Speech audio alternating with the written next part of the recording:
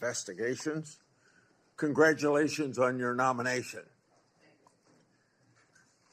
And thank you for your willingness to serve.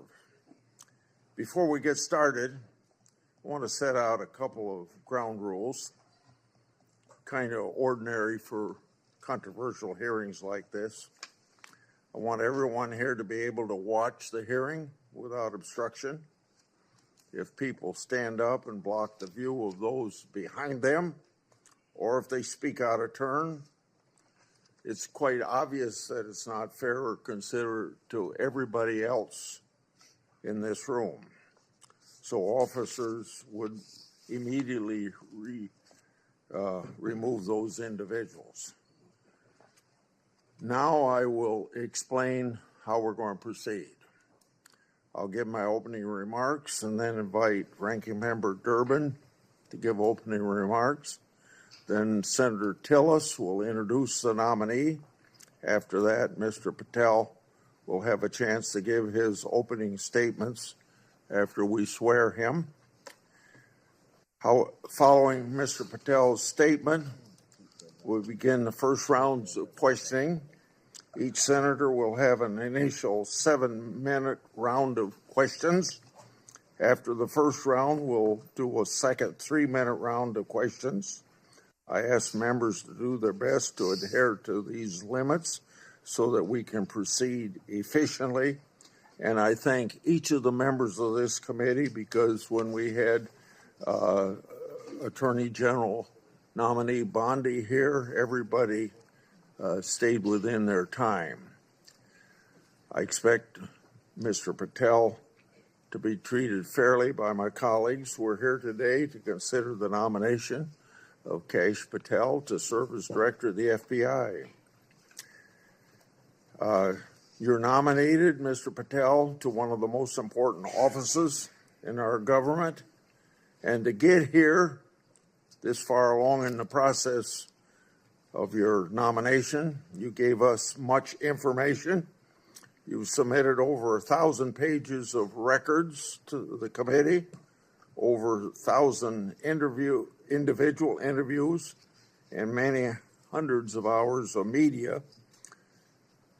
I thank your family for coming. I know some of them had traveled to get here, and I know they're very proud of you, and I determined that by looking them in the face. Public trust in the FBI is low. Only 41% of the American people think the FBI is doing a good job. This is the lowest rating in a century. It's no surprise that public trust has declined in an institution that has been plagued by abuse, lack of transparency, and weaponization of law enforcement.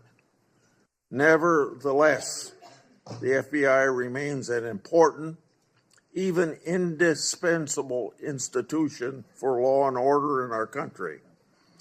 It's the people on the top floor of the J. Edgar Hoover building, not your local FBI agents, that have caused the low approval rating.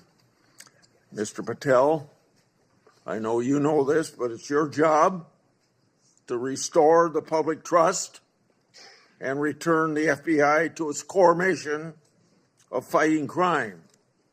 Your extensive background gives you a unique position to make this happen.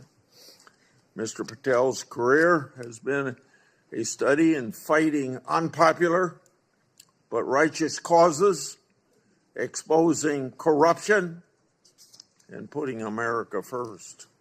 For almost a decade, Mr. Patel served as a public defender, defending the constitutional rights of some of the least popular people in this country. After serving as a public defender, Mr. Patel joined the Department of Justice under President Obama as a counterterrorism prosecutor in the National Security Division. In this role, he investigated and he prosecuted many important cases, including the World Cup bombing in Uganda in 2010, for which he received an award of excellence. In 2017, Representative Devin Nunes asked Mr. Patel to join the House Permanent Select Committee on Intelligence to uncover the truth about Russiagate. And Mr. Patel did uncover the truth. It was during this period of time that, if you remember, I first met you, Mr. Patel. Through tireless works, Mr. Patel showed that Crossfire Hurricane was based upon fraudulent, discredited information paid for by the Democratic National Committee and the Clinton campaign.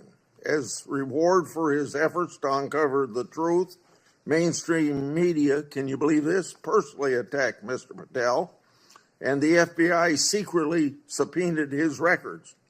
Now, I know what that is because my staff received similar treating during my investigation. The attacks Mr. Patel faced during his work in the House of Representatives are similar to the ones that he faces today. I expect many of these underhanded attacks will be repeated today. Mr. Patel has been accused of having, quote unquote, an enemies list. This is not a fair characterization, as he stated, quote, there is no revenge list, end of quote. Mr. Patel has identified those he believes have put politics and personal ambition over service to the country. He's called out those who've used the institutions like the FBI to achieve their own personal gain. Mr. Patel has said he believes that people who do this should be named and that Americans deserve transparency so that they can make their own judgment as they did in this last election. Other attacks against Mr. Patel are similarly unfounded. To take just one example,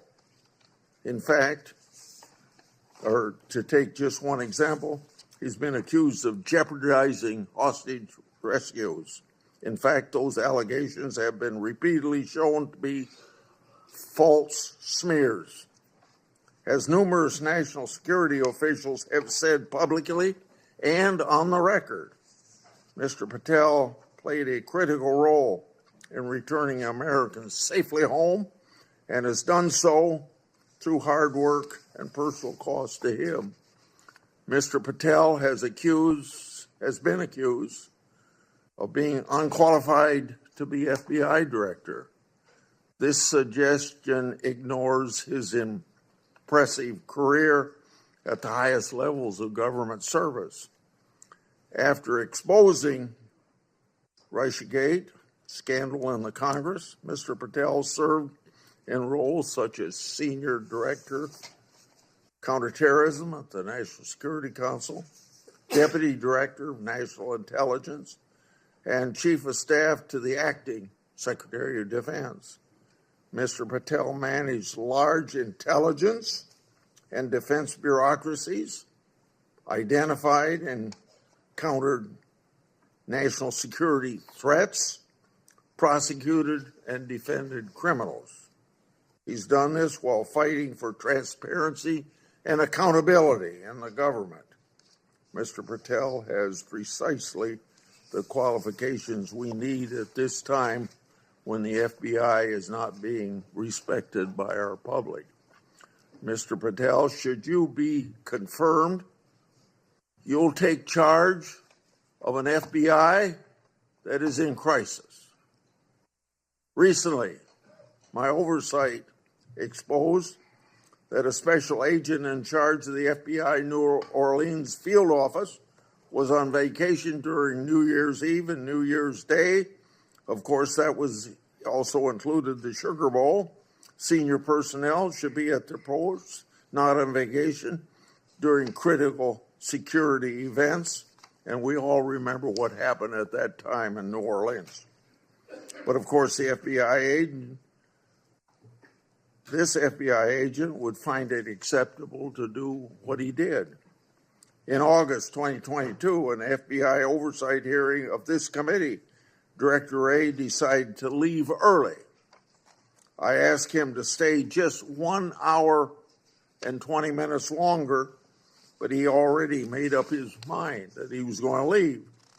Later, under questioning in November of that year by Senator Hawley, Director Wray admitted that he left this committee hearing early so that he could go on vacation. These two incidents, among others, are examples of the blatant disrespect that the FBI leadership has shown to this committee and indirectly to the American people. In November 22, I released internal FBI records that my office received pursuant to lawful whistleblower disclosures. Those records provided data about how hundreds of FBI employees who had retired or resigned to avoid discipline, many of those employees engaged in sexual misconduct in the workplace. Those records also showed lower-level FBI employees were punished. Lower-level employees of the FBI were punished more harshly than senior-level employees. No, fairness was out the window. Over 1 year later, with no response from the FBI, I asked Director Wray about this at a December 5, 23 hearing before this committee. He publicly pledged to get me the data I requested November, a year before. He and his deputy director never followed through. I also questioned Director Wray about improperly classified information relating to Afghan evacuees placed in our country. At that time, approximately 50 evacuees were already deemed potential national security concerns. So what's the number now? The public has a right to know. I've also raised concerns about whistleblower disclosure, saying that the FBI moved agents from child sex abuse cases to those January 6 cases. The FBI under Director Wray never got his priorities straight. With respect to weaponization, I'd like to turn to a letter I wrote July 20 of 2022. That letter noted that Assistant Special Agent in Charge, Thibault, was a key official involved in opening the elector case that became the Jack Smith lawfare operation. That's not supposed to happen. An official at Thibault's rank and position isn't supposed to open cases. That's the job of special agents. For those who don't remember, Thibault was the anti-Trump agent that violated the Hatch Act for his political conduct in office. My letter also noted that Richard Pilger, who ran the Justice Department's election crime branch, was involved in the approval. Now I'd like to call the committee's attention to something I'm going to share with you, information about the FBI's that's never been made public before. Do you have those? Oh, yeah, I'm sorry. In my hand are a series of FBI emails. The first is an email that Thibault sent to subordinate agent on February the 14th, 2022. He said, quote, "Here's a draft opening language we discussed," end quote. The draft opening was attached, and it included material that would later become part of Jack Smith's elector case. The second email, February 24th, 2022, email from Thibault to John Crabb, a prosecutor in the U.S. Attorney's Office for the District of Columbia, saying, quote, "I had a discussion with the case team, and we believe there is predication to include former President of the United States, Donald J. Trump, as a predicated subject," end quote. This FBI case would later be codenamed Arctic Frost. The third email, February 24th, 2022, email from Thibault to John Crabb, noting that the Attorney General and the FBI approval will be sought to open the case. The fourth email, February 25th, 2022, email from Thibault, subordinate agent, saying they added Trump and others as a criminal subject to the case. Thibault responded, quote unquote, "perfect." The fifth email, March 22, 2022, from Thibault, emailing a version of an investigative opening for approval. This didn't include President Trump. I want to make clear, that one didn't include President Trump as a criminal subject.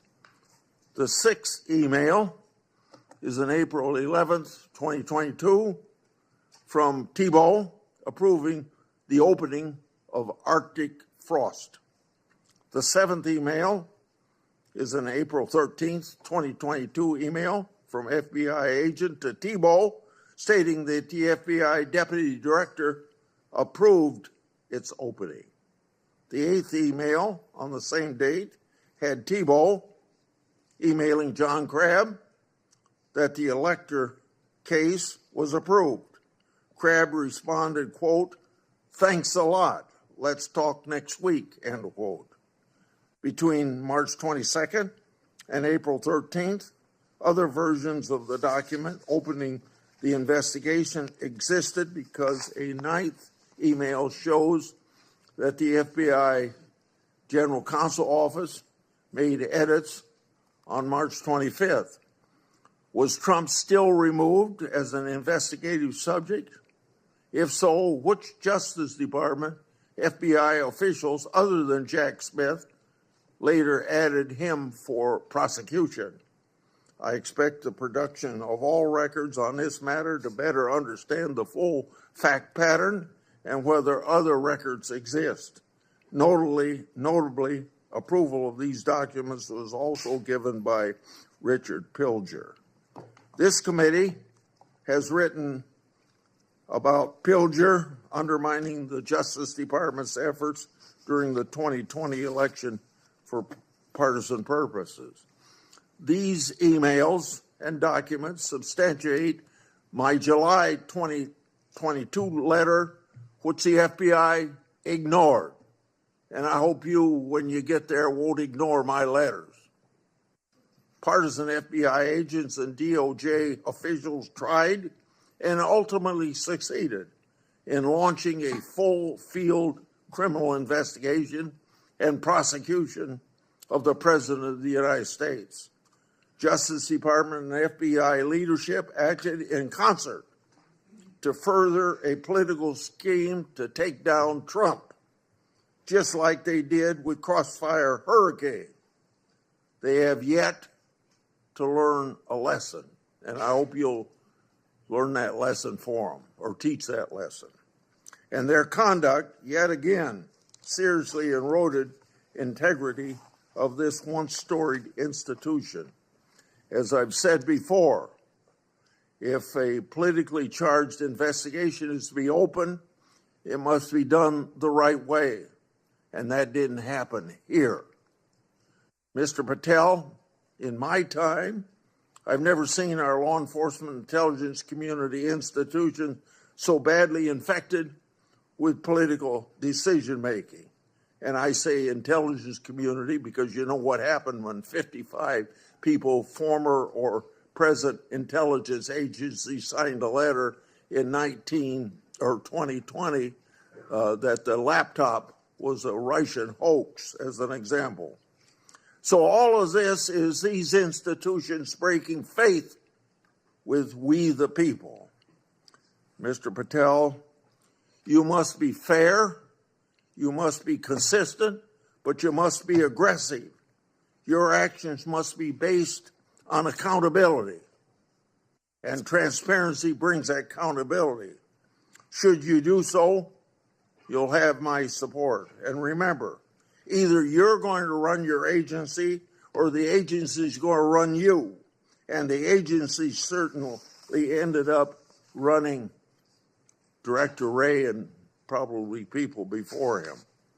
Without objection, I'm going to put in this letter in the record, and this letter is sent to Director Wray December the 9th last year, calling for him and his deputies to step down, and it's titled, quote unquote, failures. Now I turn to Ranking Member Durbin. Thank you, Mr. Chairman. I appreciate your commitment to the Judiciary Committee's longstanding bipartisan practice of vetting presidential nominees. A little history. The FBI dates back to the start of the last century, 1908, when then Attorney General Charles Bonaparte organized a special agent force. J. Edgar Hoover became director of the FBI in 1924 and led the Bureau for 48 years until his death in 1972. He is credited with professionalizing the Bureau and developing its investigative ability. However, with little or no oversight, Hoover also used the Bureau's investigative powers improperly. He infamously directed the FBI to spy on Dr. Martin Luther King Jr., Thurgood Marshall, and other civil rights leaders of the day. In 1975, the United States Senate created Frank Church's committee, and they disclosed widespread abuses by the FBI and other U.S.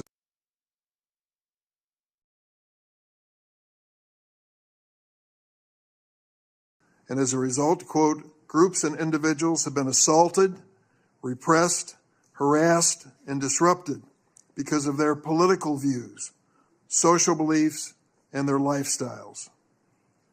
And, quote, the intelligence agencies have served the political and personal objectives of presidents and other high officials. The Hoover era of the FBI, the Watergate scandal, and the findings of the Church Committee highlighted the risk of political interference in FBI investigations and led to significant, important reform. In 1976, Congress passed a law that limits the FBI director to a single term of 10 years, which was intended to insulate that position from political influence. And critically, we made the FBI director's appointment subject to the advice and consent of the Senate. That's why we're here today. Since 1935, the motto of the FBI has been fidelity, bravery, integrity. These qualities represent the Bureau's core values and the high standards that are expected of all of its employees, including the director of the FBI. After meeting with Mr. Patel and reviewing his record, I do not believe you meet this standard. Mr. Patel has neither the experience, the temperament, nor the judgment to lead an agency of 38,000 agencies and 400 field offices around the globe. During the time I've served on this committee, I've had the opportunity to consider 4 FBI director nominations. Each one was a Republican, and I voted for all of them.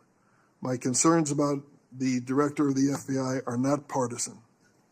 As much as Republicans claim that President Biden and former Attorney General Garland weaponized the FBI, let's look at the record. President Biden kept the FBI director, a lifelong Republican who had been appointed by President Trump. Contrast that with President Trump. Fired his first FBI director, James Comey, forced out his second FBI director, Chris Wray, for being insufficiently loyal. With Mr. Patel, however, obviously the president has found a loyalist. Mr. Patel's loyalty includes touting conspiracy theories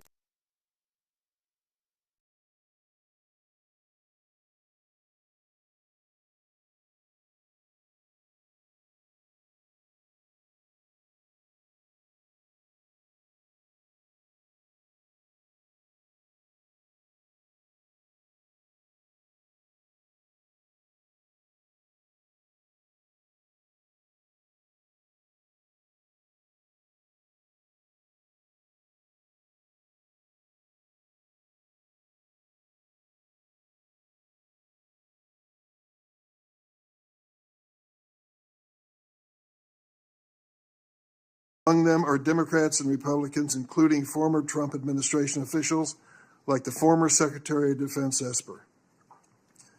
Then there is Mr. Patel's plan to quote, and I quote him, shut down the FBI Hoover building on day one, reopen it the next day as a museum of the deep state. And he has said, quote, we're going to come after people in the media. We're going to come after you. Whether it's criminally or civilly, we're putting you all on notice. Does this sound like the kind of nonpartisan law enforcement professional who should lead the FBI? No, not to me. This is someone who's left behind a trail of grievances throughout his life, lashing out at anyone who disrespects him or doesn't agree with him. Don't take it from me. Listen to these Republicans who worked with him during the Trump's first administration. Attorney General Bill Barr, and I quote, I categorically oppose making Patel deputy FBI director. I said it would happen over my dead body. Patel had virtually no experience that would qualify him to serve at the highest level of the world's preeminent law enforcement agency. National Security Advisor John Bolton. I didn't think he was qualified. He demonstrated no policy aptitude at all. I was forced to hire him. President Trump's Deputy National Security Advisor, Charles Kupperman. The idea that Kash Patel is going to be the FBI director is appalling. His legal career is modest at best. His ideas are ludicrous. CI Director Gina Haspel threatened to resign after President Trump proposed making Mr. Patel CIA Deputy Director. Defense Secretary Mark Esper said Mr. Patel lied about whether Nigeria had approved a hostage rescue operation, putting American lives at risk. But Mr. Patel would have us believe that all of these public servants, all Republicans, all from the first Trump administration, and apparently anyone else who's critical of him, are nothing but government gangsters and deep state members. Many of them have made his list of enemies. Just this week, CNN reported that during the Trump administration, CIA officials referred Mr. Patel to the Justice Department for criminal investigation for sharing classified information without authorization. Last week, I asked the Justice Department and intelligence community for information on any criminal referrals relating to misconduct by Mr. Patel. I have yet to receive a response. Mr. Patel's record is clear.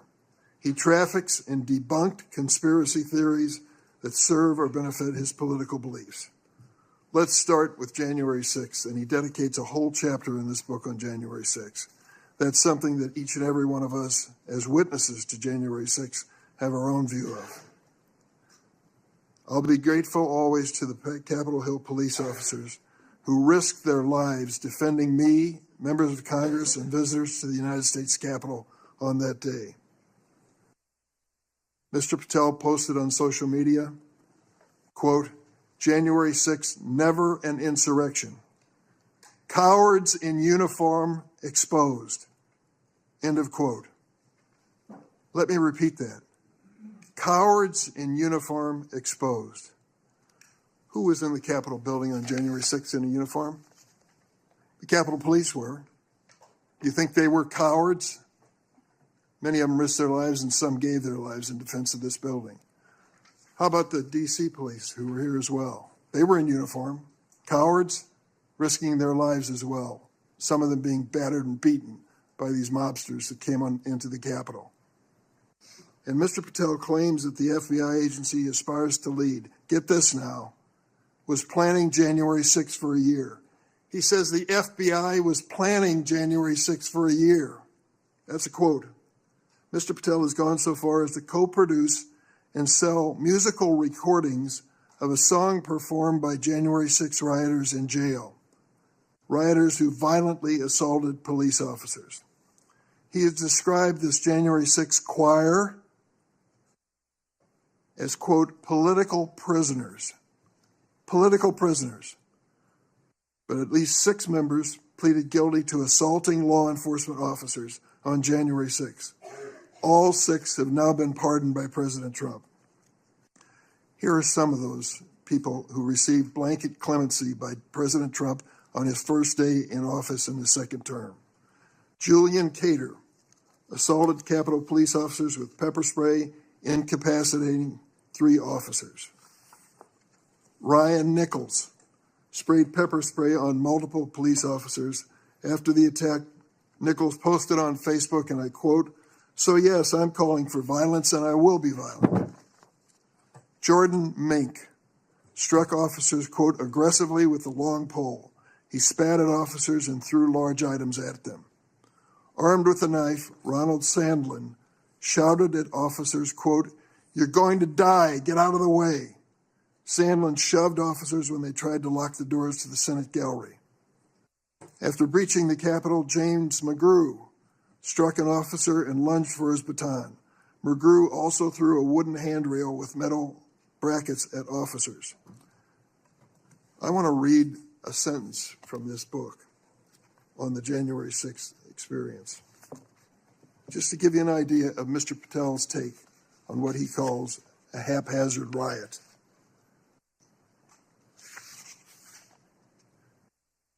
By everything we could see, the crowd at the Capitol was unarmed or armed only with non-lethal objects like bottles, flagpoles, or bike racks. Mr. Patel has also peddled conspiracy theories for his own financial benefit, promoting a line of dietary supplements that claim to help people detox from COVID-19 vaccines. During my time on this committee, I was fortunate to get to know and work with former FBI Director Bob Mueller. I met him a few days after 9/11. That's when he took over the FBI. I trusted him, I worked with him, I did everything I could to help him, because I believed that the FBI was a critical central agency in restoring America's confidence that we were safe. Bob Mueller was an extraordinary man. Oh, he was a Republican, make no bones about it. He said it and admitted it, and I knew it. He comes from the San Francisco area. And when he was in college and graduated, a friend of his a year ahead of him had enlisted in the Marine Corps and was killed in Vietnam. Bob was inspired to do the same thing, join up in the Marine Corps, and he did. And he was a first lieutenant in Vietnam. He received a Bronze Star with a Valor Pin, and he also received a Purple Heart. He was injured in battle. I read about his experience because after he was healed from that wound to his leg, he returned to combat. He was just that kind of fella. Regardless of party, he was a real American. He was a longtime federal prosecutor, a U.S. attorney, the head of the DOJ's criminal division, and acting deputy attorney general before he became head of the FBI. After 9/11, I worked with him, and we had a good relationship, a professional relationship. We didn't always see eye to eye, but I respected him so much for what he had given to this country. In this book, Mr. Patel calls Director Bob Mueller, quote, "a swamp creature." With all due respect, Mr. Patel, I've not worn the uniform of this country, and neither have you. To think that you would denigrate Bob Mueller's service to our country and call him a swamp creature is an indication of the depths your political views take you. The FBI plays a critical role in keeping America safe from terrorism, violent crime, and other threats. Our nation needs an FBI director who understands the gravity of this mission and is ready on day one, not someone who is consumed by his own personal political grievances. The American people deserve an FBI director focused on keeping our families safe from terrorism, drug trafficking, and violent crime, not the checklist of grievances we find in this book. Mr. Patel, your record makes it clear you're not that person. I yield. Thank you, Senator Durbin. Before I call on Senator Tillis, I want to clear up something the way I see it, and I think I'm going to invite everybody that it can be cleared up. This business about what Mr. Patel said about cowards in uniform, it's a mischaracterization of what he actually said. So I'm going to invite you to listen to the interview Mr. Patel gave that linked to his post to hear what he actually said. When he said cowards in uniform, he was talking about senior Pentagon leadership failing to mobilize the National Guard to protect the Capitol.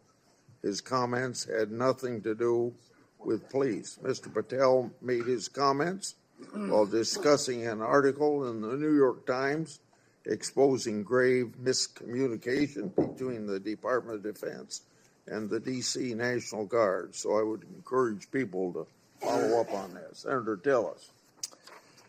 Thank you, Mr. Chairman, Ranking Member, colleagues on the Senate Judiciary Committee. It's my honor to introduce Kash Patel, President Trump's nominee to be FBI Director. I've completed due diligence on his life and career, and I'm convinced that Kash possesses significant expertise and ironclad commitment to justice, and he's an outstanding choice to lead the FBI. Kash's parents are Indian immigrants of Gujarati ancestry. They're up here in the front row. The Gujarat state is a melting pot of religions, including Hinduism, Islam, Jainism, with temples, mosques, and other religious sites scattered across the state. His father was raised in Uganda, but his family had to flee the country to escape repression under Idi Amin. His mother was born in Tanzania. They met and married in India and ultimately made their way to New York City by way of Canada, where his parents, along with 7 brothers and sisters and their spouses and at least a half a dozen kids, lived under the same roof.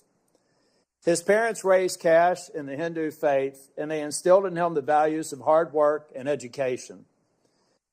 Kash is a devout Hindu, and consistent with his faith, he's shown respect to people of all faiths. Kash attended the University of Richmond, where he earned his bachelor's degree in criminal justice and history. He went to Pace University School of Law, where he earned his JD, and an international law certificate from the University College of London, Faculty of Laws. Kash began his career as a public defender in Florida, where he led or co-led more than 60 jury trials in state and federal court. Kash clearly demonstrated a devotion to upholding the rule of law and defending the rights of individuals. Kash led the defense of Jose Buitrago in United States versus Buitrago, a high-profile case in Florida in 2015. Buitrago was one of the Colombian nationals arrested in a major drug bust involving Operation Backrim. Kash and his co-counsel successfully argued that key evidence was withheld by the prosecution, leading to Buitrago's release. I suspect some of Kash's disdain for prosecutorial misconduct stemmed from this experience. Kash was hired as a senior counsel on the House Permanent Select Subcommittee on Intelligence Committee, in 2017. He told me he distinctly remembers my friend Trey Gowdy comment shortly after they were introduced. He said in Trey's dialect, "Kash, Congress is where righteous investigations go to die. I hope you're ready." I think Kash was ready, and he went on to establish a solid reputation for pursuing the facts, and from there, he held senior posts at the NSC, the Department of Defense, and the DNI. Since leaving the administration in 2020, Kash has written articles and books on national security, law, and governance. Through his work as an author, Kash continues to advocate for justice and transparency, and to be ever vigilant in defending our great democracy and the rule of law. Colleagues, I created a Kash bingo card that I have available to any of my colleagues who would like it on the other side of the aisle. Some may view this as an unserious caricature and not appropriate for this committee. Sadly, I consider it a serious caricature of what I expect to be witnessed today. I think we'll have words like enemies list and deep state. I've already X'd out 4 boxes in the opening statements alone. The fact of the matter is, some people will be here to simply substantiate a false narrative. At worst, they may be just going through an unfounded litany of quotes and half-truths, some of which have already been dispelled by the chairman after the opening statements. Mr. Chair and Ranking Member, in my 10 years in the Senate, I hope I've established a reputation for being fair, doing my homework, and taking tough positions that have been met with harsh criticism. Heck, I've even been censured by my entire state and 30 counties for taking tough positions. And I stand by those decisions today and my decision to support Kash Patel. When President Trump announced his intent to nominate Kash, I contacted Trey Gowdy and others who worked with Kash, and they gave me glowing recommendations. So I called Kash on December the 2nd, and I offered to help him with his nomination. Since then, we have spent hours together, in person and on the phone. I've asked him difficult questions, and I've urged him to reach out to members across the aisle. In fact, Kash Patel has met with 60 members of the U.S. Senate, every member except the last 3 who were sworn in, and the majority of the members on the other side of the dais in this committee and members off the committee. Chair Grassley, Ranking Member Durbin, friends and colleagues on the committee, I've completed my due diligence of Kash Patel, and I am honored to provide my strongest recommendation for his confirmation. Thank you, Mr. Chair. Thank you for that introduction. Before I swear you, I want to make clear that before you give your statement, if you want to introduce family and friends in the audience, you're welcome to do that. Would you please stand? Raise your hand. Do you swear or affirm that the testimony you're about to give to the committee will be the truth, the whole truth, and nothing but the truth, so help you God? I do, Mr. Chairman. Okay. You may proceed. Chairman Grassley, Ranking Member Durbin, and members of the Judiciary Committee, thank you for the opportunity to appear today. I must start with a word of prayer for the tragic accident that befell our nation last night, where we lost civilians and service members. I pray for their families. I pray for law enforcement and military personnel, and I pray for their souls, and hopefully God will find them peace in the near future.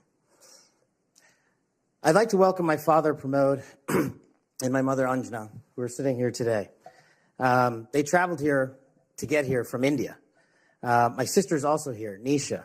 She also traversed the oceans just to be with me here today. It means the world that you guys are here. Jesse Grosna. I wouldn't be here today without their guidance, their unwavering support, and their relentless love. When President Trump informed me of his intention to nominate me as the director of the FBI, I was deeply honored.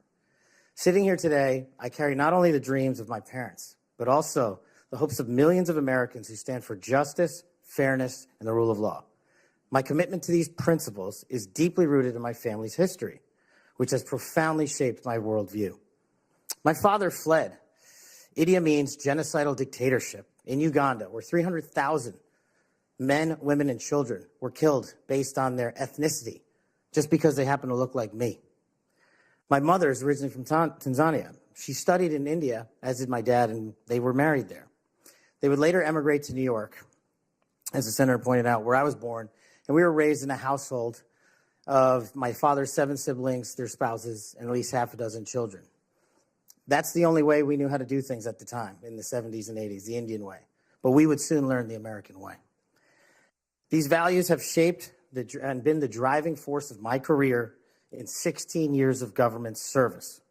Protecting the rights of the Constitution is of the utmost importance to me and has been every single time I've taken that oath of office. The recent terrorist attacks in New Orleans tragically claimed the lives of 14 innocent Americans and serve as a stark reminder that our national security is at threat, both internally and externally.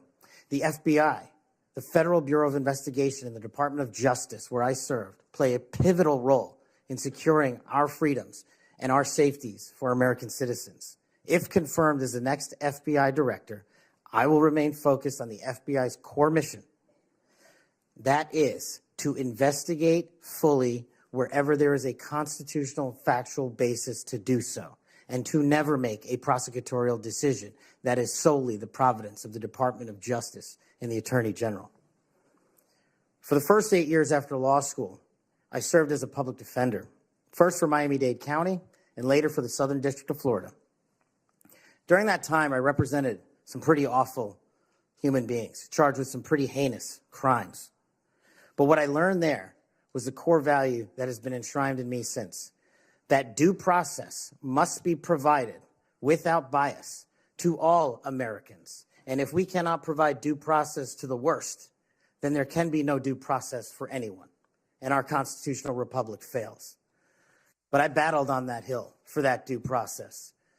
I would later serve in the Obama Justice Department as a terrorism prosecutor in the National Security Division, where we successfully contributed to the prosecutions of terrorist organizations like Al-Qaeda, Al-Shabaab, and others. I was honored to receive the 2017 Assistant Attorney General's Award from Loretta Lynch for my work in helping the Ugandans bring members of Al-Shabaab to justice for murdering 74 innocent people, including an American. I would also receive the Human Intelligence Award from the intelligence community for related work on that mission. My experiences at the National Security Division would later be followed by my experiences on the National Security Council as Senior Director for Counterterrorism, and later as the Deputy Director of National Intelligence, responsible for the production, creation, and promulgation of the Presidential Daily Briefing, our nation's most sensitive classified information and secrets to protect our country. My time in the White House was preceded by my time right here in Congress as a staffer on the House Intelligence Committee, where I spearheaded the investigation that exposed serious FISA, Foreign Intelligence Surveillance Act, abuses by members of the Department of Justice and the Federal Bureau of Investigation. That misconduct eroded the public trust in our FBI. The erosion of trust, as Chairman Grassley pointed out, is all too low today. 40% of Americans have trust in the FBI. In order to get it back, there's a twofold track, Senator.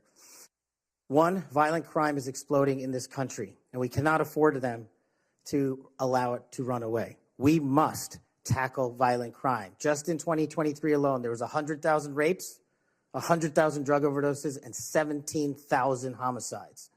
The priority of the FBI, if I'm confirmed, will be to ensure that our communities are protected and safeguarded and our children have parks to play in and not needles to walk over. The way we do this, we let good cops be cops. We let law enforcement, and we provide them with the tools necessary and resources they need to get after violent crime. The second way we do this on equal track is aggressive constitutional oversight from Congress. The public trust can only be restored if there is full transparency, and I am committed to that full transparency. Members of Congress have unfortunately submitted hundreds of questions that have been unanswered by the FBI in recent times. That will not occur if I am confirmed.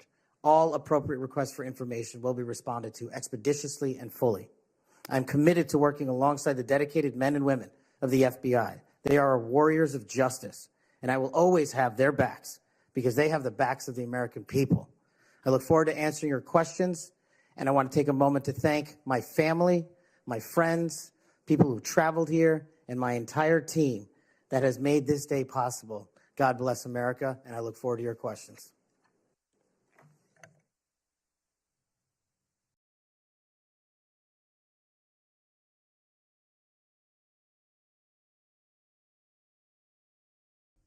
Seven minutes, first round, is that right?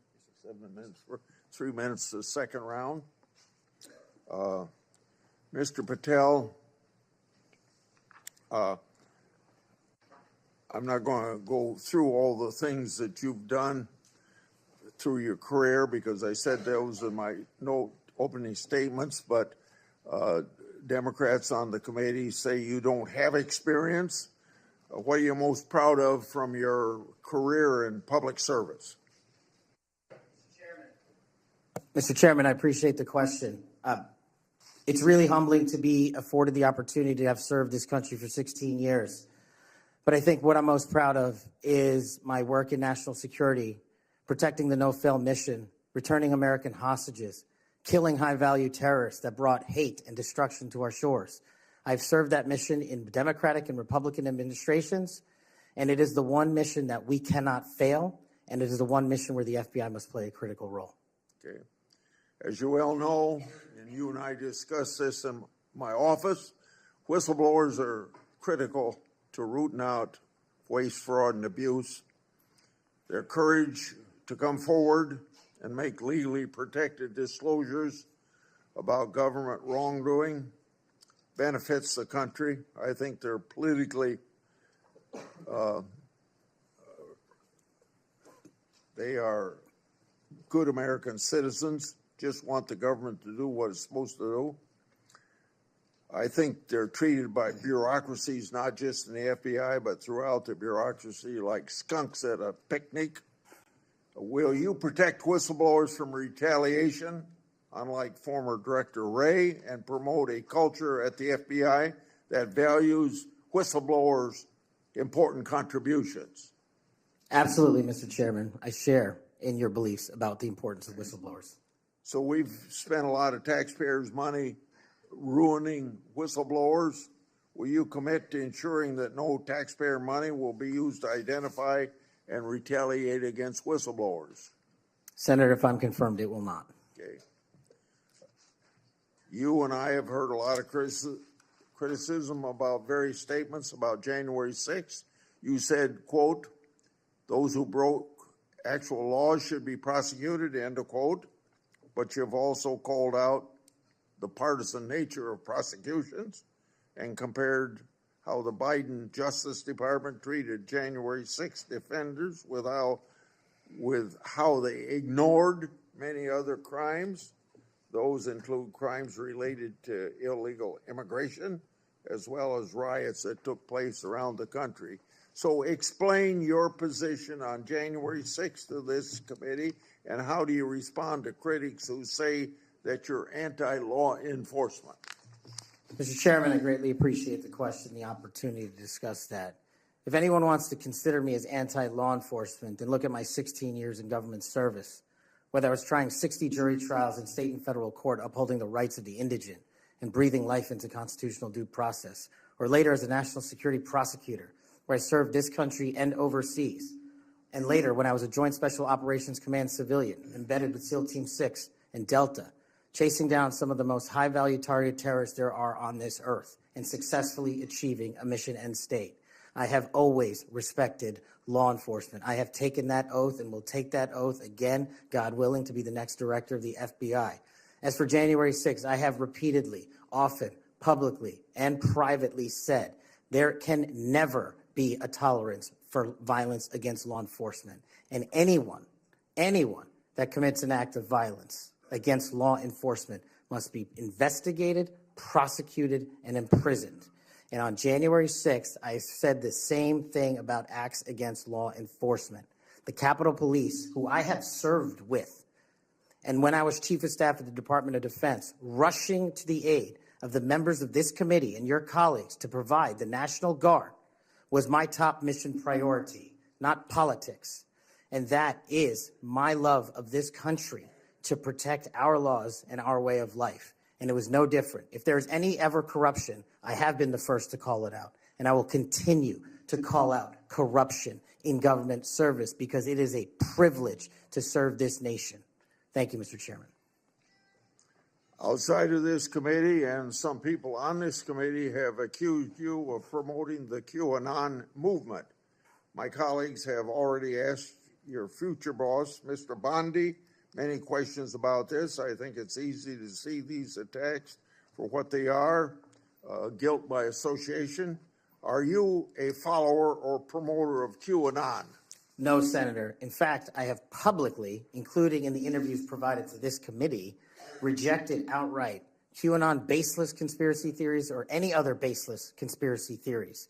They must be addressed head on with the truth, and I will continue to do that. And I will always continue to support Americans who support law enforcement, our military, and want a secure border.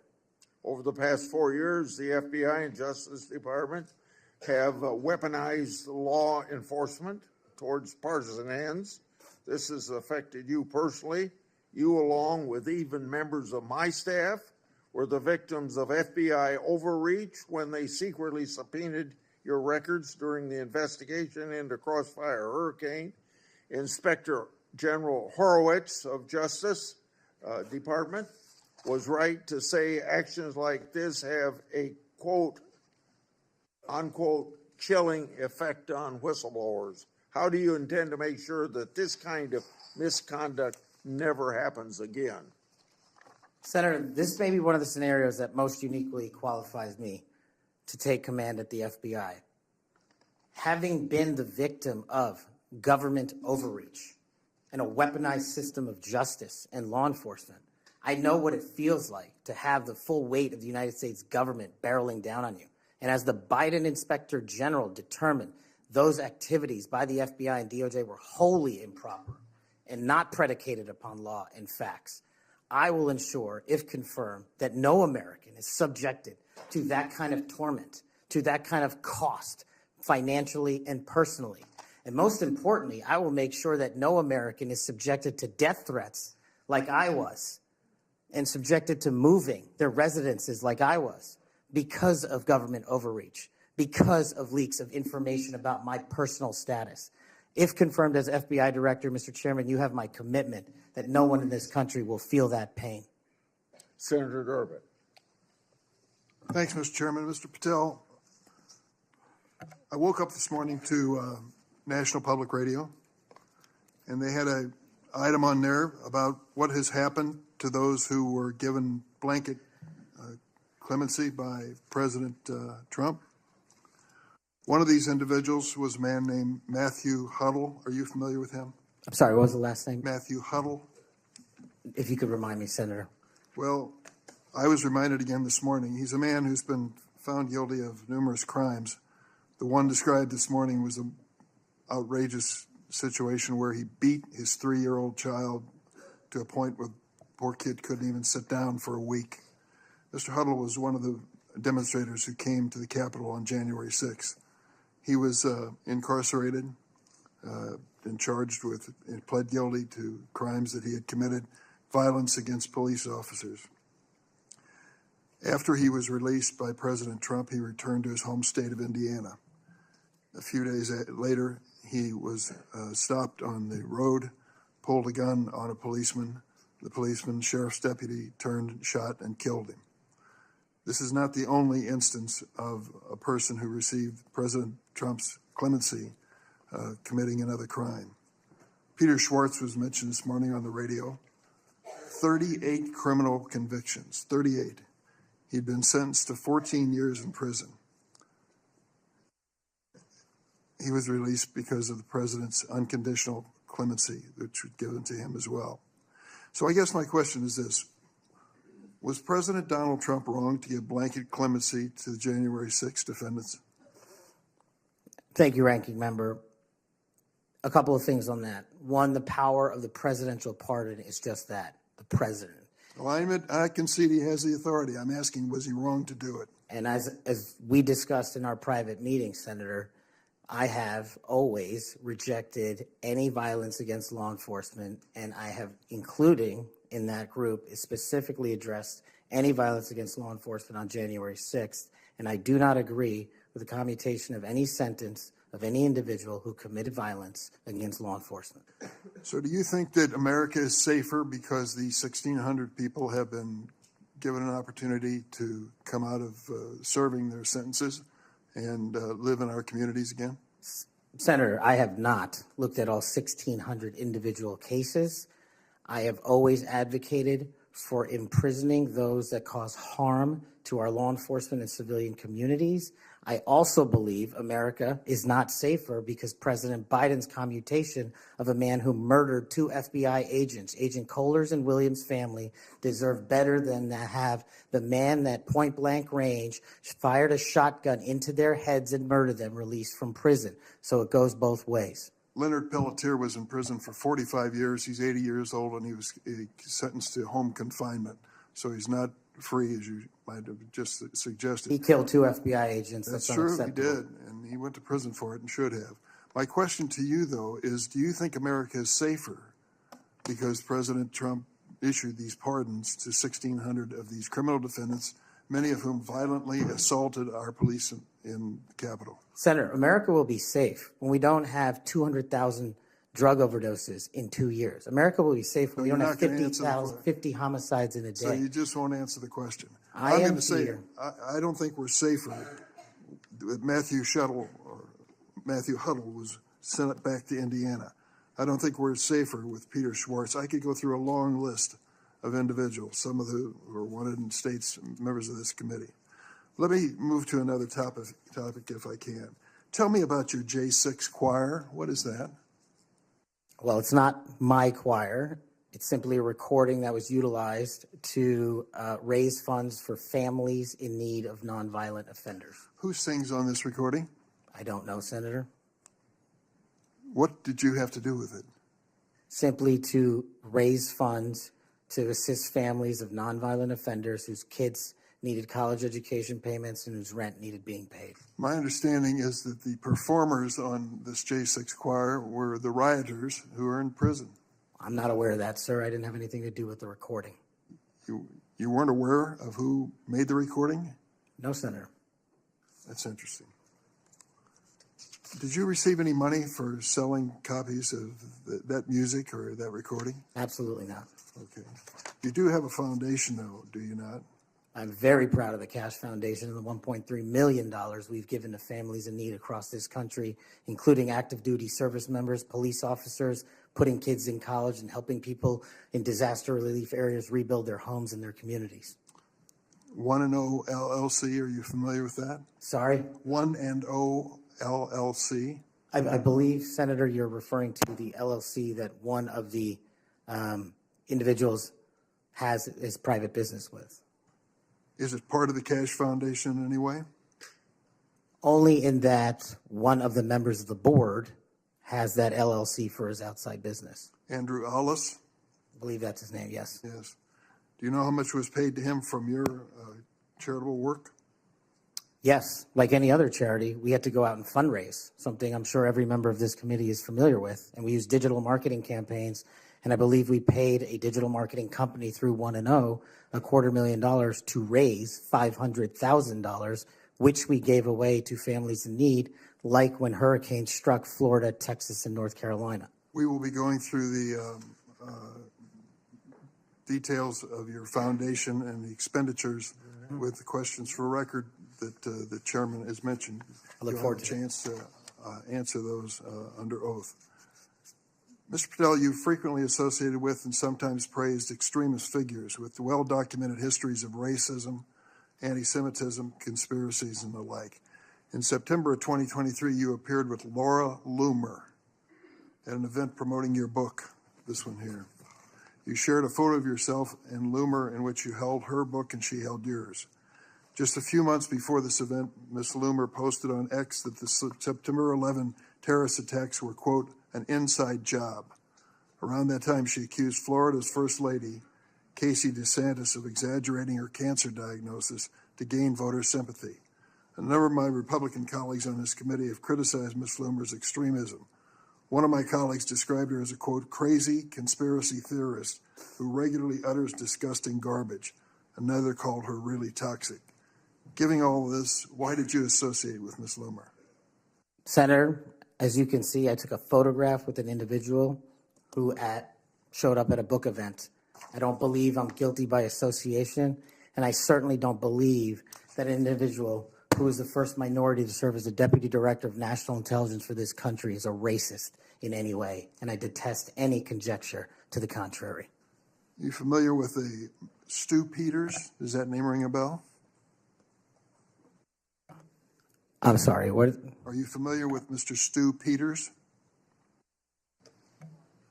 Not off the top of my head. He made 8 separate appearances on his podcast. He promoted outrageous conspiracy theories and worked with a prominent neo-Nazi. There are more, Ted Nugent, it goes on, list goes on. I'm just asking, when it comes to your association with individuals, why are so many of them in this category?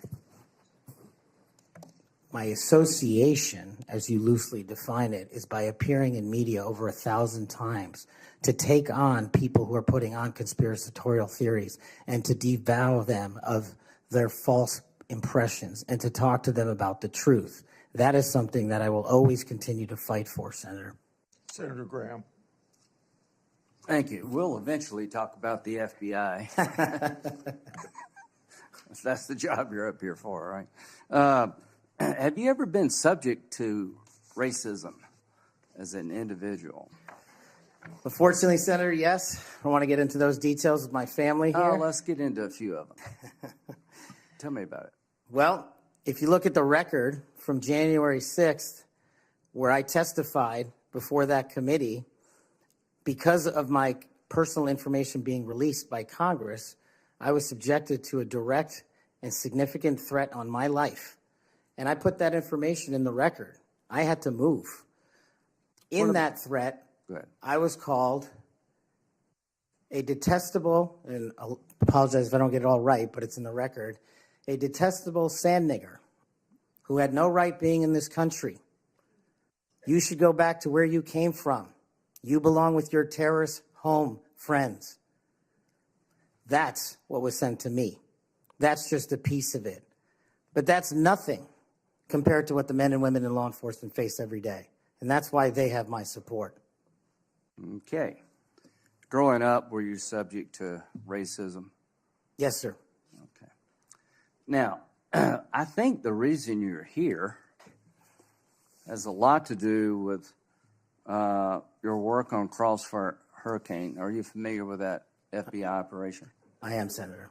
So Senator Durbin mentioned the church report and the history of abuse, but he failed to mention Crossfire Hurricane.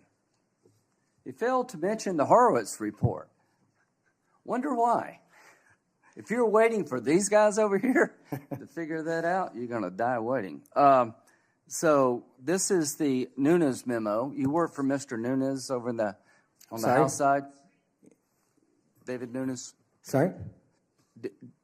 Are you familiar with this memo by the Foreign Intelligence Service Act abuses Yes. of the Department of Justice? Absolutely. Did you help write this memo? I did as a staffer. Okay, I'm going to put this in the record. Thank you. In this memo, you kind of dissected the abuses of Crossfire Hurricane, right? I did, Senator. And the Mueller investigation. So the Crossfire Hurricane investigators, two of them were Strzok and Page. Are you familiar with them? I am, Senator. Okay. It was opened up on July the 31st, 2016. And here's what Strzok said. And damn, this feels momentous because this matters. The other one did too. But that was to ensure we didn't F something up. This matters because this matters. So super glad to be on this voyage with you. That's to Page. And Page responds a couple of months later, he's not ever going to be President right, talking about Trump. Strzok, no, he won't. We'll stop it. Is it fair to say that the people in charge of investigating Crossfire Hurricane hated Trump's guts? Well, you don't have to take my word for it. That statement, along with the statements from the sources. Are during those that days operations. over in the FBI, you hope? Well, if they're not, they will be. Okay, good. You know who Carter Page was? I do, Senator. Do you know that the FBI secured warrants against him on 4 different occasions? Yes, Senator. Do you know that the information that they relied upon came from the Steele dossier? I do. Was it you that were able to find out that the Steele dossier was a bunch of crap? Yes, Senator. We followed the money and we exposed the fraud that was the Steele dossier. And the primary subsource was Ignor Danchenko, right? That's correct, Senator. And he was actually a Russian analyst. That's right. Are you aware that in January he told the FBI that, let's see, what did he tell the FBI? Steele had no proof to support the statements, then it was just talk. The primary subsource explained to the FBI that his information came from word of mouth and hearsay, conversations he had with friends over beers, and some of the information were statements he heard made in jest. And he told the FBI this in January That's of right. 2017. And they got 2 more warrants after that. That's correct. Are you aware that the FBI had volumes of information that the Steele dossier was a bunch of bullshit and nobody ever told anybody at the top? I am, sir. We exposed Or it. they lied about being told. That's correct. So are you aware of the fact that the FISA court rebuked the FBI? Are you aware of the fact that an FBI lawyer went to jail because he misled the court by manipulating a email from the CIA? I am. Do you believe that Crossfire Hurricane was one of the most disgusting episodes in FBI history of a corrupt investigation led by corrupt people who wanted to take Donald Trump down? Yes, sir. You think that's why you're in this chair today, to fix that? I think that's a big Without Crossfire Hurricane, this guy wouldn't be here. And my friends on the other side, like pulling teeth, the Horowitz investigation, the Inspector General, label this fraudulent at its core, mismanaged at its core, running stop signs. At every turn, they went forward when they should have stopped. The Durham report said it was obviously politically motivated.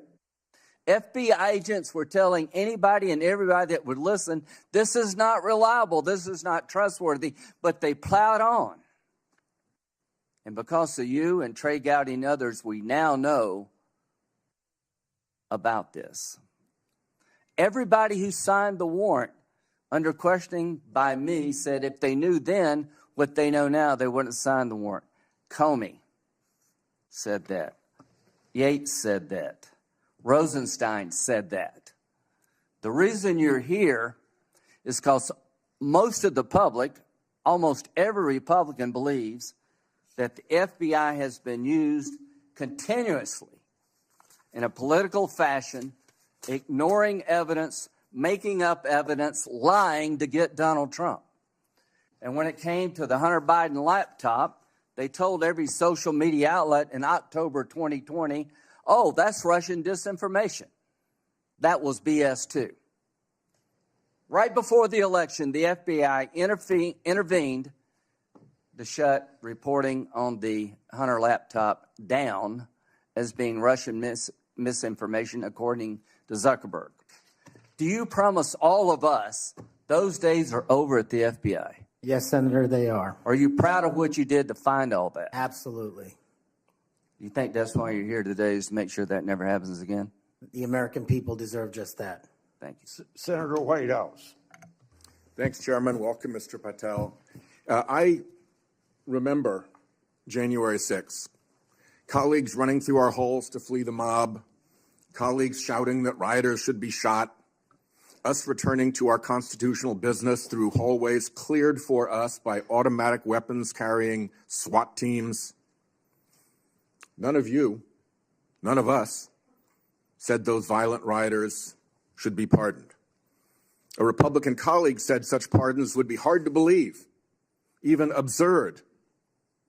Your former colleague, J.D. Vance, said the violent rioters should not be pardoned.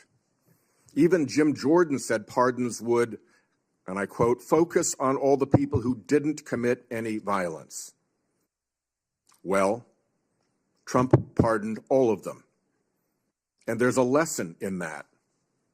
Every time you think Trump would never go that far, rethink that. We all seem to agree that violence against police is unacceptable, yet more than 600 people who physically attacked Capitol Police officers were just put back on the street, part of a 1,500-person personal Trump army, now out there with people who have proven themselves willing to do violence on Trump's call. In only 10 days, some are already back committing crimes. We've also tried as a committee, together, to address the dangers of illicit drug sales over the internet, and I assume we're all against murder for hire. But Trump also just pardoned a dark web operator sentenced to life in prison for trafficking illegal drugs online and accused of soliciting murders for hire. Those pardons, as Mr. Patel has said, are a mistake, but they are also a signal that we are entering a strange and dangerous time. That is the context for today's hearing. warnings that the FBI could become Trump's enforcer, use the powers of law enforcement to stifle speech and dissent, punish political rivals of either party, and hand out free passes, get out of jail free cards to violent supporters are warnings we should heed. Here are some warnings of this nominee's Trump administration colleagues. Former Attorney General Bill Barr said, "This nominee has virtually no experience that would qualify him to serve at the highest level of the world's preeminent law enforcement agency," end quote, "and we would never be able to command the respect necessary to run the day-to-day operations of the Bureau." That's for the deputy position. Former CIA Director Gina Haspel was reported threatening to resign rather than have this nominee serve under her. John Bolton, Trump's former national security advisor, said, "I didn't think he was qualified. I was forced to hire him." Trump's deputy national security advisor, the nominee's former supervisor, said, "His ideas are ludicrous. He's absolutely unqualified for this job. He's untrustworthy. And it's an absolute disgrace to even consider an individual of this nature." That's from Republican appointees who worked with him. And here's what this nominee himself has said about using his office to prosecute journalists. "We will go out and find the conspirators, not just in government, but in the media. We're going to come after you, whether it's criminally or civilly." Is that a correct quotation, Mr. Patel? Senator, that's a partial quotation. But it's correct. In part. Regarding his publication of his enemies list, Mr. Patel proclaimed, "The manhunt starts tomorrow," and reposted a video depicting him taking a chainsaw to his political enemies. Is that you, Kash Patel, reposting that at the top of that page? Senator, I had nothing to do with the creation of that meme. Is that you reposting it, was my question. And that's me at the top. You said FBI agents were responsible for the violence on January 6th, and I quote you here, "beyond a reasonable doubt." Is that what you said? That's completely incorrect, and I appreciate the opportunity to address that. I'll give you an opportunity in writing, but this is my time now. Have at it. An Inspector Attorney General investigation found that that was false. And you said we should impeach judges who rule against Donald Trump, who are, in your words, political terrorists. When this nominee tries to explain all this away, keep one thing in mind. He's testified under oath before a Colorado judge who presided over a Trump case in which he was a witness. And the judge found, and I'm quoting here, he was not a credible witness. His testimony is not only illogical, but completely devoid of any evidence in the record. That's from a judge. This is a dangerous time, and I ask all my colleagues to consider whether these plain comments by this person and by his own Trump administration colleagues should be given a blind eye, just overlooked, or whether, like the warnings of pardoning violent January 6 offenders, they're warnings to be heeded. There is an unfathomable difference between a seeming facade being constructed around this nominee here today and what he has actually done and said in real life when left to his own devices. Conduct shows character. And if you look at history, you see the danger of security chiefs in authoritarian regimes becoming the tools of political power. The characteristics that they often show are that they are vengeful, that they are grandiose, that they are intemperate, that they are partisan and blindly loyal, and that they are servile and won't say no. I'm afraid that the history of this nominee's conduct raises those warnings. And I yield my 1 second back. Before Senator Cornyn, you said you'd like to explain something. I forget the point he made. You can do that now if you want to. Simply this, Senator. In the collective, all of those statements are taken out of grotesque context. And anyone that thinks my 16 years of service isn't exemplary on how I would proceed if confirmed as FBI is intentionally putting false information into the public ether and creating more public discourse. The only thing that will matter if I'm confirmed as a director of the FBI is a de-weaponized, depoliticized system of law enforcement completely devoted to rigorous obedience of the Constitution and a singular standard of justice. Before I call on Senator Cornyn, I'd like to say that we've heard about the January 6th pardons. I think it's important that we remind people at the same time of some pardons by the previous administration. Thomas Sanders, a kidnapper who murdered a 12-year-old girl named Lexis and her mother, Swellen Roberts. Adrian Peeler, a Connecticut drug kingpin who was convicted in the death of an 8-year-old boy and his mother. Leonard Peltier, that's already been referred to, that murdered 2 FBI agents. And even Director Wray, at that time, former Director Wray, said that that shouldn't have happened. And Judge Michael Conahan, who took kickbacks for wrongly sending juveniles for profit detention centers, and Alex Saab, who laundered illicit proceeds for narcotics terrorist Nicolas Maduro, and was a key connection between Venezuela and Iran, and 5 family members of his own family. President Biden did that. Senator. Welcome, Mr. Patel. Do you believe America is an exceptional nation?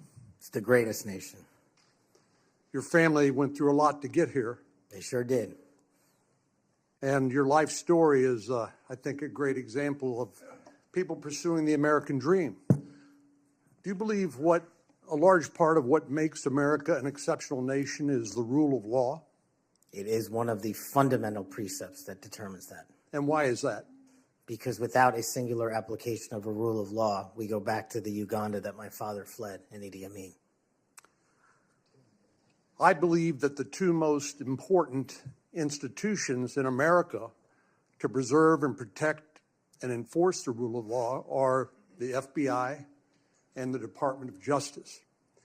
And the sort of politicalization that Senator Graham and others have already talked about during the Crossfire Hurricane investigation or project of James Comey at the FBI, and the abuse of intelligence tools like Title I of Section 702 are a betrayal of American values and adherence to the rule of law. And I think your biggest task is going to be, along with Pam Bondi at the Office of the Attorney General, is to restore the rule of law to the Department of Justice and the FBI. Are you willing to do that? Absolutely, Senator. Without regard to partisan affiliation or politics? Absolutely.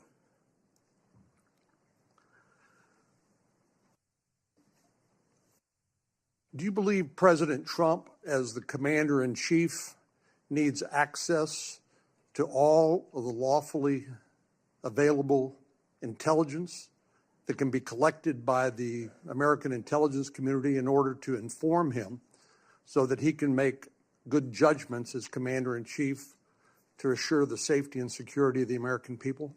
Having been responsible for the collection and predication and promulgation of that intelligence, I firmly believe he and every president must have it.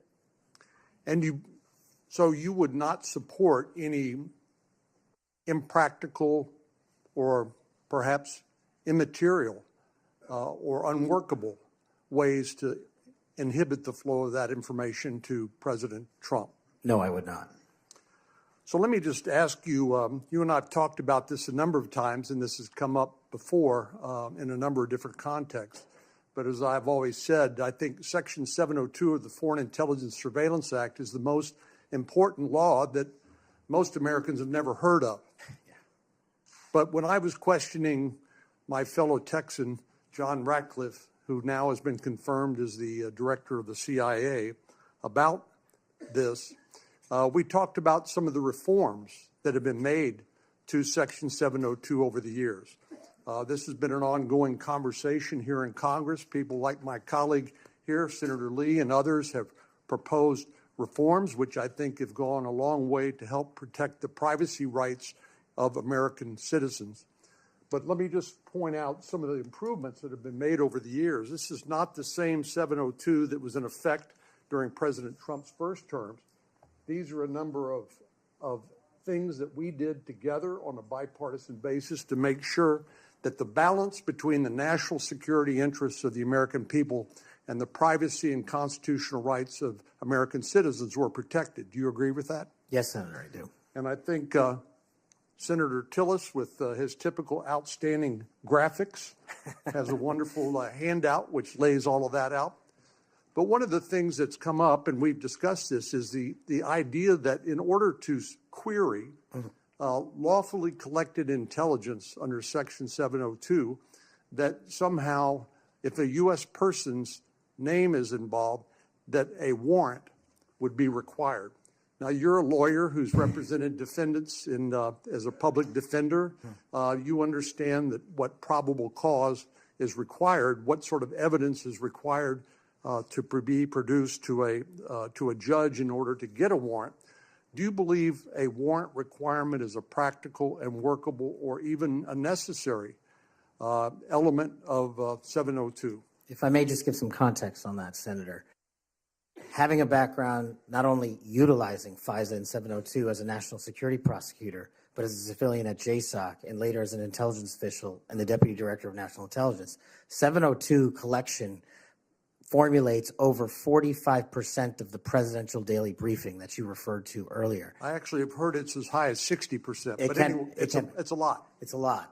And the issue for me is not with FISA and 702. The issue has been those that have been in government service and abused it in the past. And so we must work with Congress to provide the protections necessary for American citizens. Dealing with these matters, including hostage rescue operations in real time, which we use FISA collection to find and save American hostages, having a warrant requirement to go through that information in real time is just not comportive with the requirement to protect American citizenry. I'm all open to working with Congress on finding a better way forward, but right now, these improvements that you've made go a long way. Well, and Director Ratcliffe said that he did not believe that, given the context of 702 collection, whether a foreign target communicates with a U.S. person, that there'd be sufficient evidence to go to the Foreign Intelligence Surveillance Court or any other court to demonstrate probable cause. Do you agree with that? Yeah, just in real time, Senator, it's almost impossible to make that function and serve the national no-fail mission. I think you hit the nail on the head when you point out the lack of trust. Any of these tools can be abused by people who are willing to break the law or abuse these tools or violate the public trust. Director Ratcliffe, again, used, I thought, a helpful analogy. I'll see if you agree with it.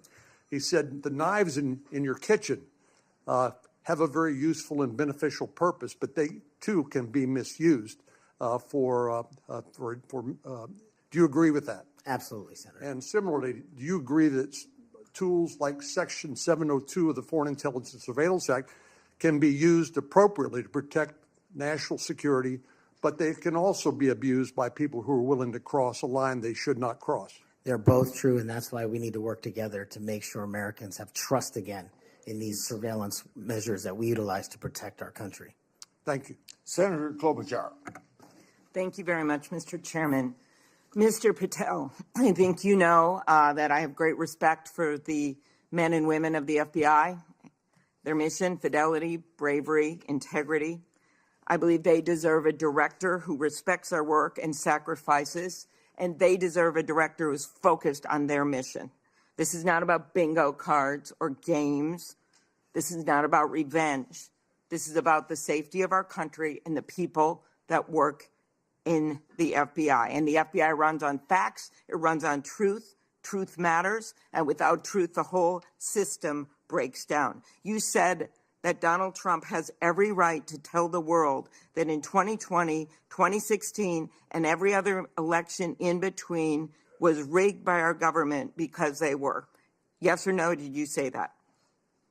I don't have that statement in front of me. But okay, that was from August 27th, 2023 Thrive Time show. I'll put it on the record.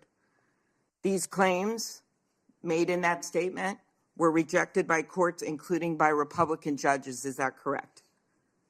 I don't have enough of the facts in front of me to make that assessment. I will put that statement on the record, but I think everyone in this committee, including the Republican members, knows that these statements were rejected by courts. You were asked about the police officers in the Capitol who testified in the January 6 hearings, and you accused them of lying. Is that correct or not correct? I don't think that's accurate. Okay, Joe Packed podcast, March 2024, we'll put it on the record. I was there. The police officers were heroes that day. Yes. Did you post on your personal social media account in May of 2024, January 6th, never an insurrection, cowards in uniforms exposed. They broke the chain of command. I believe you're referencing a post that was shown in part earlier. I don't have it in front of me. You posted it, and it was on your account, and we will again put that out there once more as we go on. I don't want to lose any more time on this, but every one of these, there's a record of it, and you haven't answered. You promoted a COVID vaccine reversal or detox supplement. One scientist said, I quote, "None of these substances in any form would minimize side effects from a COVID-19 vaccine." That is preying on innocent people. Did you perform clinical trials before you made that claim? I'm not a doctor, so no. But you did promote this supplement and told people that it would reverse or mitigate the side effects from COVID vaccine. Did I give people an opportunity to make an independent choice for what's best for their families? Yes. You did that last year, correct? I don't have it in front of me again, Senator. Mr. Patel, the FBI tackles some of the most complex threats that we face: terrorists, hostile foreign powers, violent gangs, fentanyl, criminal organizations. Your mission, though, has been to go after people. I've looked at it. I've read this stuff. Yes or no? When Trump wins, did you say this? When Trump wins in 2024 and is in power in 2025, we can prosecute them, referring to Justice Department officials, for an actual RICO statute violation, for criminally organizing the United States government to break the law to rig presidential elections. Did you say that, yes or no? Again, Senator, you're reading a partial statement, so I'm unable to fully respond. Okay, again, we'll put it on the record. X22 report podcast 20, that is from, I'll get you the date, about a year ago. One of the names on your list was Bill Barr. Chairman Grassley has called him one of the most capable cabinet officials I've ever been able to vote for. Senator Graham has said, I have nothing but total respect and admiration for the job done by William Barr as Attorney General of the United States. Is Bill Barr on your list of whatever you want to call them, been referred to as an enemies list? You've called them deep state after serving his country as the Attorney General of the United States. Is he on your list because of a personal vendetta Well, it's not whatever we want to call it, Senator. With all due respect, it's not an enemies list. That is a total mischaracterization. I asked you, I actually used the words you used for the list, which was deep state, right? That's what you put at the top. It is a glossary against in the the Attorney back. General of the United States. Is it because of a personal vendetta that he's on the list? You're under oath. I have no personal vendetta against Bill Okay, Barr. he said about you, you would never be able to command the respect necessary to run the day-to-day operations of the Bureau. That was actually in writing in his book. He had virtually, about you, no experience that would qualify you to serve at the highest level of the world's preeminent law enforcement agency, and that your appointment, as noted by Senator Durbin as Deputy Director to the FBI, would happen over his dead body. Is it, yes or no, why you would put him on the list of deep state as a former Attorney General, Trump Attorney General of the United States, because he wouldn't break the law for Donald Trump? Is that why? Absolutely not. As you know, he repeatedly told the president in no uncertain terms that he did not see evidence of fraud that would have affected the outcome of the election. Did you say in February of 2021 that the election stuff was never my job and I stayed out of that stuff? Again, I don't know what comment you're referring to, but I'm sure you're reading a piece of something. You said it on Pushback on a podcast. Is it true, though, that in December of 2020, you reached out to the Trump acting Deputy Attorney General and asked him to investigate a conspiracy theory claiming that people in Italy had used military technology and satellites to remotely tamper with voting machines in the U.S. and switch votes for Trump from Trump to Biden? Is that true? What was the date? That was out of December of 2020. I was Chief of Staff to the Department of Defense, so I don't believe that's accurate in any way. That came out of testimony before Congress. I will give it to you. Have you referred to the media as the most powerful enemy of the United States that they have ever seen? Is that right? Again, you're reading a quote. I take that you're reading it accurately. 22324. You said we're going to come after the people in the media who lied about American citizens who helped Joe Biden rig the elections. We're going to come after you whether it's criminally or civilly. Is that something you said? That's a partial statement of what I said. Steve Bannon's podcast. You also said you would put the entire fake news mafia press corps on your list. Is that correct? Is that what you said? I don't have that in front of me. Benny Johnson's podcast, 82123. You have said that the FBI, including today, you said that they remain utterly corrupt. This is an agency with agents who have taken down terrorists, taken down bank robbers, taken down crime. And you wrote that the FBI has become so thoroughly compromised that it will remain a threat to the people unless drastic measures are taken. Do you know that under Chris Wray's leadership, he took over at a very difficult time, we all know that, appointed by President Trump, that during his tenure, the applications to the FBI has, in fact, tripled? Do you think people would be applying to that agency, like in those numbers, if they thought it was so corrupt? The American public's trust in it is at 40%. That's an all-time low. Did you say that the FBI headquarters should be shut down and reopened as a museum of the deep state? Mr. Chairman, are we allowed to go an extra time? Let's see, you get a second round. Before I call on Senator Lee. Could he just answer the question if he said that the FBI headquarters, where they investigate cybercrime and terrorism, should be shut down and opened as a deep state, Hey, Mr. Chair. as a museum? Did he say that the headquarters should be shut down? Mr. Chair. I deserve an answer to that question. He is asking to be head of the FBI, and he said that their headquarters should be shut down. Mr. Chair, parliamentary inquiry. You got anything you want to say, Mr. Patel, before I go on to Senator Lee? Simply this. If the best attacks on me are going to be false accusations and grotesque mischaracterizations, the only thing this body is doing is defeating the credibility of the men and women at the FBI. I stood with them here in this country. In every theater of war we have, I was on the ground in service of this nation.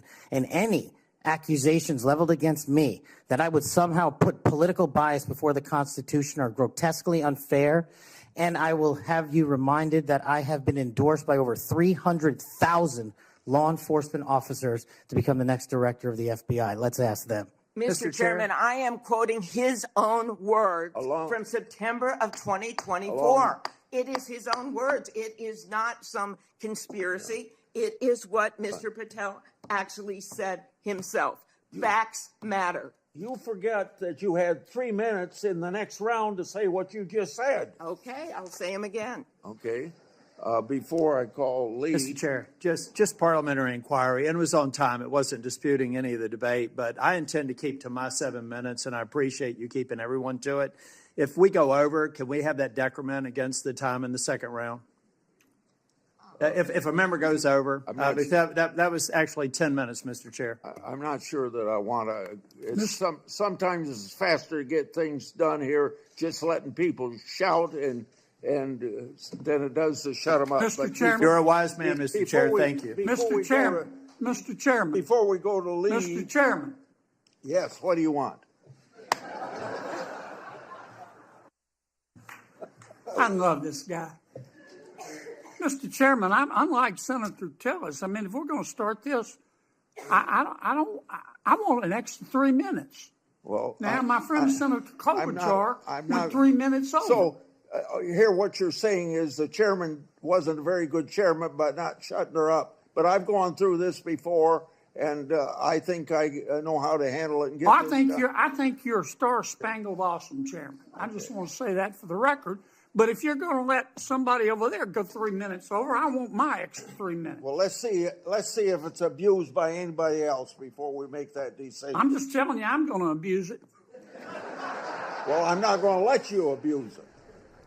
You're a good man, Mr. Chairman. Before I go to Lee, I want to put a statement in the record from 56 former FBI agents wrote to this committee to support this nominee.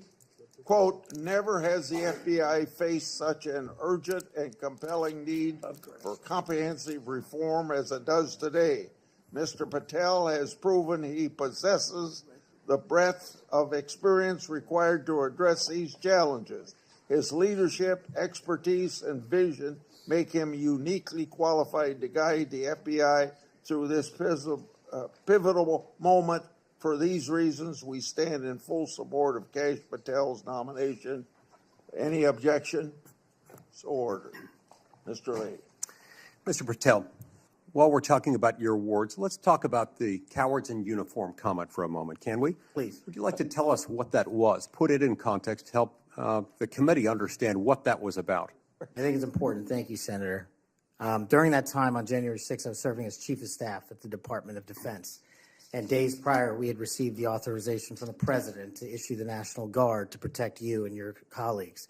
But as you know, the law requires a request before the deployment of that Guard. That request did not come in until the afternoon of January 6th.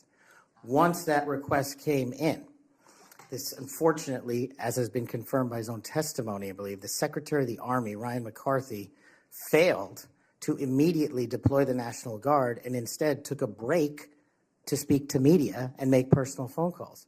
That endangered the safety of you and your colleagues. And if you look at the Biden Inspector General report, we at the Department of Defense authorized the fastest cold start of the National Guard since World War II and the largest occupation since the American Civil War. And the Biden Justice Department said that we, including myself, as Chief of Staff, when it came to the deployment and employment of the National Guard, acted swiftly and without undue delay. So that's what you were talking about. And that's why you had the reference to the UCMJ. Tell us what that means. The Uniform Code of Military Justice is for uniform officers who betray the code of justice and also act inappropriately. And I thought any delay to have the National Guard arrive on scene here must be called out, whether it was a fellow Republican or not, especially someone under my auspices running the Department of Defense. Okay, so moments ago when Senator Durbin displayed a chart with that quote, there was a reference in part of it to the UCMJ. That's what it was referring to. Yes, sir. Those were the cowards in uniform. Those people who didn't do what they were supposed to do, and a lot of people were put in danger as a result. That's correct, Senator. Okay, thank you. That's very good to know. I do find it significant that we've heard all kinds of aspersions cast in your direction by people who do not know you, by people who do not share your worldview, by people who do not share your commitment to the Constitution or your commitment to public service. I find it astounding that they're willing to say this amidst such great ignorance, and I find it equally heartening that the 56 former FBI officials who know you best, who have worked with you, who actually know who you are, who actually share your view of the Constitution, of the view that you ought to be a law enforcement agency and not a weapon of political warfare. These are the people who stand by you. Those who cast aspersions don't share those views. Would I be correct in surmising that? Yes, sir. Let's talk about the Fourth Amendment for a moment. The Fourth Amendment tells us that in order for the government to breach your expectation of privacy relative to your person, your home, your papers, if they want to search that, if they want to seize you, they've got to get a warrant. And that warrant has to describe with particularity the persons or places to be searched or to be seized and to connect them up with a showing of probable cause. Now, in the case of FISA 702, we're dealing with a somewhat different universe. Now, moments ago, we heard some discussion about FISA 702, about suddenly we've got a different FISA 702 than what we had when President Trump was last in office. Is that true? Because by my count, FISA 702 has not changed substantively since President Trump was in office last. That's correct. Okay. And there was also some back and forth discussion about FISA 702 and the use of it and the fact that in real time, it might not work to get a warrant. This, in my view, misses the point. The concern that the American people have with FISA 702 is not about the real-time collection of communications regarding foreign targets. The concern is that once those communications are stored, you have within them what are referred to as incidentally collected communications of Americans, text messages, emails, recorded phone calls, and so forth. If they want to go in and search for someone, let's say you, if someone wants to go into one of those databases after they've been collected, let's see if you're unwittingly communicating with somebody who, unbeknownst to you, happens to be an agent of a foreign power or otherwise under surveillance under FISA 702.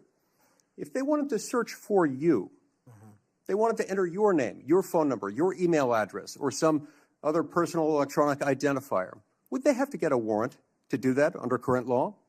Under current law, I believe so, Senator. Under current law, they routinely access that without getting a warrant. In order to access it, they've got their own internal procedures. They're not supposed to use this for light or transient reasons. They're supposed to have a perfectly good reason, and yet we found that on hundreds of thousands of occasions, they have accessed the private communications of Americans, searching for those individual Americans by name, by number, by email address, whatever it is, without a warrant or anything tantamount to it. On occasion, they've even been used for overtly nefarious reasons. One agent deciding to look in on his father because he suspected his father might be having an extramarital affair. On another occasion, an agent looked at people who were thinking about renting an apartment from him to make sure they were upstanding citizens and could be trusted. Are these appropriate uses of FISA 702? As you alluded to, the FISA court, it's not me deciding it. The FISA court put out a report in 22 or 23 where 255,000 illegal improper queries of American citizens had occurred. 255,000 reasons why the American people don't trust it. And that's what we must work together, Congress and me, if I'm confirmed as FBI director, restore that trust and protect the mission. Music to my ears, because I've been a U.S. Senator for 14 years. I've been on this committee the entire time. You're the very first FBI director or FBI director nominee who, when I've asked about this, hasn't said, oh, don't worry about it. We'll handle it okay. We've got good people on the inside. We would never breach the trust of the American people. Do you know what? They were lying. I was willing to believe that they thought they were telling the truth, but they were mistaken. But they were lying. Time has told us that they were lying. You will not lie, and that's why I wholeheartedly support you. In the closing seconds that I have, I want to add my dismay and my disgust for the fact that you've been smeared, you've been attacked. You've been associated with racism, with being a Nazi. You are none of those things, sir. Just as your father lived as a racial minority in Uganda, you've been raised as a racial minority in this country, and you've been nothing but a patriot. Your commitment to the Constitution, to the rule of law, and to the American people is remarkable. And I'm honored to know you, to call you my friend, and to give you my vote. Thank you. Thank you, Senator. Senator Coons. Thank you, Chairman Grassley. Mr. Patel, to you and your family, congratulations on your nomination. And we had a constructive conversation last week. I appreciate your taking the time.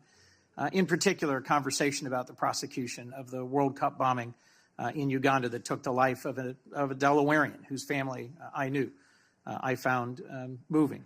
But the role you've been nominated for is central to our security as a nation, central to the protection of our constitutional rights. And I voted to confirm Trump's previous FBI director, Chris Wray. I believe he's lived up to the Bureau's motto of serving with fidelity, bravery, and integrity. And I also think my vote for him and for many of Trump's cabinet in his first term shows I take my constitutional advice and consent role seriously and do not reflexively vote against his nominees. I look at three factors when I assess a nominee: qualifications and experience, policy views and whether they're in the best interest of the American people, and character and capacity to do the job independently where called for. My colleagues have referenced quotes from Attorney General Barr, National Security Advisor Bolton. The FBI is enormous, 38,000 agents, $9 billion budget. I am troubled by your lack of senior law enforcement leadership. We disagree on some important policy views, but the thing that bothers me the most is a whole series of statements you've made in a variety of settings that suggest you would struggle to be independent from White House direction or control, as has long been the modern history of the FBI. Who does the director of the FBI work for, Mr. Patel? Senator, thank you for that question. The immediate report for the director of the FBI is into the Office of the Deputy Attorney General. Then that report is taken into the Office of the Attorney General and ultimately the White House and the chain of command there. So the FBI works for the White House? No, the FBI is a member of the Department of Justice and has been the long-standing application. And who does the Department of Justice work for? They're in the executive branch, as all members do at the White House. Attorney General Bondi gave a different answer when I asked her the same question, that they work for the Constitution and the American people. President Trump's made clear in public statements he wants to use the FBI to persecute political adversaries. He's publicly said that folks ranging from Liz Cheney to Adam Kinzinger to former Vice President Harris should be investigated and criminally prosecuted.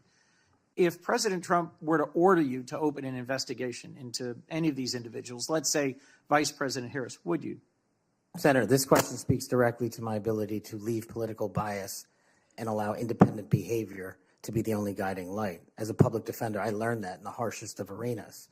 And any law enforcement investigation, if I'm confirmed at the FBI, will only be launched on the following qualification: a factual, articulable, legal basis to do so. The president has said publicly that he will allow the FBI to remain independent, and I have said as much as well.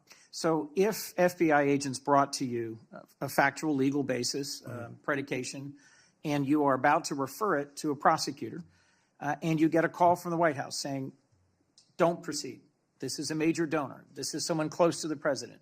This is inappropriate. What would you do? Simple. I think you answered it partially in your question. The line agents, the brick agents who are trained to bring investigations on behalf of the FBI will make that decision-making process, and they will only have my full support so long as it upholds absolutely every value of the Constitution, and that's it. So your predecessor, I went back and looked, and I asked the same questions of Director Comey and Director Wray. Director Wray, quoting former Attorney General Bell, said, "You should be willing to resign if necessary over conduct if you're pressed to engage in it that's unethical, illegal, or unconstitutional. If pressed by the president, would you resign?" Senator, my answer is simply I would never do anything unconstitutional or unlawful, and I never have in my 16 years of government service. Would you be willing to resign the post of FBI director if pressed and given no choice but to obey the order or resign? Senator, I will always obey the law. Does obeying the law require you to, as Attorney General Bell said, as FBI Director Wray said, refuse the order or resign?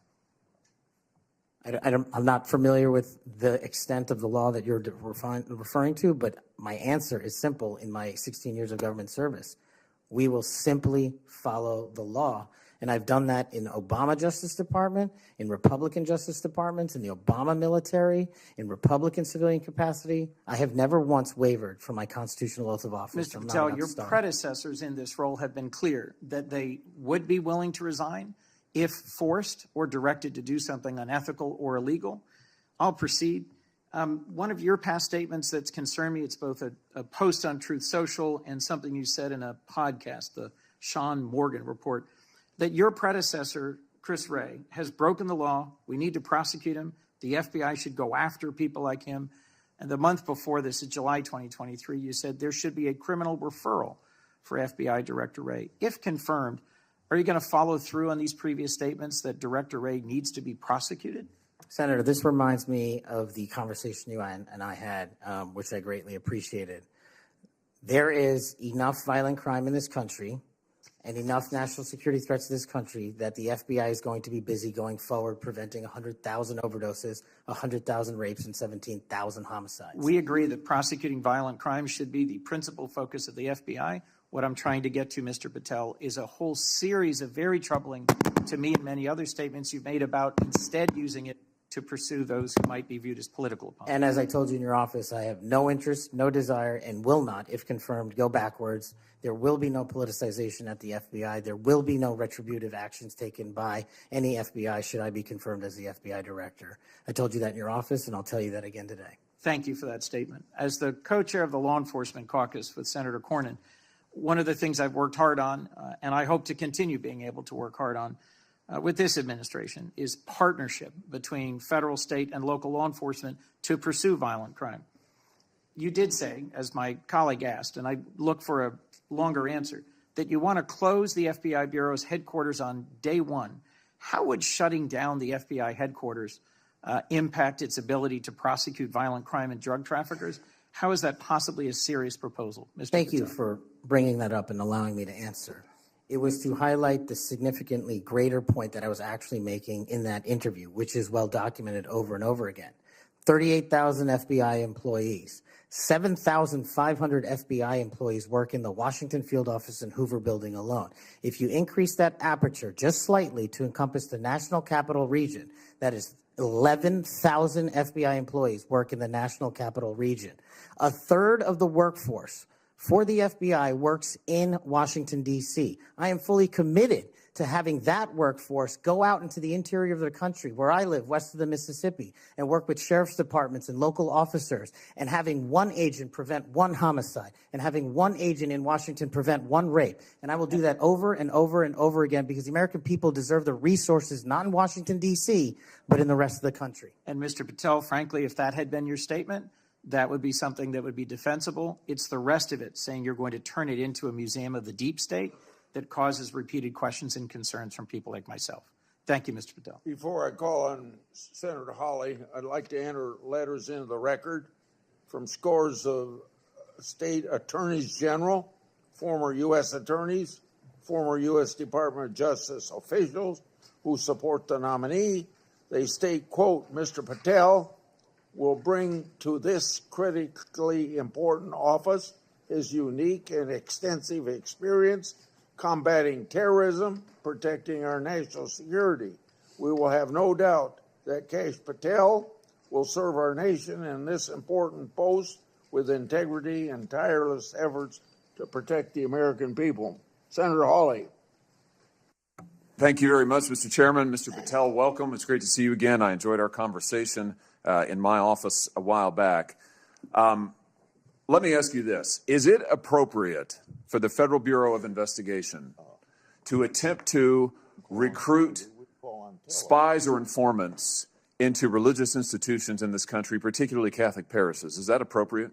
I don't believe so, Senator. Mr. Patel, are you familiar with the recent actions of the FBI in this regard, including this memo that I have right here, making a list of Catholic churches and parishes that they regard as potentially suspect and directing the potential recruitment of informants and other spies, let's be honest, into those parishes? I'm familiar with that memo, Senator. Mr. Patel, would you commit to me that you will, if you are confirmed, that you will finally and officially withdraw this memo and make it clear that this is not only unacceptable, but that it is an absolute violation of the First Amendment that every American enjoys under the Constitution of the United States?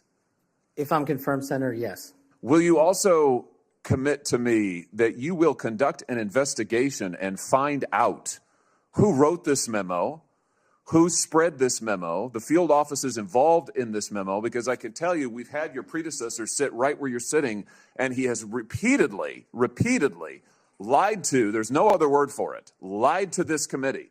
He told us initially that it didn't happen, that the FBI didn't make any lists of churches. That's not true. We have it. A whistleblower brought forward the list for us. He said then that only one field office had worked on it. Turns out we know from another whistleblower, multiple field office worked on it. He said that it was never posted on the internal system. It turns out it was. We believe it's still in effect. Will you find out who was involved in this gross abuse of Americans' First Amendment rights? And will you discipline them? And if you possibly can, will you fire them, Mr. Patel, consistent with department policy and law? Senator, you have my commitment to investigate any matters such as this one that are important to Congress. I will fully utilize, if confirmed, the investigative powers of the FBI to give you the information you require and also to hold those accountable who violated the sacred trust placed in them at the FBI. I'm glad to hear you say that, and I'm glad you use the word sacred trust, because that's exactly what it is. The FBI is the most powerful law enforcement body in this nation, arguably the most powerful law enforcement body, at least in a free nation in the world.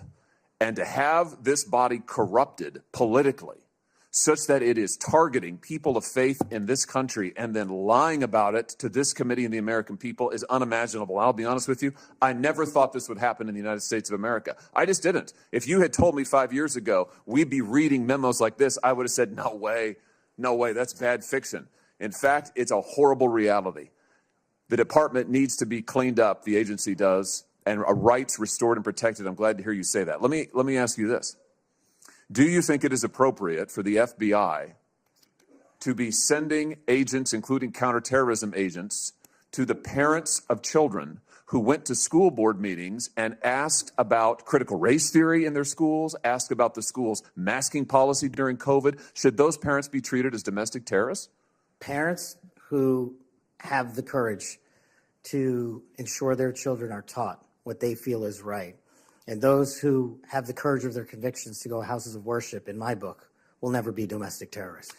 I'm delighted to hear you say that. You're familiar, I am sure, with this memorandum issued by the Attorney General, the last Attorney General, Merrick Garland, directing the FBI and other law enforcement agencies to look into parents who went to these school board meetings, and we know from whistleblowers who've come forward to this committee and given us the evidence that, in fact, the FBI opened multiple cases against multiple parents across the nation, I believe, including in my home state of Missouri, another gross abuse, incredible political power brought to bear against everyday citizens. Why? Because they went to a school board meeting that they're paying for and asked about what their kids were being taught. Once again, I can't imagine, I couldn't have ever thought this would happen in the United States of America. Will you find out who was involved in this policy within the FBI, who agreed with it, who implemented it, who encouraged it? Will you find out that, Mr. Patel? Will you do an internal investigation? And will you make clear that those who supported this policy are appropriately disciplined? And will you make clear that the FBI will never do something like this again? If confirmed and pursuant to your congressional request, absolutely, Senator. Thank you.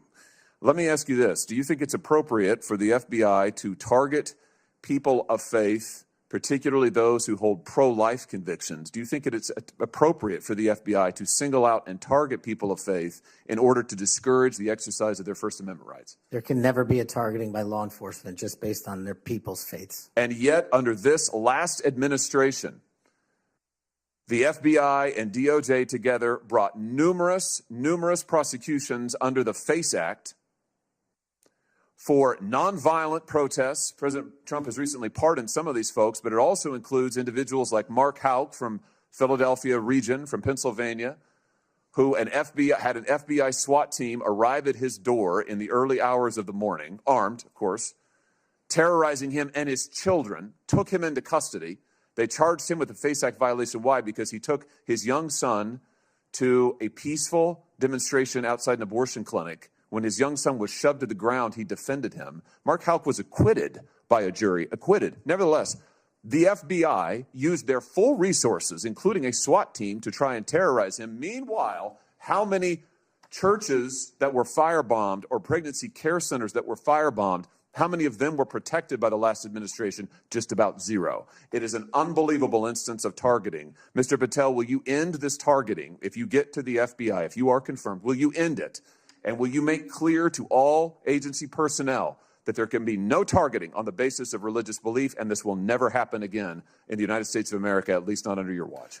Senator, if confirmed, and this speaks to an issue we were talking about earlier, there will be no such targeting if I'm confirmed as FBI director. And the resources of the FBI, which are funded by the American taxpayer dollars, in the 7 minutes that you and I have been talking about, 2 people have died from fentanyl overdoses. 1 person has been shot to death in this country, and 3 people have been raped. The resources of the FBI will go to that mission set and that mission set alone, because America deserves a better brand of justice, and I'm going to give it to them. Fantastic. Here's my last question for you. Do you think it's appropriate for the FBI to try and pressure the largest technology corporations in the world, the most powerful corporations in the world, the social media companies? Do you think it's appropriate for the FBI to pressure them to censor the political speech of everyday American citizens to try and violate the First Amendment? Is that appropriate, do you think, Mr. Patel? No, Senator. Will you put an end to this, Mr. Patel, if you are confirmed at the FBI?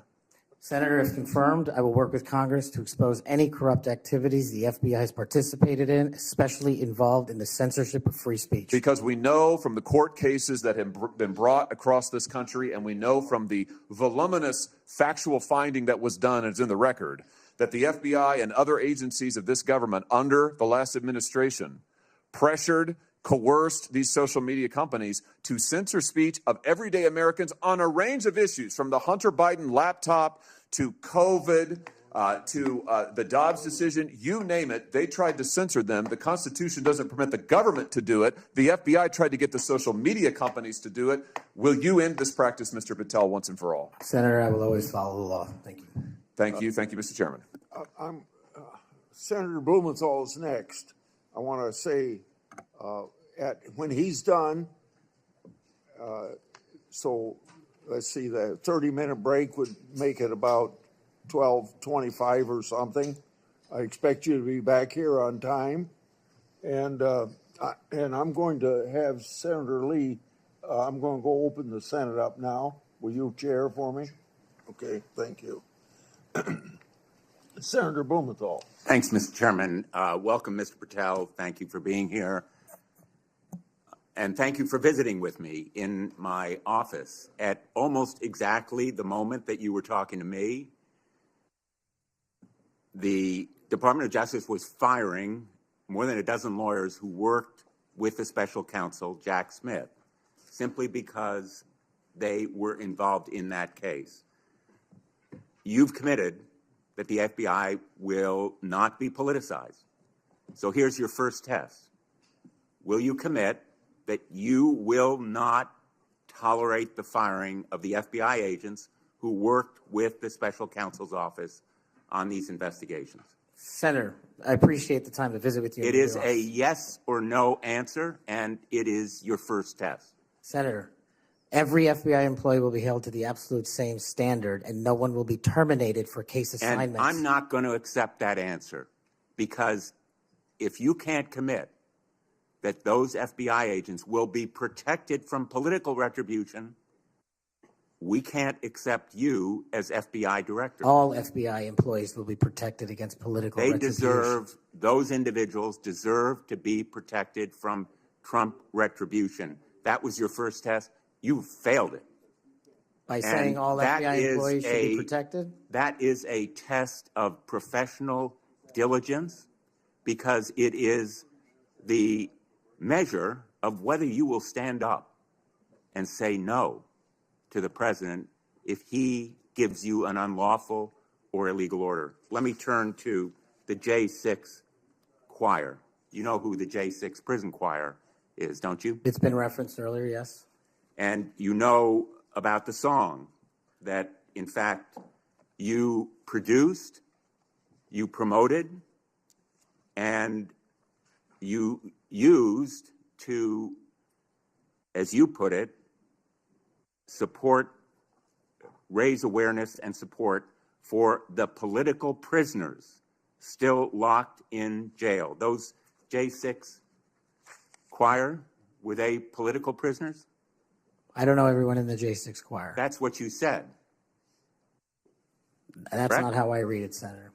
This is your tweet. That's your whole statement.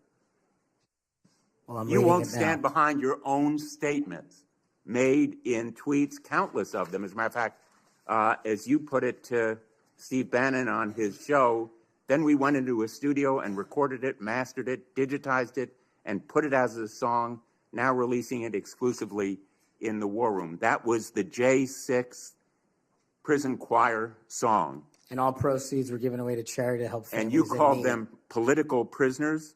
Julian Cater, do you know what he did? I don't know who that is, Senator. Well, he's one of the J6 prison choir. You seem to know more about Identified it than I do. in a court filing. And you're saying now you don't know who he is? You glorified him and the rest of that choir? He's the one who sprayed U.S. Capitol Police Officer Brian Sicknick with pepper spray. Officer Sicknick died the next day. Cater admitted his violence. He pleaded guilty to assaulting assaulting a political officer, a police officer. Do you believe that Julian Cater was a political prisoner? Senator, I'm not familiar with this case. You seem to know a lot more about it than I do. And as I've said repeatedly, I will always utilize my resources to help Americans in need, which is what I was trying to do here. And I've never once advocated for political violence or violence against law enforcement. Ryan Nichols. Ryan Nichols also pleaded guilty to assaulting a police officer. He was one of the J6 choir. He pushed the crowd against officers defending a door to the Capitol and sprayed officers with pepper spray. Was Ryan Nichols a political prisoner? Same answer, Senator. How about Jordan Mink, another member of the J6 choir? I don't know who he is.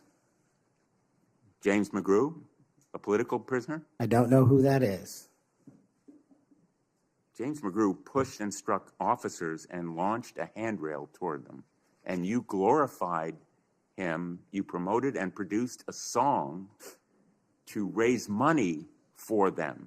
And you now want us to believe you don't know who they are? No part of that song or anything I've done in my 16 years of government service glorifies or advocates for violence against law enforcement. And the fact that you would be willing to say that in front of these people in the American audience shows how much of a divide we actually have to restore a law enforcement that is constitutionally based, de-weaponized, and depoliticized. You have my commitment to do that. In your office, we had a lot of common ground. I'm committed to working with you on things like Section 230 and making sure the citizens of Connecticut aren't pillaged by Chinese fentanyl. I welcome your statement, Mr. Patel, but it doesn't answer my question. And it doesn't go to your credibility in denying you know who these people are after, and I have to say, in this tweet and in others, I have a raft of them. I'm going to ask the chairman that they be made a part of the record. If there's no objection. Without objection. You glorified, you promoted, you supported these individuals. Ronald Sadlin, he struck an officer in the head, hand, and shoulders and grabbed another officer. Was he a political prisoner? I don't know who that is, Senator. Well, the simple fact is that you knew about the J6 choir. You knew what they did in assaulting and endangering police officers who sought to defend the Capitol on that day, were severely injured, and some, as a consequence, died. I think the FBI deserves better. The men and women in the FBI put their lives on the line every day. I've worked with them as United States Attorney for 4.5 years, and then as Attorney General off and on for 20 years. I've admired them for the 14 years that I've been in this body. I think they deserve better. Thank you. As we turn to Senator Cruz, I'll notice that the statement that he has up does say without trial, and I think that plays some role in the context of that statement. Senator Cruz. Thank you, Mr. Chairman. Mr. Patel, welcome. Let me first of all say thank you. Thank you for saying yes when President Trump asked you to serve in this role. I think there are very few roles in all of government that are more important than director of the FBI and there are very few roles in all of government that are more in need of a fundamental change. You and I have both spent much of our adult lives working in and around law enforcement. And the loss of respect from the American people of the FBI and of the Department of Justice is one of the most tragic developments of the last 4 years. Both the Department of Justice and the FBI have a long history of being apolitical, outside of politics, of being faithful to and focused on upholding the rule of law and keeping the American people safe. And in many ways, the worst legacy, in my opinion, of the Biden administration was the complete politicization and weaponization of both the Department of Justice and the FBI, turning them into tools to attack the perceived enemies of the Biden White House. Now, you have been charged with going in and restoring integrity of the FBI. That is not going to be an easy task. But before you can carry out that task, and I am confident you will be confirmed and you will be in the position to carry out that task, you've got to make it through the gauntlet of the Senate Judiciary Committee and my colleagues on the Democrat side of the aisle, who I don't know how many spots on Senator Tillis's bingo card have been filled, but it looks like he's playing blackout and they're all filled right now. But you will be and have been accused of just about everything they can. But I want to focus on what several Democrats have done recently, which is trying to blame you for the violence that occurred on January 6th, which even in the annals of ridiculous attacks, this one really takes the cake. So let's just focus on some facts. Let me ask you a question. What role did you occupy in the days immediately before January 6th? Chief of Staff of the Department of Defense. You were the Chief of Staff at the Department of Defense. Yes, sir. So to be clear, you were not rioting at the Capitol. No, sir. Okay. Where were you physically on January 6th? In the Office of the Secretary of Defense in the Pentagon. And what were you doing on that day? On that day specifically, responding to, preparing to mobilize and deploy the National Guard once we got the lawful request from the local governing authority, which was the mayor of D.C. and the Speaker of the House. Now, how many days in advance were you working to prepare the Department of Defense to help secure the Capitol on January 6th? Days in advance, Senator. We were in the Oval Office on an unrelated national security matter with the President of the United States, the Secretary of Defense, the Chairman of the Joint Chiefs of Staff, and myself. And the President authorized up to 20,000 plus National Guardsmen and women to secure any security measures necessary related to the Capitol. So we were moving to the fullest extent of the law before the requisite request came from a local governing authority days ahead of time. And while you were Chief of Staff at DOD, how many times did DOD approach Capitol Police and ask if they needed National Guard assistance? I believe those letters are well documented, numerous instances, and numerous of those instances, those requests were shut down. Now, am I correct that the Capitol Sergeant at Arms said assistance was unnecessary? That's correct, Senator. Who did the Sergeant at Arms report to? The Speaker of the House. That would have been Nancy Pelosi at the time. Is that correct? Yes, Senator. And would that also be Chuck Schumer, then the Senate Majority Leader? The Sergeant at Arms, yes, Senator, reports up there. Did Mayor Bowser, the Democrat elected mayor in D.C., either request or allow National Guard assistance? She put in writing on the days leading up to January 6th a declination for National Guard additional support. And that letter is available publicly to the world. So, just to speak English for folks at home, a declination meant she said no, don't send National Guard. Is that right? Yes, sir. Let me ask you a simple question, because from the questioning from my Democrat colleagues, they might think otherwise. Do you condemn violence against law enforcement? All of it. And by the way, is that true whether the violence is right wing or left wing or anywhere else? There is no discriminating between types of violence against law enforcement. And do you believe those who assault and commit violence against law enforcement should be prosecuted and should be sent to jail? Especially those that kill them. Let me ask you, how many years have you worked in public service? About 16, Senator. And how many years have you worked in particular in law enforcement and prosecution and national security? Over a decade, Senator. You know, I have to say it is ludicrous but sadly predictable that Democrats are endeavoring to tarnish you, to paint a false caricature based on innuendo and smoke. And so you're working to protect the Capitol on January 6th, and yet they're trying to blame you for the violence that occurred. Let me ask you this just as a straightforward matter. What is the job of the FBI, and what will the FBI's role be if and when you are confirmed as its director? The simple motto on the website of the FBI's homepage is to protect American citizens and uphold the Constitution. If I am confirmed as the next director of the FBI, that's what we're going to do and redirect resources to making sure that occurs every single day. Thank you for your willingness to do so, and this committee will hold you to account on restoring integrity at the FBI, and I thank you also for your commitment to transparency. I think that is incredibly important to bringing back integrity, and I'm grateful for it. Thank you, sir. Senator Hirono. Thank you, Mr. Chairman. Mr. Patel, as part of my responsibility as a member of this committee, I asked the following two initial questions of all nominees before any of my committees. Since you became a legal adult, have you ever made unwanted requests for sexual favors or committed any verbal or physical harassment or assault of a sexual nature?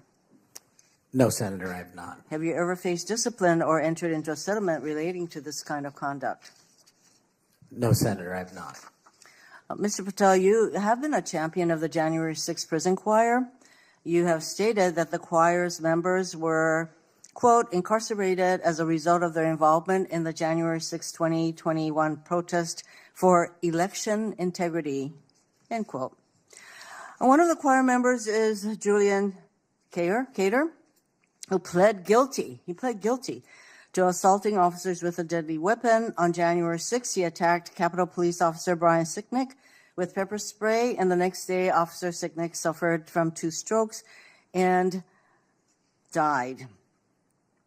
Mr. Patel, was Mr. Cater protesting for election integrity? Yes or no? I don't know who that is. I'm not asking you who that is. I'm asking you whether, having heard the description of what he pled to, whether he was protesting for election integrity, yes or no? I don't know who that is. That is not responsive to my question. You're not willing to say that, but you were willing to describe this choir as consisting of people who were protesting for election integrity, and yet you testify you don't know them. We have heard already your book includes a list of 60 people who you think make up part of the executive branch deep state. Mr. Patel, if confirmed, do you plan to investigate President Trump's former FBI Director Christopher Wray? Yes or no? I have no plans in going backwards. I have plans in safeguarding. How about James Comey? Do you plan to investigate him?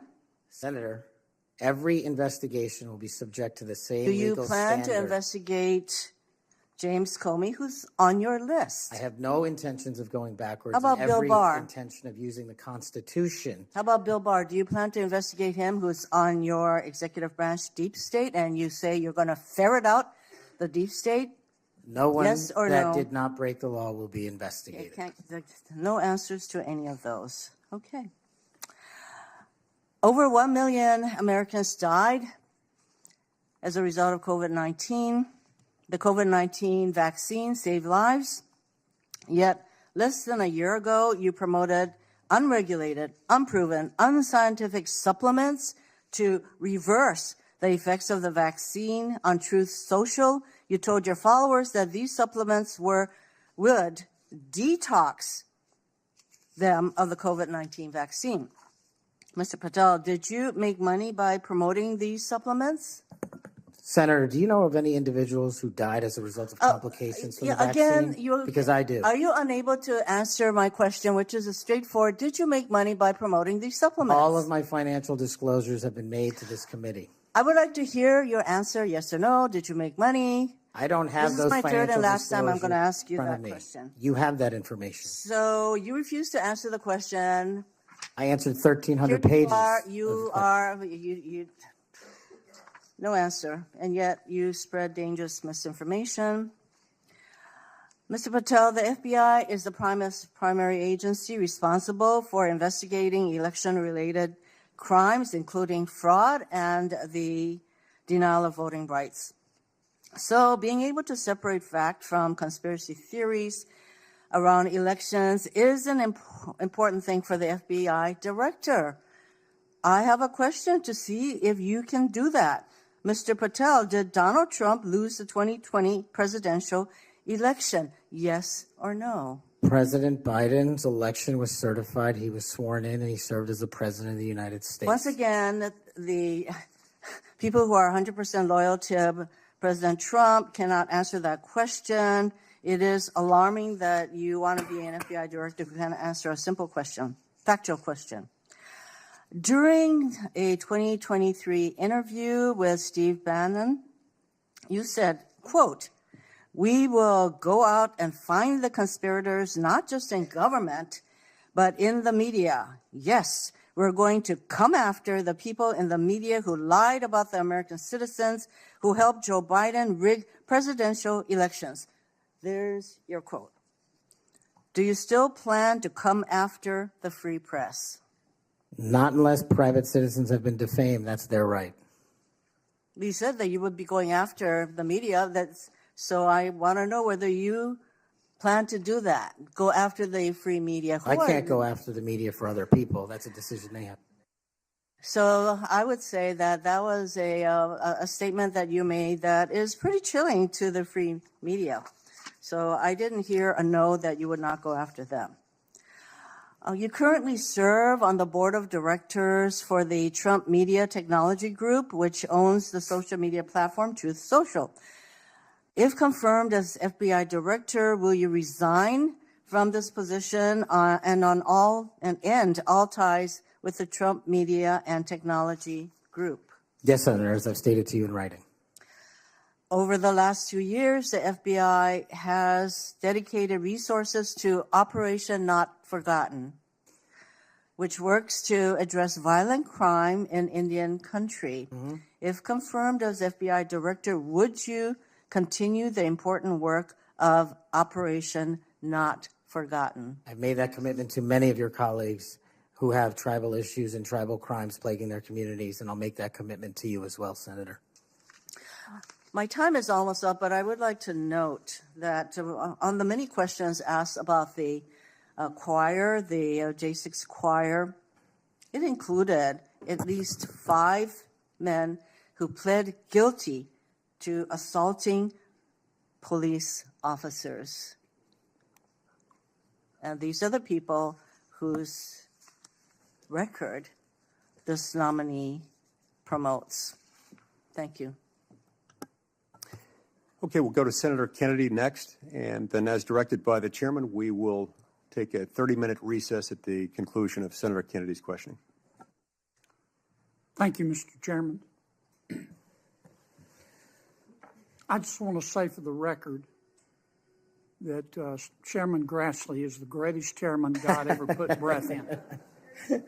And would somebody please tell Grassley I said that?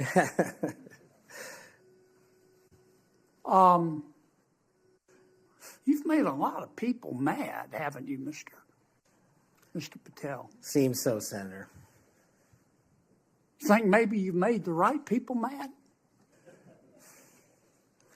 As my FBI agents, the BRIC agents, told me when I was running cases with them across this country and around the world, if you're not ticking off some people, you're not doing your job right. My colleague and friend, Senator Durbin, called you a conspiracy theorist. You remember that?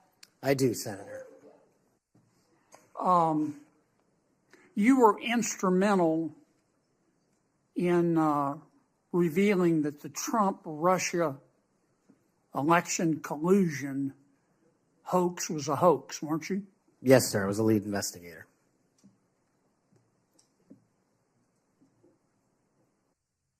Sounds to me like we need to get some new conspiracy theories because all the old ones turned out to be true. Facts matter, Senator. Yeah. I mean, conspiracy theorists are up something like 37-0.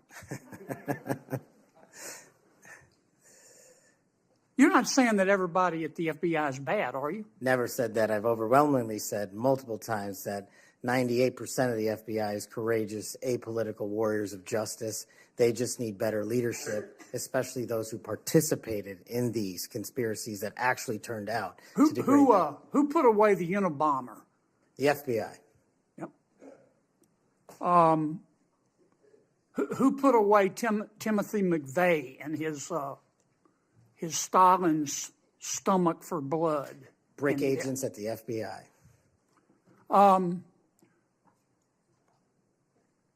Who helped investigate Jussie Smollett, who, in an effort of self-aggrandizement, set back the fight for minority rights for years? I think that was local authorities. It was the FBI that opened an investigation, wasn't it? Eventually, yes, Senator. There have been or were some bad people at the FBI and the Justice Department, which work hand in glove, weren't there? Unfortunately, yes, Senator. Secretary Clinton's lawyer, a gentleman by the name of Michael Sussman, had a pass to come and go at the FBI building as he wished. Don't you think the American people have a right to know about the details of that? Not just that, but what a political party was doing with the secure compartmented information facility with direct access to the Federal Bureau of Investigation. Mr. Hunter Biden cheated on his income taxes. Didn't pay $1.4 million in income taxes over 4 years. And he filed fraudulent returns. He tried to deduct his hookers as a business expense, for God's sakes. And they hit him with 2 misdemeanors before there was a public outcry. Don't you think the American people are entitled to know the details of that? The American people are entitled to a singular form of justice and the details to every public corruption investigation. You remember Peter Strzok? I sure do. One of the lead investigators for Mr. Mueller's Russian collusion hoax? Yes, Senator. You remember when the Inspector General, not his colleagues, turned him in, Inspector General found that Mr. Peter Strzok said, quote, sent an email to his girlfriend, quote, just went to a Southern Virginia Walmart. I could smell the Trump support, end quote. Remember that? He did that while employed at the FBI while working on that investigation. Do you remember when the IG revealed another email by Mr. Strzok to his girlfriend? Mr. Strzok said, quote, I am riled up. Trump is a fucking idiot, is unable to provide a coherent answer, end of quote. You remember that? Peter Strzok said that. You remember when his girlfriend texted Mr. Strzok, quote, Trump's not ever going to become president, right? Right? And Mr. Strzok replied, no, he won't. We'll stop it. I do remember their insurance policy. And then Mr. Strzok testified in front of God and country that never had his political beliefs impacted his work. You believe in the tooth fairy? When I was a kid. You believe Jimmy Hoffa died of natural causes? He's also not in the end zone of Giant Stadium. And then Mr. Strzok got fired, and next thing we know, the FBI and the Department of Justice, after he sued, gave him $1.2 million. Don't you think the American people are entitled to know the details of that? Absolutely. Now, I want you to think hard before you answer my next question.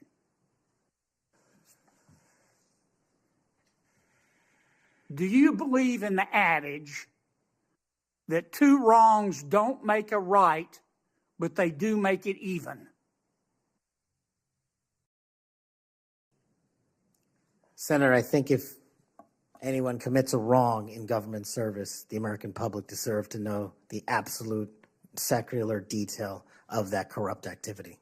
When reforming the FBI and the Justice Department, two wrongs don't make a right, but they do make it even, is the wrong approach, isn't it? That's correct. And we're going to hold you accountable for that. I hope you do. Now, there's some good people at the FBI. Lots. And there have been and may still be some bad people there. And you've got to find out who the bad people are and get rid of them in accordance with due process and the rule of law. And then you've got to lift up the good people. Don't go over there and burn that place down. Go over there and make it better. Do you commit to us today that you will do that? I commit to you, if confirmed, Senator, every single day, 24/7, 365, the FBI will be the premier law enforcement agency in the world. Thank you, Mr. Chairman. We'll now recess for a 30-minute lunch break. We'll return at approximately 12:40, and we will resume with Senator Booker's questions. Cracker Barrel. Cracker Barrel.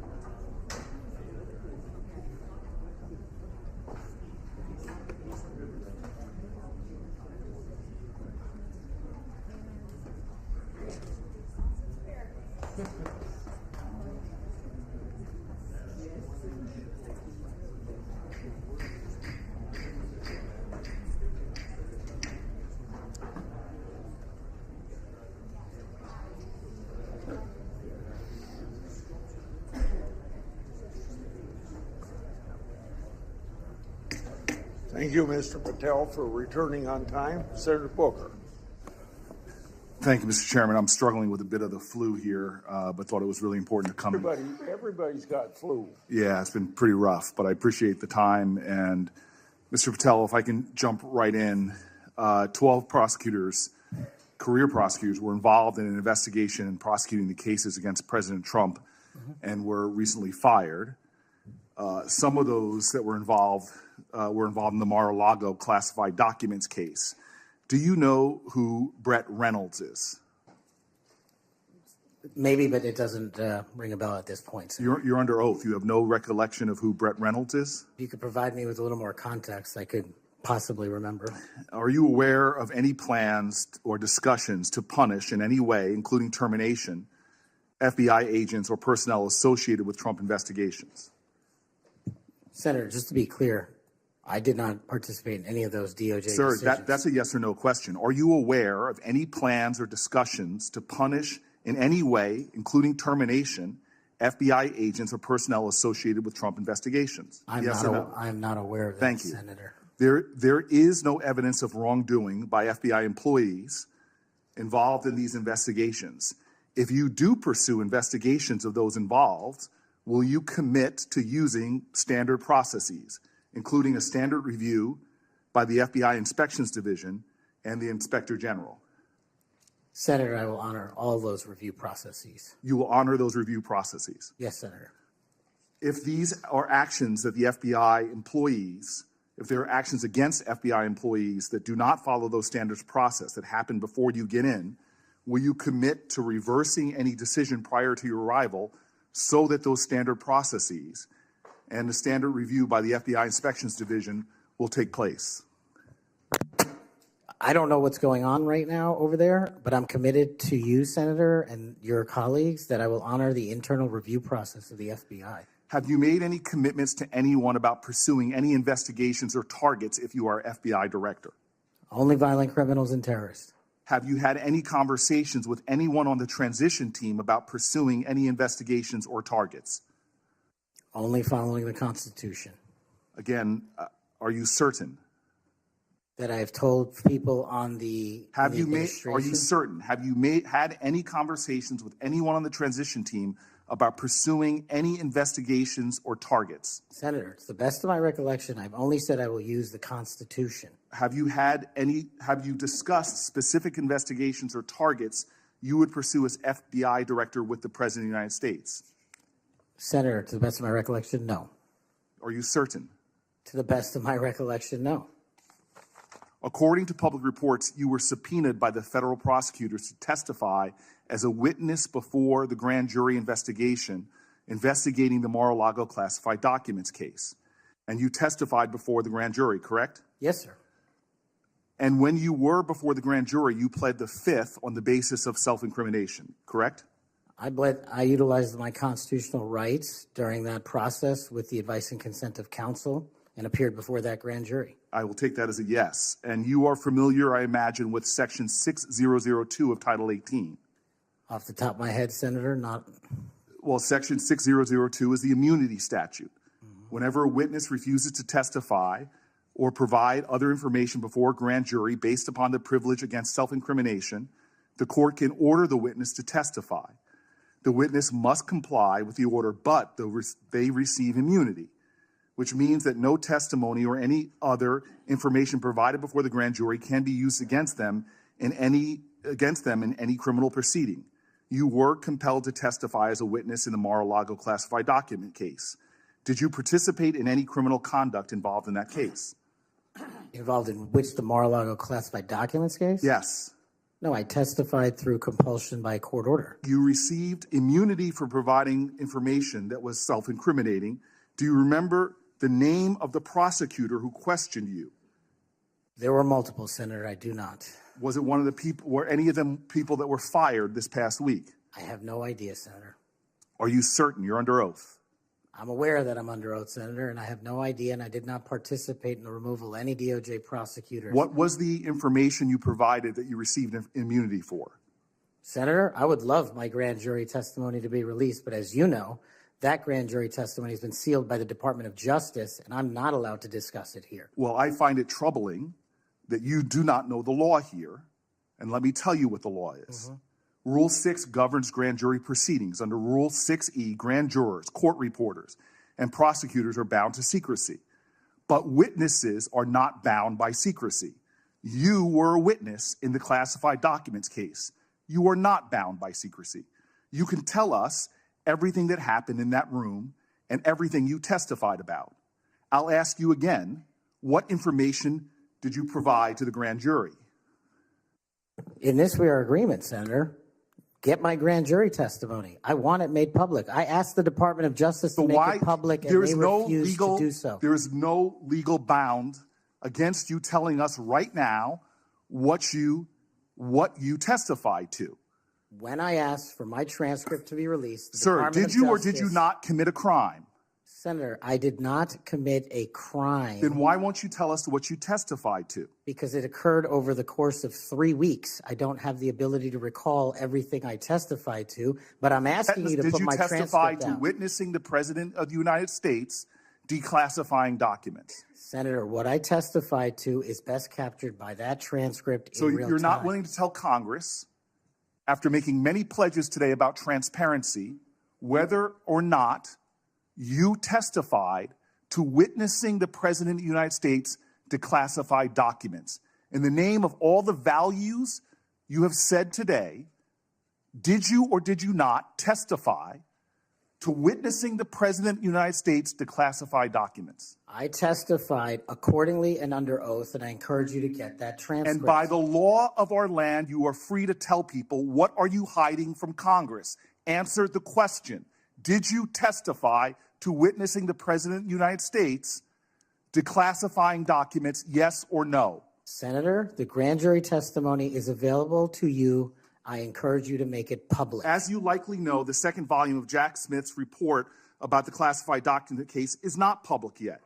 To fulfill our constitutional duty of advice and consent, the President, on nominations, members of this committee have asked the DOJ to review the report. Do you agree that Congress should thoroughly review its nominees? Yes or no? Yes. Okay. Now, last question, and I'll be done. When you and I met, you told me that you wanted to remove 11,000 FBI personnel or move many of them, and you said that again today. You have looked at an org chart to understand what offices and functions that you'll be pulling from. I don't think you've done a serious analysis, but I do think you have an assignment from Donald Trump to gut the FBI. You said yourself, I'll shut down the FBI Hoover building. There are people specifically that you are targeting, I believe. And do you agree that you have already prepared plans to remove certain individuals from their offices? For example, individuals that will be replaced by political personnel. The political personnel that are being put in an institution that you and I discussed that has no political appointees but one, the political personnel involve these names: Erica Knight, Tom Ferguson, Greg Mitzner. You stated your question. Would you answer? Or don't you want to? Okay. We can move on. Senator Blackburn. Thank you, Mr. Chairman. And Mr. Patel, there is absolutely no doubt that you have the experience and the expertise to lead the FBI, and we welcome you here today. We are pleased that you are here. I've been listening to my colleagues across the dais and listening to their questions, and it has led me to one thing. Why are the Democrats so afraid of you? I don't know, Senator. You'd have to ask them. Well, I tell you what I think, and listening to their questions and your responses, which we appreciate, they know that you're going to go in and you're going to clean up that political cabal that has been over there for years. You are going to reposition the FBI to its core mission. You stated that earlier in this hearing, and there will be no more political persecutions and no more two tiers of justice, and they have liked having two tiers of justice. They have enjoyed it, and it has helped them, they think, in their political mission, they've enjoyed targeting Catholics. They've enjoyed targeting parents. But the American people have said they want no more of that. And our colleagues know you're going to clean it up. I want to talk to you about the Epstein case. I have worked on this for years, trying to get those records of who flew on Epstein's plane and who helped him build this international human trafficking, sex trafficking ring. Now, earlier I urged then Chairman Durbin to subpoena those records, and I ended up being blocked by Senator Durbin and Christopher Wray. They stonewalled on this, and I know that breaking up these trafficking rings is important to President Trump. So will you work with me on this issue so we know who worked with Jeffrey Epstein in building these sex trafficking rings? Absolutely, Senator. Child sex trafficking has no place in the United States of America, and I will do everything, if confirmed as FBI director, to make sure the American public knows the full weight of what happened in the past and how we are going to countermand missing children and exploited children going forward. Thank you for that. I do want to touch on the political persecution. I find it so interesting that they feel like you would carry out political persecution. Your parents are with us today. They fled Uganda and persecution from Idi Amin. And I think that with your background and given your family's history, that you would never move to political persecution. Is that accurate? Yes, Senator, that is. And we appreciate that you would remove any kind of 2 tiers of justice from the FBI because they have practiced that every day for years. Not all FBI agents. There are some good ones, and we certainly want to keep them, but the politics has got to be moved out of the agency. Now, they've tried to frame you as being anti-police. We've discussed that some today. And I know that you grew up working with NYPD officers in your community. And I know that law enforcement groups, including the National Association of Police Organizations, have endorsed your nomination. And on top of that, your brother is a law enforcement officer. Is that accurate? Many of my family are, yes, Senator. How many of your family, sir? Well, I guess the Indians have a different definition of family. We got a really big one, and they're all family. We all love big families. So we got a lot. I appreciate that. But it is accurate to say that in your role, you're going to do everything that you possibly can to protect the men and women who are protecting our communities. That is of the utmost importance. Thank you. I want to go to the Nunes memo. You were the principal author of the Nunes memo. Is that accurate? Yes, me and staff. Thank you. And that did really so much to focus the light on the Russiagate hoax and the political cabal that was for years operated out of the DOJ and the FBI. And I know that there are some that felt like that memo was not accurate. We know now differently. And I'm quoting a comment that was made about that memo and by a member of that House Intel Committee, and I quote, "It was meant only to give Republican House members a distorted view of the FBI," end quote. I find it so interesting. They use the term distorted view. I think the American people who for 4 years under Biden saw the FBI weaponized against them, against parents, against people of faith, weaponized against President Trump. I think they would disagree with that. Do you stand by the good work that you did on the Nunes memo? Our team, and yes, absolutely.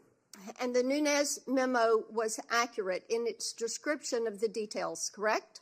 As confirmed by the Inspector General, the Special Counsel, because the Nunes memo only contained sworn information received pursuant to transcribed interviews and production of government materials, including FBI 302s and DOJ memorandum. So the Nunes memo is accurate. Yes, ma'am.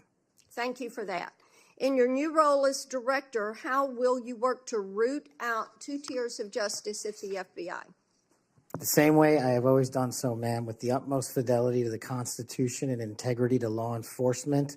Government must allow those who are privileged to serve to execute their law enforcement duties fully, but at the same time, the American people deserve accountability inwards to government, to any of those who violate that sacred trust. And as you prepare to take this new role, what are the top areas of concern for you as we look at our national security?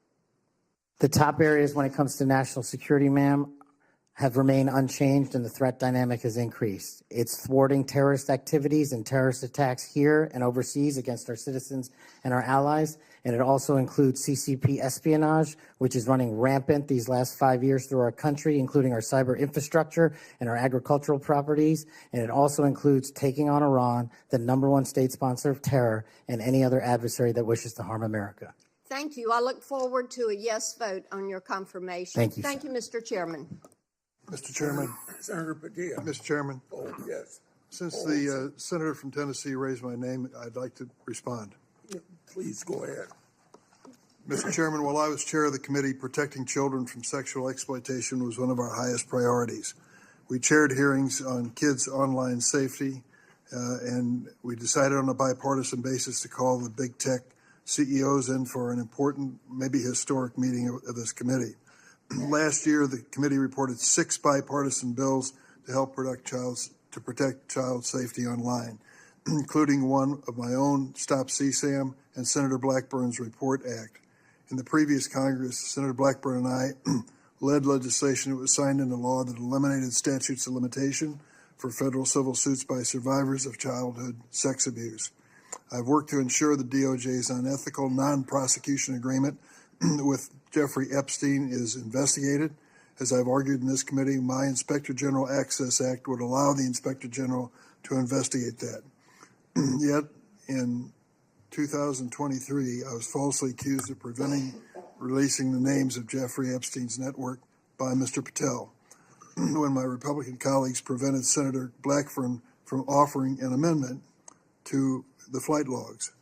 Prior to the committee's November 9th, 2023 Supreme Court ethics subpoena markup, Senator Blackburn had never raised Epstein's flight logs with me publicly or privately. During the November 30th, 2023 Supreme Court ethics subpoena authorization markup, I tried to recognize her multiple times, but there was an effort to close down the committee before any further business went forward on the Republican side. Many Epstein records, including flight logs, have been public for years. My office subsequently reached out to hers to try to identify what records she was actually seeking. We did not receive a response. Mr. Chairman, if I may respond to Chairman Durbin, I had raised the issue with Chairman Durbin. I had raised it on the floor that we wanted to get these records. And then during that hearing that you're recognizing, sir, or that you're mentioning, I sought recognition. It was not my Republican colleagues that ended that hearing. Mr. Chairman, you had the gavel, and you were the chairman, and you sought not to recognize me. And I know, and you know, and so many people are aware, sir, that you and Christopher Wray did not want those out. And I know we need to move on for questions, but Mr. Chairman, we have fought this issue for quite some time. I look forward to having an FBI that will work to help get these records and end this human and sex trafficking in this country. 15 seconds. Yeah. Yes, go ahead. The senator from Tennessee knows what the 2-hour rule is. The 2-hour rule takes the gavel out of the chairman's hands, and that was what was being executed when you were seeking recognition and being executed by your side of the aisle. Okay. Senator Padilla. Thank you, Mr. Chair. Colleagues, as we know, it's not just the nominee for FBI director that's before us today, but there's been a lot of chaos and confusion this week in regards to executive orders that have been issued as it pertains to the federal budget, federal spending, hiring freezes, et cetera. But relevant to this confirmation hearing, colleagues, the FBI has paused its new academy classes while they assess how the firing freeze impacts them. President Trump's executive orders has a national security exception, but it is unclear how it will apply to agencies like the FBI. The FBI has a large civilian employee population, so it's not certain if they will qualify for exceptions. The White House memo stated that nearly 1,000 probationary FBI employees would stay on only if, quote, justified, without clarity on a timetable or process for justification. Mr. Patel, how does this help or does this hurt the FBI improving public safety in America? Senator, I know about as much as this late-breaking news as you do by reading it in the media, and I will say the following in terms of FBI employees, if I'm confirmed. FBI employees represent the front line of defense for national security and crime, and if I'm confirmed, I will ensure that all FBI graduates of the Academy will be protected and funded so that we can continue the fight together. But would you agree that even just causing a pause or confusion in being able to grow the ranks is not helpful to public safety in America? Not having a law enforcement there. Thank you. 7 minutes goes by fast. I want to get to as many topics as I can. As you know, the FBI plays a critical role in national security and public safety, yet the reports are that the hiring freezes is damaging. I want to submit for the record, Mr. Chairman, a New York Times article outlining the questions and concerns I just stated. Now, on to the next topic. FBI agents rely on their leadership to ensure their safety and success of operations. As Senior Director for Counterterrorism at the National Security Council, you were involved in a SEAL team rescue mission to recover a 27-year-old American hostage in Nigeria. According to former Secretary of Defense Mark Esper, you falsely informed senior leadership that the United States had secured permission to fly over other nations' airspace en route to Nigeria. This misinformation forced the aircraft to circle the border for an additional hour, potentially jeopardizing the mission's success and putting service members at undue risk. Can you explain your decision to falsely claim airspace permissions had been secured for the mission? I greatly appreciate this. This is one that hits home squarely because my guys, my friends, were on that operation. They were in that helo. They were in that V-22. And there's never a time in my career that it would jeopardize the safety of the men and women in uniform. And if you ask the National Security Advisor of the President of the United States, who's with me on that day, who has gone on the record publicly, as has General Tony Tata, who's the Undersecretary of Defense, they have both stated with affirmation that I acted appropriately, relayed all information accurately, and never jeopardized the safety of the hostages. And our men were on the ground for 59 seconds and executed 6 sentries and rescued an American hostage named Philip Walton, and he's home today with his family because of it. So your friend's word versus the former Secretary of Defense. That's what we're going to be asked to consider. Next topic. In September of 2024, just a couple of months ago, you stated that Chris Wray was caught illegally using 702 collection against Americans 274,000 times. That's a quote. And you criticized Congress for failing to implement necessary reforms when reauthorizing Section 702. Now, earlier in this hearing, I heard you respond to Senator Cornyn's questions and saying that the improvements to FISA 702 accountability go a long way. That's what you said today. Earlier, on the record and under oath. But on that September podcast that I'm referring to, you said that by passing the reauthorization bill, Republicans, quote, bent the knee. So which is it? They bent the knee and didn't reform 702 as you would suggest, or that they've gone a long way?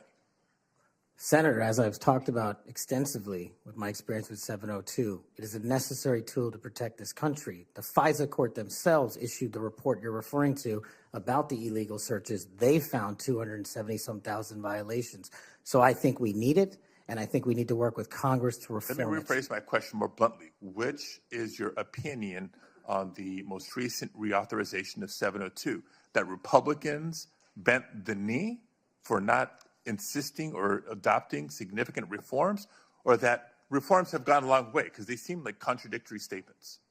702 is a critical tool, and I'm proud of the reforms that have been implemented, and I'm proud to work with Congress moving forward to implement more reforms. So they bent the knee, but now you're proud of it. Got it. Next topic. I know you've been asked about the J6 prison choir prior in this hearing. My question is not going to rehash previous questions. Funds have been raised, as you explained to me in our meeting last week, to support families of insurrectionists, my words, clearly not yours, that have been in jail, including those who committed acts of violence against police officers. I want to know, in any of your work around the J6 prison choir, was any of the funds that were raised used to support the families of the police officers who were brutally attacked by the insurrectionists? Senator, my foundation has used funds to help police officers across the country. It's a yes or no. I don't know if those officers' families applied for a grant. That's how we distribute at a charity based on who comes in. That tells me a lot about your care and prioritization of the police officers you claim to support. Because they've given away over $500,000 to law enforcement and active duty militaries. I mean, you were able to articulate to me examples of the families of January 6th insurrectionists. Because the insurrectionists in jail, you're supporting the families, but you can't, say clearly and confidently that families of police officers who were brutally attacked got similar support. Next topic. Your time's up. Okay, I'll save it for the second round. Thank you, Mr. Chair. Before I call on Senator Schmidt, I have a letter that I want to put in regard to this Nigerian rescue story. It's from General Tata. What people that bring this up don't tell you is that General Tata has denied the exchange reported in the Atlantic and has forcefully defended Mr. Patel. General Tata said, "I never heard the words that somebody's saying they heard from me. That's not a quote from me," end of quote.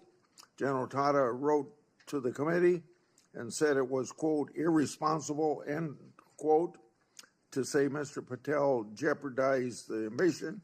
He said, quote, Kash played a critical role in that and many other successes during his tenure precisely because he cares so deeply about America, its national domestic security, and her citizens. So by unanimous consent, I will put this letter in the record. Any disagreement? I hear none. Senator Schmidt.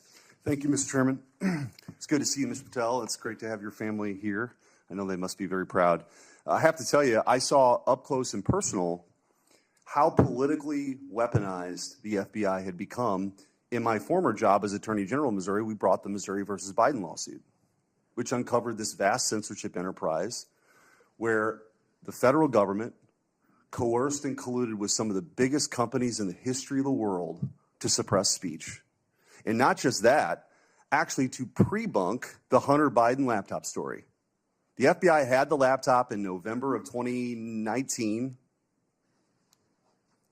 They met with senior executives. Yoel Roth, who was the main guy at Twitter at the time, signed an affidavit saying they were talking specifically about the laptop. It could be Hunter Biden's, pre-bunking it, calling it a Russian hack and leak operation. They knew it was true. They knew it was his laptop.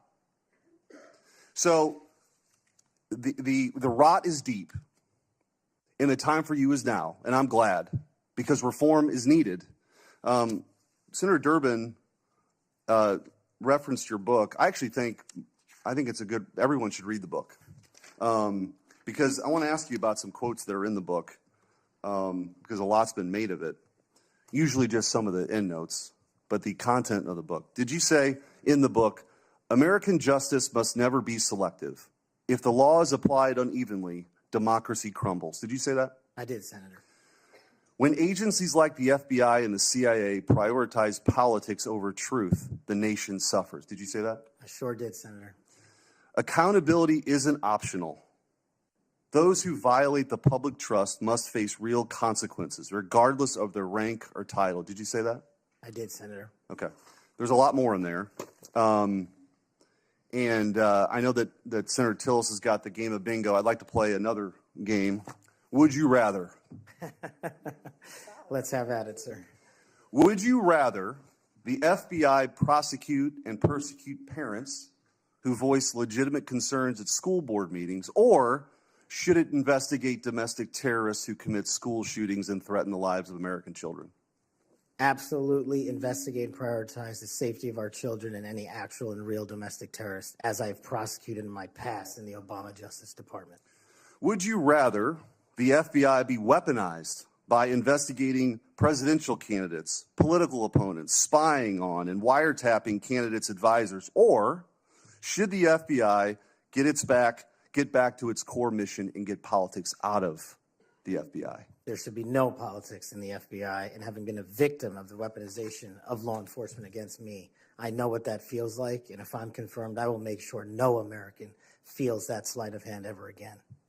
Would you rather the FBI target traditional Catholics as extremists, or should the FBI focus on investigating actual threats posed to the American people by cartels pumping fentanyl into our communities through the southern border?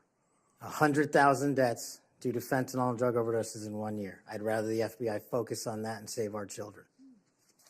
Would you rather the FBI ignore when thugs threaten to harm and plot against Supreme Court justices, or should the FBI actually investigate that and get to the bottom of it? I'm so glad you brought that up, Senator.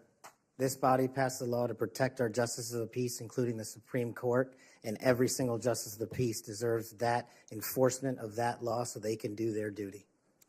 Would you rather the FBI pressure social media companies into censoring conservative viewpoints, or should it focus on what the FBI should get back to, which is investigating interstate crimes that threaten the well-being of Americans? No censorship. Let's focus on investigating interstate crimes.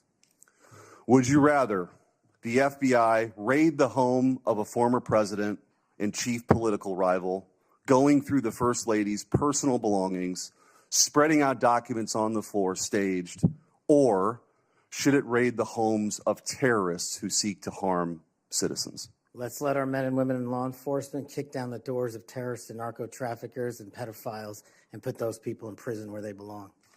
So, I mean, I could go on and on.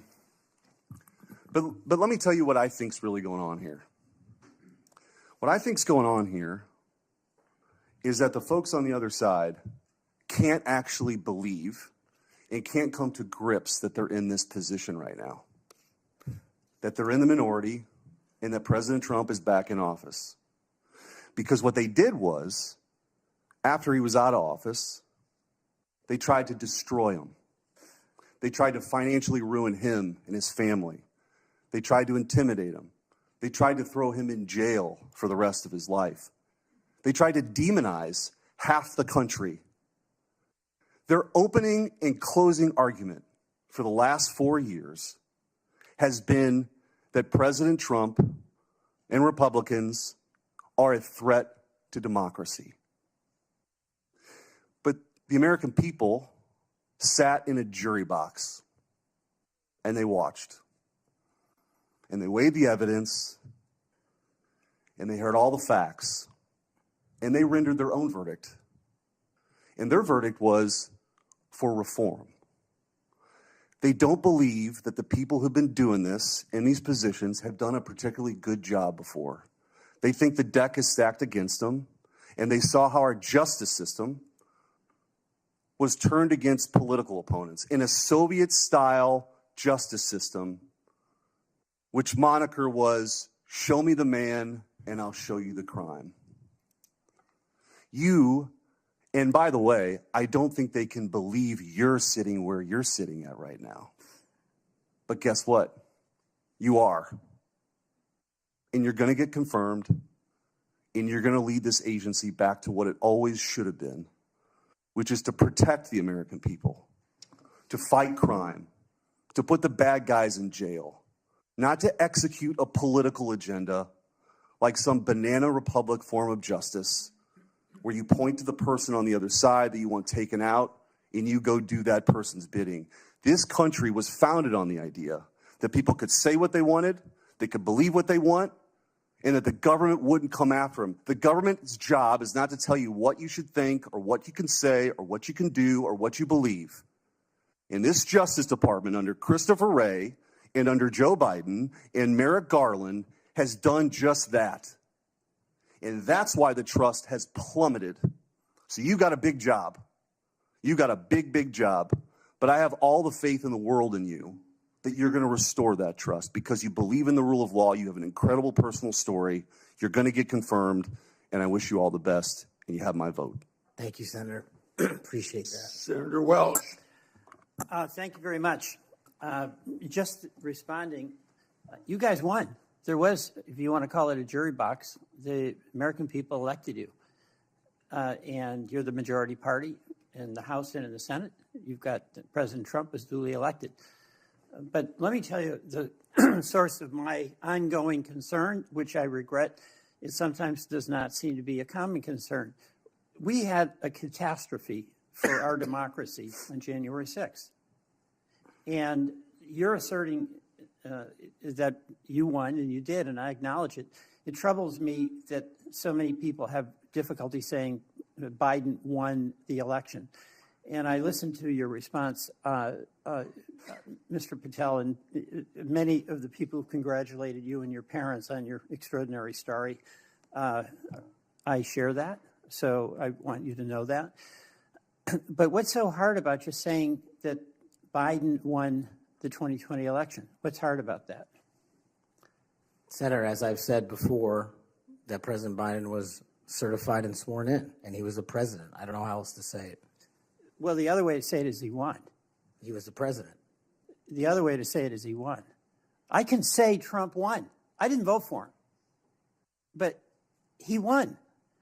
You know, Al Gore said Bush won when they were having that recount in Florida. And we have had a peaceful transfer of power here in very contested elections. And I'll just be very direct with you about why I think this is of consequence. When Donald Trump has never acknowledged that he lost in 2020.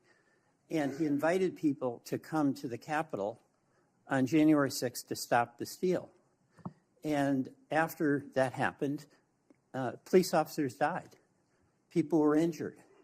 It created enormous ongoing bitterness within the country. And that's your boss. Do you believe that the 2020 election was stolen, as President Trump says it is? Sir, my opinions on the 2020 election have been expressed in this hearing, and he's entitled to whatever opinions he wants. Do you agree with him that the election was stolen in 2020? Senator, millions of Americans have expressed concern going back to multiple elections over election integrity. You know, you're so skillful.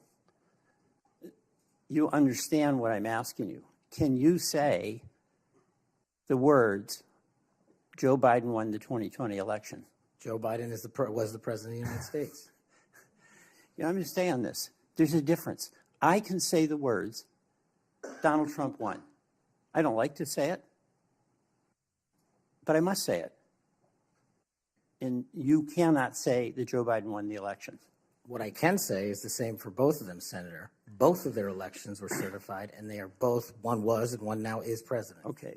The reason I have some concerns about that, my colleagues on the Republican side, is that whoever is the FBI director, and I suspect it will be Mr. Patel, has a boss.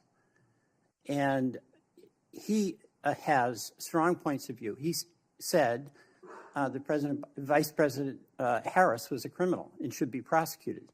Is that a prosecution you would initiate? There is no prosecution that the FBI will ever initiate because the FBI will only do investigations, and those will only be open where there's a factual and constitutional basis to do so.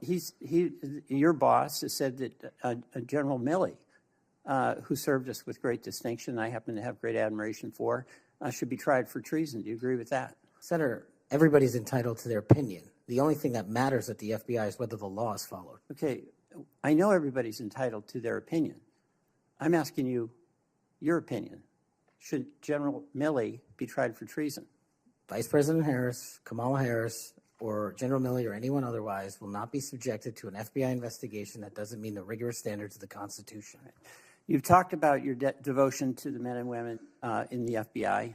I accept that. But as you know, President Trump used the power of the pardon to let people who are cop beaters out of jail, right? He also let a drug dealer out of jail. You're familiar with Ross, or maybe you're not. Ross Ulbricht started the Silk Road, the dark web. He made millions of dollars selling drugs, providing a vehicle by which people could get things that were going to kill them, and people died. He also sought a couple of people to murder on his behalf because he thought his empire was threatened. What is your opinion about Trump pardoning this drug dealer, attempted murderer? My opinion on presidential pardons is that, one, I was not consulted. And No. I'm the FBI. I'm asking you your opinion about Mr. Right. Ulbricht. Should the person who created that dark web drug dealer situation, should he be pardoned in your opinion? Senator, it's not appropriate for me to speak on pardons, but I've spoken out against pardons against cop killers and those who do violence in law enforcement, whether it's President Biden or Trump. I'm with you on that. Okay, I'm with the chairman over here, but I'm just trying to find out on Ulbricht. You're gonna, again, bottom line here, you're gonna have a tough job, and you're gonna have a tough boss, because he gets it in his mind he wants to do something, nothing gets in the way, and there's going to come a time when an FBI director or an attorney general has to make a decision about the Constitution and what's being requested, and can that person at that time, when the important values of the Constitution are at stake, say no to a person who is insisting you take an action? And Senator, that's why I think it's time, for the first time in this country's history, that a public defender be the next director of the FBI, because no one knows more about constitutional due process than PDs. Well, you're appealing to mutual pride here with the public defender, but you know what? I still understand you didn't answer the question. That's the public defender in me, okay? Look, and I say this to my colleagues, we cannot have a weaponized Justice Department or FBI. And what's weaponized is in the eye of the beholder, like the prosecutions of President Trump, and I get that. We cannot have it. But what I think we all have to acknowledge, when we've got a president who's basically saying a political enemy, whether it's Harris, whether it's Liz Cheney, whether it's Adam Schiff, should be prosecuted, that's doing damage to the mutual goal we have of not weaponizing a department. I yield back.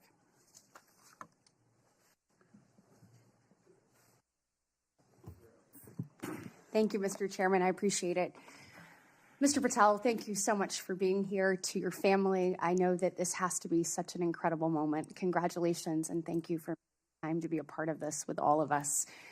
Look, I have been diligently listening over the last few hours, and what I have heard you say is this, that your duty is to protect American citizens, that you will work to uphold the Constitution. I have heard you say you're going to get back to making sure you focus on violent crime. You said, I want children to have parks to play in, not needles to walk on. You said, I'm going to let cops be cops. You said, we've got to get back to having full transparency. You said all requests will be responded to, and on all members of the Judiciary Committee, for that we say thank you. You said you were going to have the backs, as you always have, of law enforcement. You reminded us about being embedded in SEAL Team 6. You said our law enforcement officers deserve the very best. You said you know and you will not allow there to be victims of government overreach because it has happened to you. You talked about having no intention of going backwards. You have talked about making sure that we actually address drug overdoses. You talked about your work with 1.3 million active duty service members, making sure they had resources they needed. You've talked about de-weaponizing and making sure that we don't politicize the department. You said America is the greatest nation. You said you believe that because you believe in the rule of law.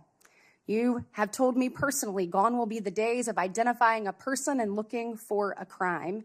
You have said everything you do will be factual and constitutionally based. You have said there will be no targeting based on someone's faith. You have said that when these FBI agents are upholding the law, you will always have their back. You have said that there will be a singular form of justice once again. And most importantly, I think in addition to all of this, is I have really not gotten to hear you talk about the FBI. And so I would love, you mentioned in the 7 minutes that it takes one of these senators to ask you questions, that unfortunately there are, I believe you said, 3 rapes, 2 overdoses, 1 murder. Look, yesterday we signed the Laken Riley Act and the law President Trump did. And when we look at what's happening across our country with the surge of illegal migrants that have come in, when we look at fentanyl overdoses being the leading cause of death between the ages of 18 and 45, I've heard you say you want to tackle that. When we look at parents like Laken Riley's mother yesterday, as she talked about her heartbreaking loss that should have never happened, Rachel Marin's family there, Sarah Root's family there, Jocelyn Nungary's family there, they deserve an FBI that is focused on finding these criminals and getting them out of here. So my question for you is, I'd like for you to talk about that. You've talked about cleaning up America, making it safe and secure for its people. Please tell the American people your plans. Thank you, Senator. I really appreciate it. And the 2 themes that, if I'm confirmed, that I have for the FBI are really just going back to keeping it simple. 1, let good cops be cops. 100,000 drug overdoses, 100,000 rapes, 17,000 homicides. That's only with 70% of the precincts reporting in.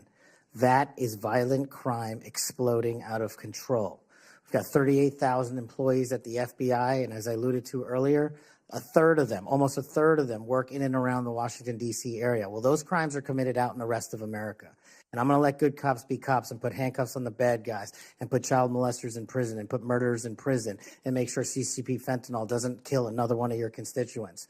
That's track 1. Track 2, to restore the trust in the FBI. That has degraded, not by my opinion, by the Gallup poll, that only 40% of Americans have trust and faith in the FBI. It is a cataclysmic failure in leadership to get to that point that did not happen over time. And so what the FBI must do while tackling violent crime and protecting Americans' national security and our sovereignty is work with Congress, Republicans and Democrats, to expose any government corruption, provide government accountability through transparency, and get you all the documents that you are the custodians of. The FBI reports to Congress. If I am confirmed as FBI director, I will report to Congress. And I will just save you with this one caveat here about my personal experiences with the FBI. The men and women of the FBI do the most courageous work on God's green earth. I was fortunate enough to utilize FISA 702 national security measures to prevent a shopping mall from blowing up in Houston and the state capitol from being attacked in California. Courageous men and women do that work every day, and these are cases you never hear about. Instead, the only things you hear about are the baseless conspiracy theories and attacks levied at me. Well, here's something for America. You can say whatever you want about me. If I'm confirmed, bring it on. But you will not denigrate the men and women of the FBI that saved this country. Amen. Thank you, thank you, thank you. And speaking of, I want to talk to you a little bit about how you're going to make sure that those men and women have the opportunity to get out and about throughout the country. And so when we look at that, obviously Huntsville, Alabama, to me is a Redstone. That's exactly right. Redstone Arsenal is a beacon of what we should look at, putting our men and women out amongst the very people that they serve. And so in my next few minutes, I certainly want to talk to you about that. I'll save it for the next 3. But just finishing up on what's happening at our border. We saw under this previous administration that there were about, I think, 1.7 million special interest aliens that came across our border. I think the House Judiciary Committee put it out. That's obviously from the 26 countries that DHS determines have the greatest threat here in our homeland. When you're looking at how do you tackle that? So, they're in the interior. Additionally, the people on the terrorist watch list, the hundreds of people that have been released into our country. How do you man your men and women to go and find those individuals and make sure that our country is safe? This is going to require a collection of law enforcement, what we call 1811 agents across the various agencies, specifically HSI and Secretary Noem are going to be prioritized with tasking and going after illegals to follow the law and the orders issued by the White House. But also at the same time, the FBI possesses an enormous amount of resources to go into our jails and find those already imprisoned and with pending deportation orders, with pending violations of their parole status. So if I'm confirmed, the full resources of the FBI, where appropriate, will be committed to that cause, but I believe primacy rests with other agencies. Excellent. Thank you so much. Senator Schiff. Mr. Patel, early in this hearing, Senator Durbin asked you about the January 6th choir of inmates whose song you promoted, and here's what you said. I did not have anything to do with the recording. I did not have anything to do with the recording. Do you stand by that testimony, Mr. Patel? Senator, what I said was I didn't do the recording. You said you didn't have anything to do with the recording, which is interesting because here's what you told Steve Bannon on his podcast. So what we thought would be cool is if we captured that audio and then, of course, had the greatest president, President Donald J. Trump, recite the Pledge of Allegiance, then we went to a studio and recorded it, mastered it, digitized it, and put it out as a song now releasing exclusively on the War Room. We. If you had nothing to do with it, Mr. Patel, why did you tell Steve Bannon and all his listeners that you did? That's why it says we, as you highlighted. Yeah, and you're part of the we, right? When you say we, that includes you, doesn't it, Mr. Patel? Not in every instance. Well, that's new. So when you said we, you didn't really mean you. Is that your testimony? Not unless you have a new definition for the word we. Oh, okay. I always thought we included the person who pronounced the word, but maybe not. Well, you also said this, Mr. Patel. We were able to capture the recording thanks to their courageous singing, and we were able to take it to a studio. So let me ask you, Mr. Patel, after saying we took it to a studio, did you take it to a studio? Me personally, no. After you said that we digitized and recorded it and all that, did you take it to a studio and digitize and record it? Me personally, no. Okay, so you were lying to Steve Bannon and his audience. Is that what you're saying? No, I was using the proverbial we appropriately, as you've identified. The royal we. Oh, I see. And so you certainly promoted the hell out of it, though, didn't you? I don't know what that means, but I promoted the heck out of raising money for families in need. With promotions on social media and saying you were going to get this to #1 on the billboards, right, Mr. Patel? I think it did. Yes, it did. Yes, it did. Isn't that great? People who violently attack police have a #1 song thanks to you, Mr. Patel. That's something to be really proud of. Now, you've claimed, Mr. Patel, you didn't know about any of these people in the choir. Is that right? I did not know about the violent offenders, and I did not participate in any of the violence in and around January 6th. Tell me, Mr. Patel, what due diligence did you do to find out who was in the choir before you promoted their beautiful music? These people who assaulted law enforcement. What due diligence did you do? Senator, I didn't record it myself. So you did no due diligence before you promoted this song by these violent felons. Is that what you're telling us? Senator, I did not record that myself. So you're being considered for director of the FBI. And here you did no diligence to find out whether people you were associating with now the President of the United States in song were convicted of attacking police officers. Is that who we want running the FBI? I want you to turn around. There are Capitol Police officers behind you. They're guarding us. Take a look at them right now. Turn around. I'm looking at you. You're talking to me. No, look at them. I want you to look at them if you can, if you have the courage to look them in the eye, Mr. Patel, and tell them you're proud of what you did.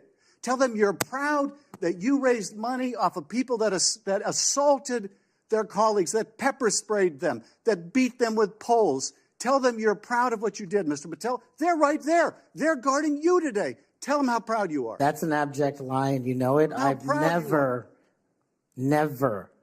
ever accepted violence against law enforcement. I've worked with these men and women, as you know, you my entire glorified life, it in song, and I did Mr. not Patel. make a single dime out of it. it. In song.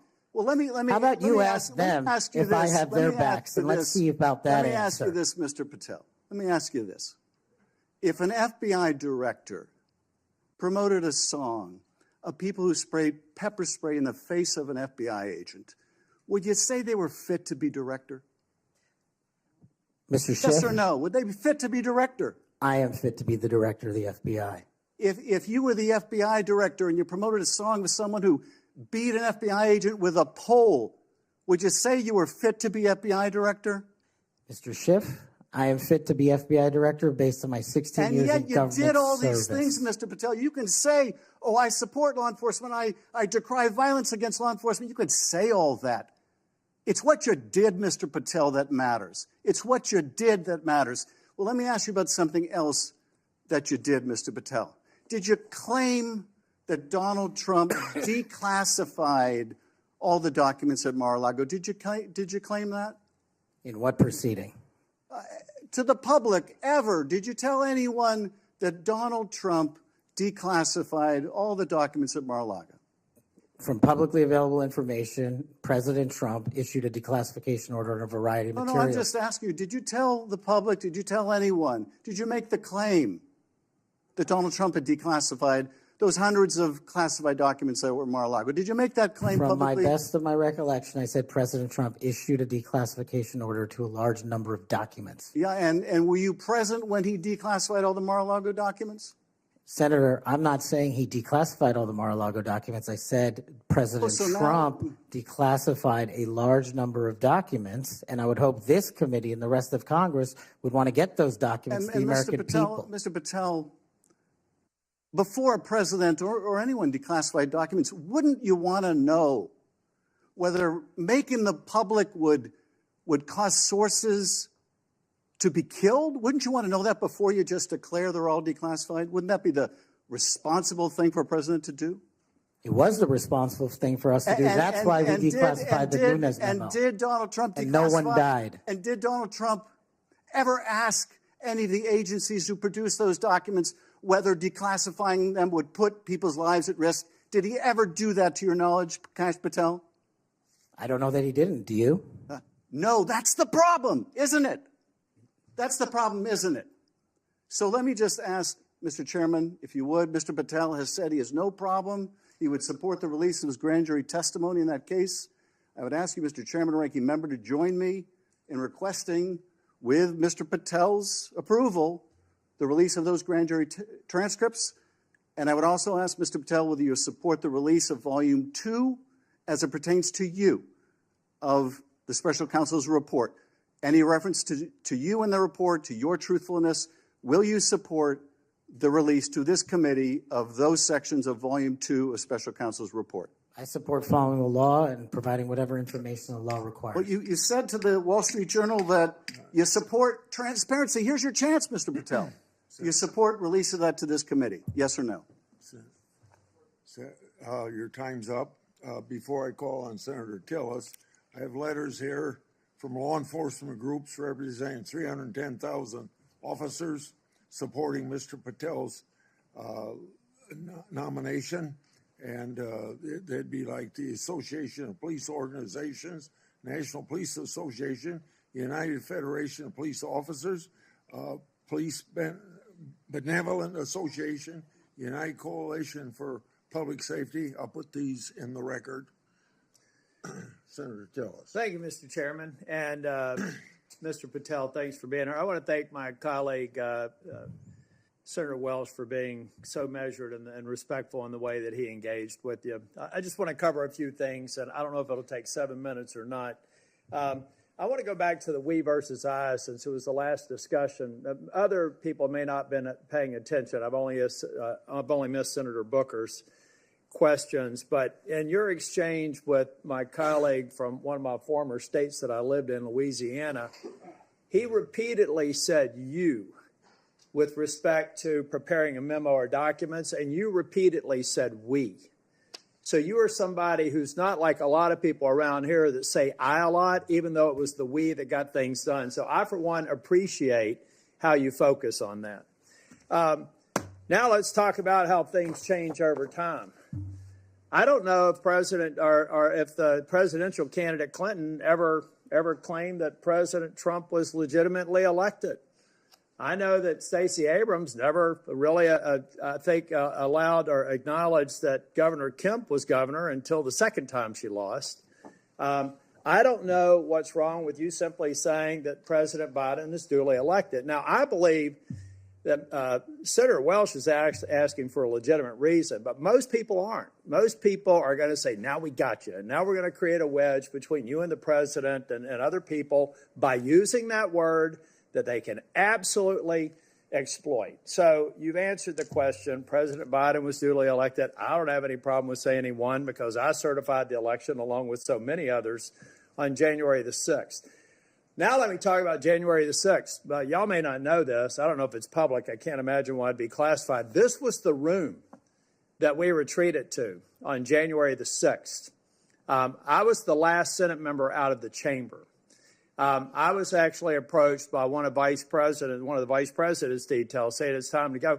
Part of it was because I was really angry and a little way wanted to fight, which was probably not a good idea. But what I saw, and what I saw for these people, and it's unfair to tell you to get up, order you to physically get up and turn around. It's a great tactic used frequently here in the committee, but you were right to engage the senator respectfully in a line of questioning. I looked at all the ones who were in the chamber on January the 6th, and they were heroes. I looked at the ones after I transcended down the stairs and went into the trains connecting the Capitol. Those heroes were bloody. They were bruised, and they were still holding the line, and we saw and heard people 50 yards away. Every one of those people in the Capitol, I've said, were thugs, and I don't apologize for it. They were either caught up in the moment and didn't do damage to a police officer, or they harmed a police officer, and I disagree absolutely and said it on the Senate floor with the pardons of people who did harm to the president. And I've had conversations with you that suggest that if you had been consulted on that, we'd have probably had a little bit different structure for the pardons, folks. This man understands what happens when the leadership of a law enforcement agency fails to protect their own. And I have to admit that in the last administration, I saw a commander-in-chief who looked the other way when you should have been saying the people who were mostly peaceful protesters in Kenosha with a building burning in the background, well, they had a righteous cause. So it's okay if they harm law enforcement or public safety officers. And when they damaged the federal building in Portland and they harmed police officers there, I didn't see anybody calling for arrest in the insurrection in those government buildings, federal buildings. Folks, let's be consistent because I am. I said it then and I said it now. These folks are heroes. They got us to this room. We spent hours here. And they were so successful with securing this building, we went back the same day and finished our job. That only happened because of these proud law enforcement officers, and I know you would support them. Okay, let me take a breath. You answered the question on Section 702, but I have to refer to my friend Alex Padilla. We co-chair the Mental Health Caucus together. I love working with him. One of the problems around here with people who pretend like they're bipartisan, but they never do it when it's hard, is that they also make it more difficult for other people. When Section 702 was reauthorized in April of 2024, we had 4 or 5 of our members agree to walk the plank to make sure that and I didn't, by the way, because I wanted the reforms done. But I have to say, I'm glad that they did, because I just had a colleague say, they were guilty of bending a knee. What they were guilty of is protecting this nation. Now, were they happy that the reforms weren't done? No. I've heard John Cornyn say things. Mike Lee's got a lot of, Senator Cornyn. They've got a lot of great ideas, and we should reform it. But that's what's wrong with this place, folks. We just had somebody here try and do an offhanded hit on people that, on a bipartisan basis, reauthorize something that's critically important for keeping this nation safe. So I guess the inference is next time, don't do that. Be partisan. Go dark. Endanger the U.S.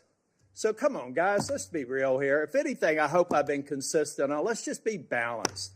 You know, really, we've had colleagues on the other side of the aisle call President Trump an illegitimate president. Now, the witness has acknowledged that President Biden's election was certified. If you want to use a specific word, what are we in high school? I mean, come on. So I do have to tell you, though, Cash, I've hit bingo a couple of times. And I have a feeling by the time we get to the third round, we will again. Hope you put a lot of money on it, Senator. You know what? You know what I put a lot of, I won't call it money, but capital on?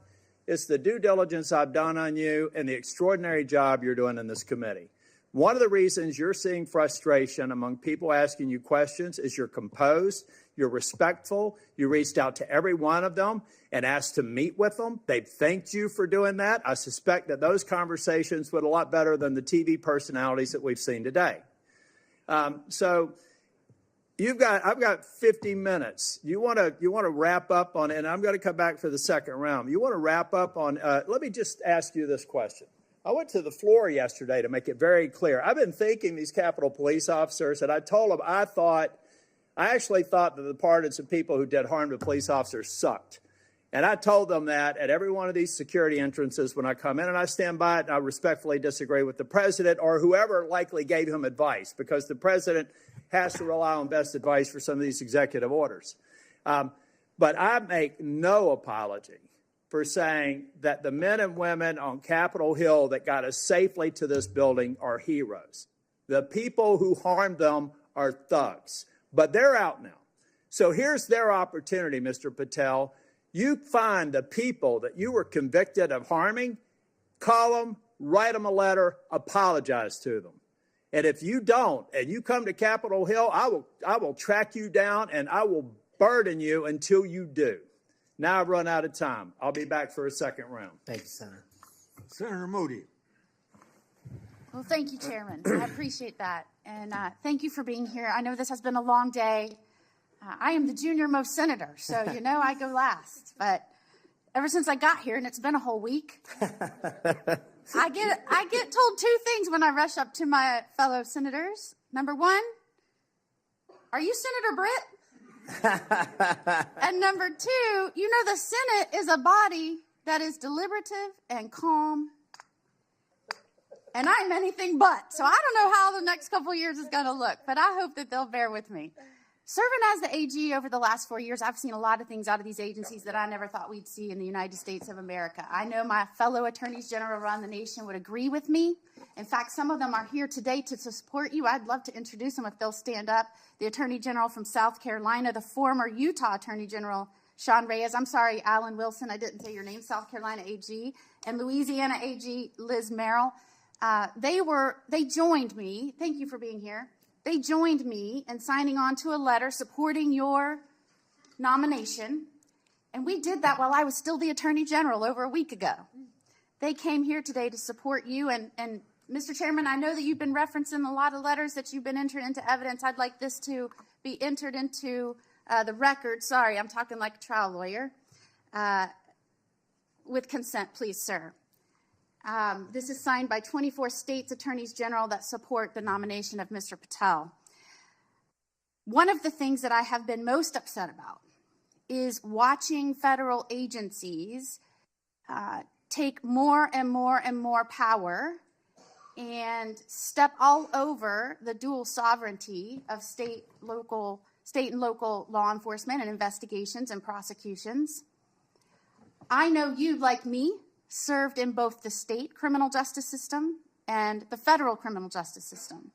I was a federal prosecutor, a state judge, and a state attorney general, and I know you crossed over those jurisdictions. Do I have your commitment as the director of the FBI that you will respect dual sovereignty of the federal government, the FBI, to pursue its investigations of federal laws, and respect local and state law enforcement pursuing violations of their own laws, even when there may be overlap of investigations? Senator, not only do you have my commitment, if you may, for the first time ever, the National Sheriff's Association has endorsed a nominee to be the director of the FBI. 3,100 sheriff's deputies across the country have endorsed me.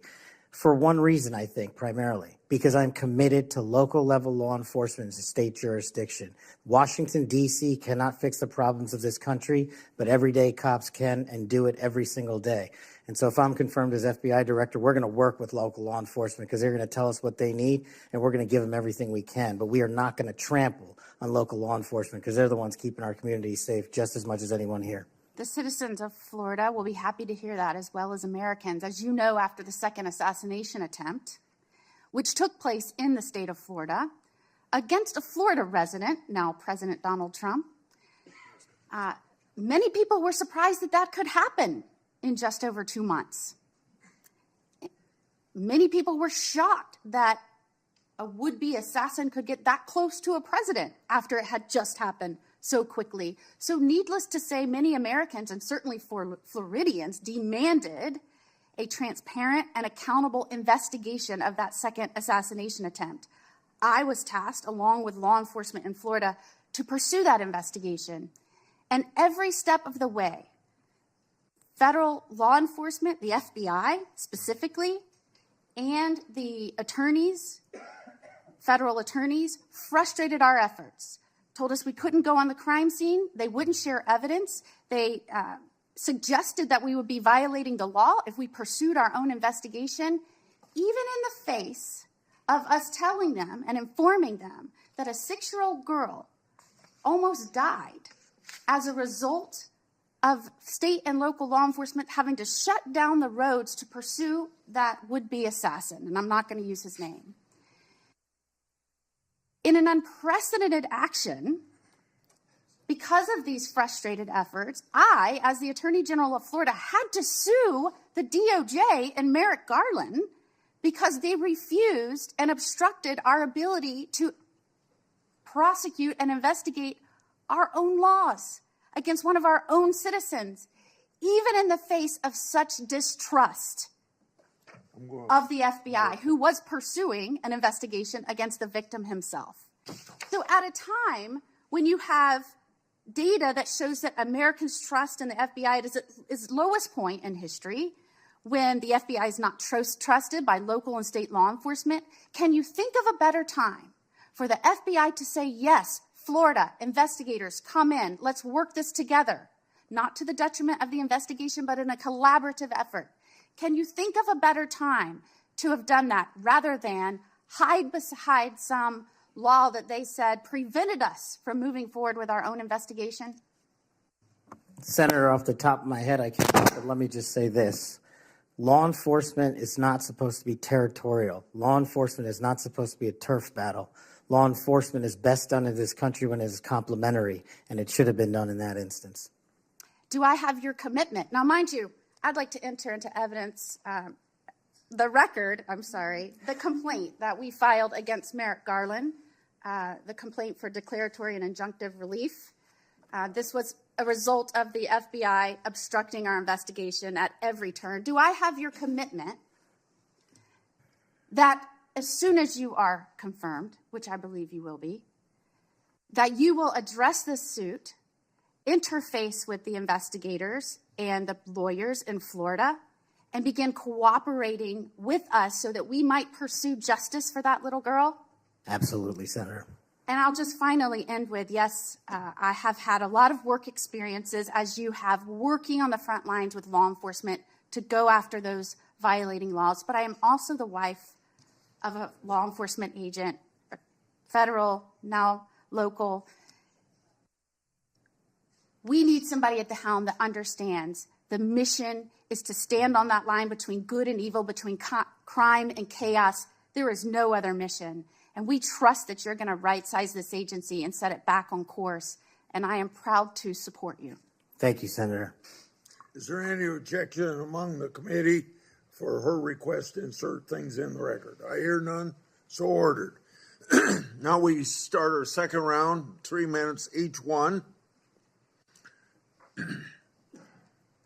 I've spoken on this issue many times. I may have even discussed it with you in my office.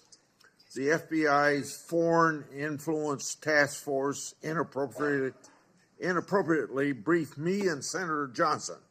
That briefing was later used to falsely tie our Biden family investigation to, you can expect it, Russian disinformation. Our investigation was based on records from both the Obama and the Biden administrations, along with various bank records. Over 4 years later, the FBI has yet to provide us the underlying intelligence that they said formed the basis for the briefing. So if confirmed, I want you to work with me to finally get to the bottom of what happened here, including providing me and Senator Johnson with related records. You have that commitment, Senator, if confirmed.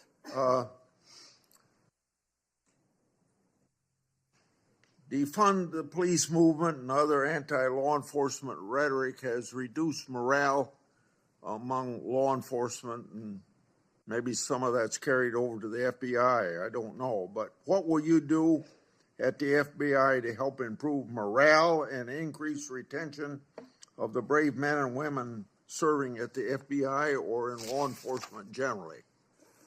Senator, I think the answer dovetails with the mission set of the FBI. In order to increase recruitment, in order to maintain the force capacity at the Federal Bureau of Investigation, we need to incentivize police officers and good cops to be cops, to let them get out there and do the mission that they signed up to do, which is protect our community against gang violence, against rapists, against thugs, against murderers, and against terrorists. And I will prioritize, if confirmed, every resource that we have to make sure the 1811s in the field and the FBI staff are dedicated to that mission set alone. And if we achieve that with the work of congressional transparency, then I believe the retention rates and the enrollment rates at the FBI will skyrocket. You spent 10 years in public defending. What's the biggest lesson you took away from that experience? The awesome powers of the United States government when bearing down against an individual charged with some very serious crimes, some heinous crimes. And the biggest lesson is twofold. One, that the defense has a right, every defendant has a right to constitutional due process, and not a piece of it, but all of it, 100% every single day.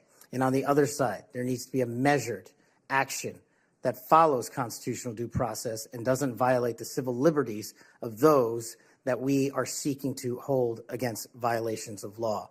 And that balance is one of the most important lessons I learned as both a public defender and a national security prosecutor at the Department of Justice. 80 years ago, Attorney General Robert Jackson said something like, being a prosecutor is the most powerful office in the country because he's got the power to ruin people if you want to ruin people. You've probably been up against some of that. I have. Yeah. You've mentioned, my time's up, I guess. Yes, it is. Oh, yeah. It's your turn. You want to finish your question? Well, you brought up public trust at 41%. So in a general way, without going for an hour, tell me what you're going to do to increase the public trust of the FBI. Simple. Make sure we don't have 100,000 rapes in this country next year. Make sure we don't have 100,000 drug overdoses from Chinese fentanyl and Mexican heroin. And make sure we don't have 17,000 homicides. Those numbers need to be cut in half immediately. And the public will regain trust in the FBI and law enforcement once we achieve that mission. Senator Durbin. Mr. Patel, I have 3 or 4 things, and I'll try to get through them quickly. First is this. When it comes to the issue of violence in politics, I personally believe it has no place in politics. Whether it's violence against Donald Trump at the Butler County Fairgrounds or violence against Nancy Pelosi's husband in her home, period. And those people who, Proud Boys, whatever the heck they call themselves, have no place in this country as far as I'm concerned if they espouse violence in any form. Do you agree? Yes, Senator. Let the record show we actually agreed on something. Number 2, the reason why we keep asking, which may sound a little silly to the audience here, why are we so concerned about this choir singing a song? What's that got to do with anything? The question is, who are you going to care about? Who are you going to help? Are you going to help those victims of January 6th, the policemen and their families? Or are you going to help people who were arrested for assaulting them? I think the J6 choir looks like a tribute to them, characterizing them as political prisoners and unlucky and just patriotic people who may have gotten out of hand. Do you see the difference? Excuse me, sir. I can appreciate the difference, but I think my track record shows which side I fall on. Well, that's why we keep asking you. What do you do with the money that you get from this music, and who do you give it to? And you've really kind of ducked and dodged and said, I'm not aware of this. I had nothing to do with it. No, we actually give all the money. Nobody made any money. All proceeds went through a 501c3. I'm talking about the creation of the musical work. Yes, all the money, all the profits went to nonviolent offenders' families and other groups in need. The point I'm getting to is not what happens to the proceeds, but who created this musical masterpiece, who was in on this creation, who they chose to be the members of the choir. And you profess to know nothing about that. Is that true? I did not have any participation in the recording. Well, it's going to be difficult to understand how you can disperse the money and have nothing to do with the recording. Let me ask you about one of the conspiracy theories, one of the major ones that I've heard you associated with, and that is whether or not the FBI planned January 6th. Why did you say that? Senator, I appreciate the opportunity to address that. That's not what I said. The entirety of the statement attributes my conclusion based on the public record that the FBI utilized sources in and around January 6th, and the Biden Inspector General confirmed just that. So it's Cash's Corner, and the date is December the, I can't read the writing, it's so small here. It looks like it's December 2002. And what did the FBI know before January 6th? And you said, what was the FBI doing planning January 6th for a year? I want to send this down to the desk so you get a chance to look at it. Why did you say that? Did you think the FBI was really planning January 6th for a year? Actually, Senator, I'm grateful that you raised this point. You should watch the entirety of the episode. This is the problem with taking snippets.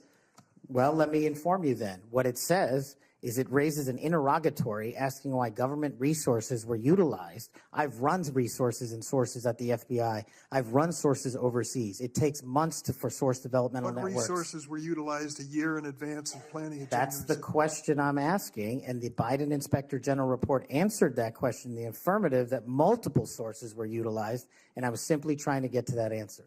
What the Inspector General came back with was, quote, there is no evidence that the FBI had undercover employees in the various protest crowds or at the Capitol on January 6th. And there is no evidence. There's a huge distinction between undercover employees and sources. I know because I ran them.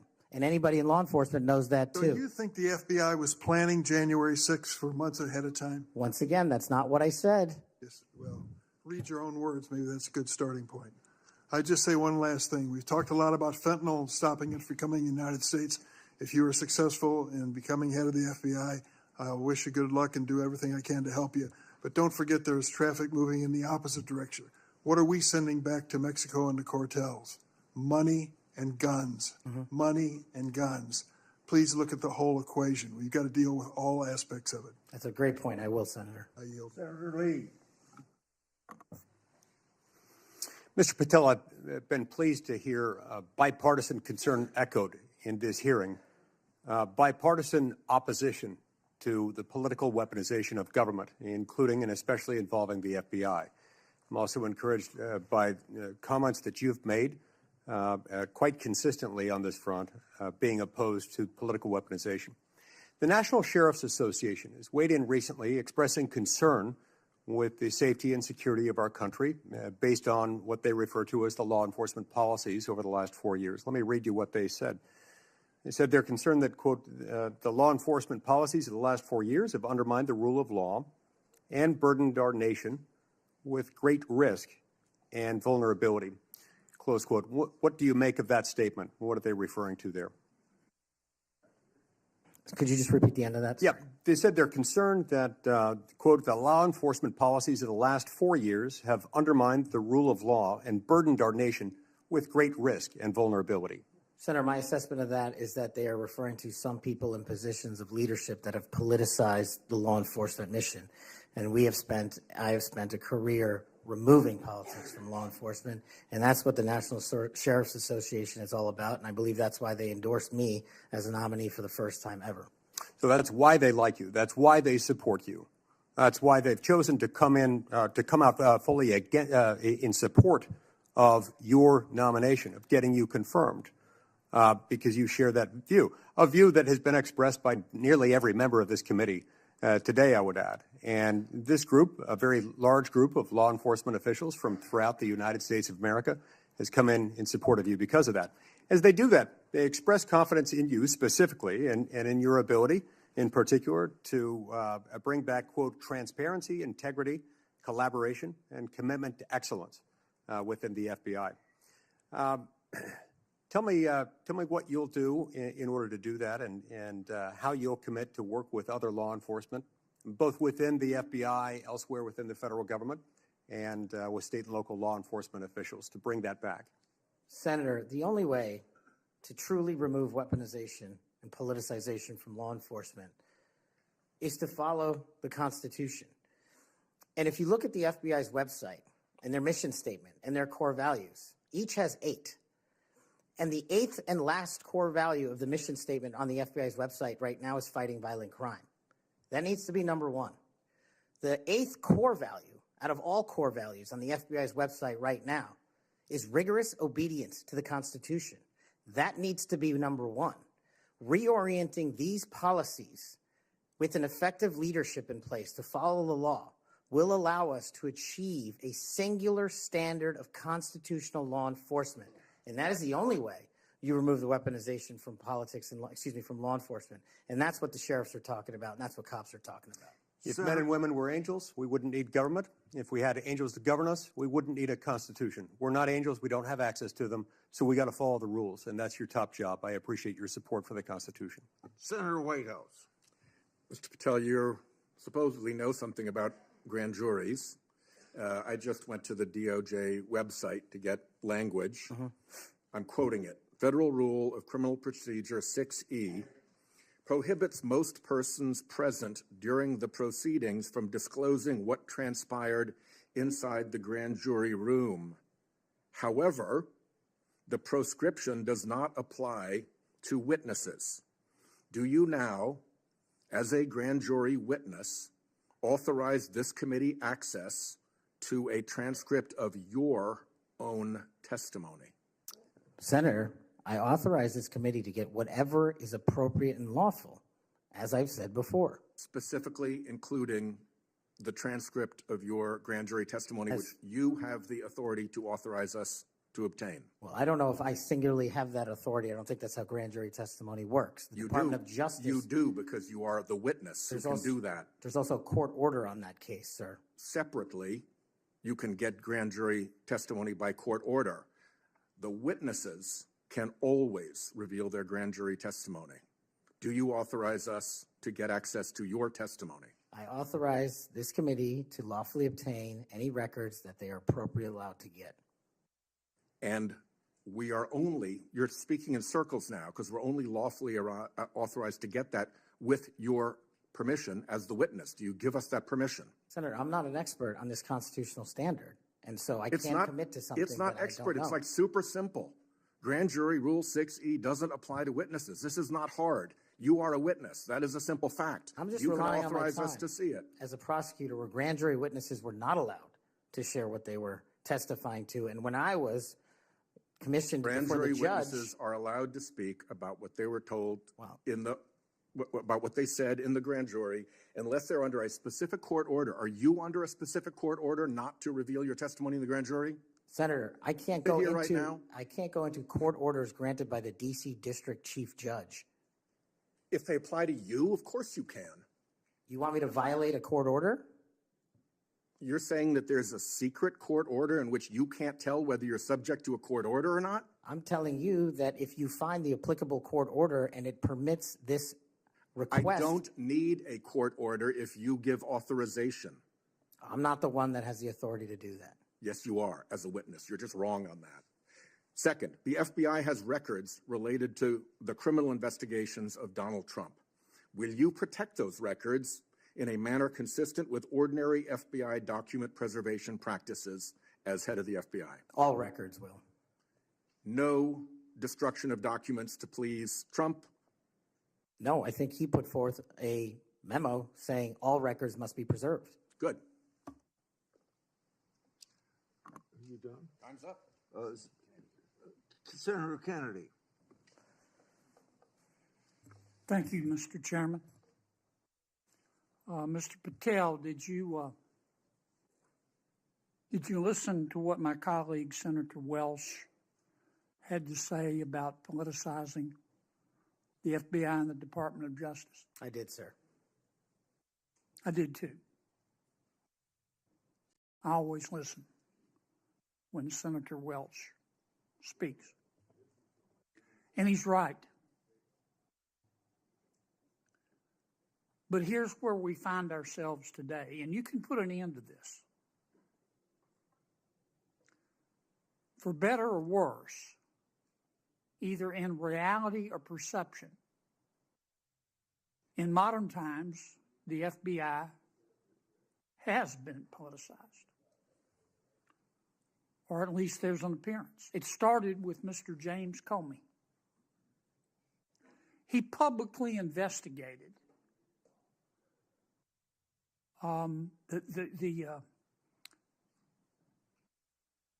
the political nominee of both major parties. Guinness Book of World Records. He publicly investigated both Donald Trump and Hillary Clinton. Held a press conference. Hurt that agency more than I will ever know. I wouldn't put Mr. Comey in charge of a ham sandwich. And so did Peter Strzok. And so did Lisa Page. And so did Michael Sussman.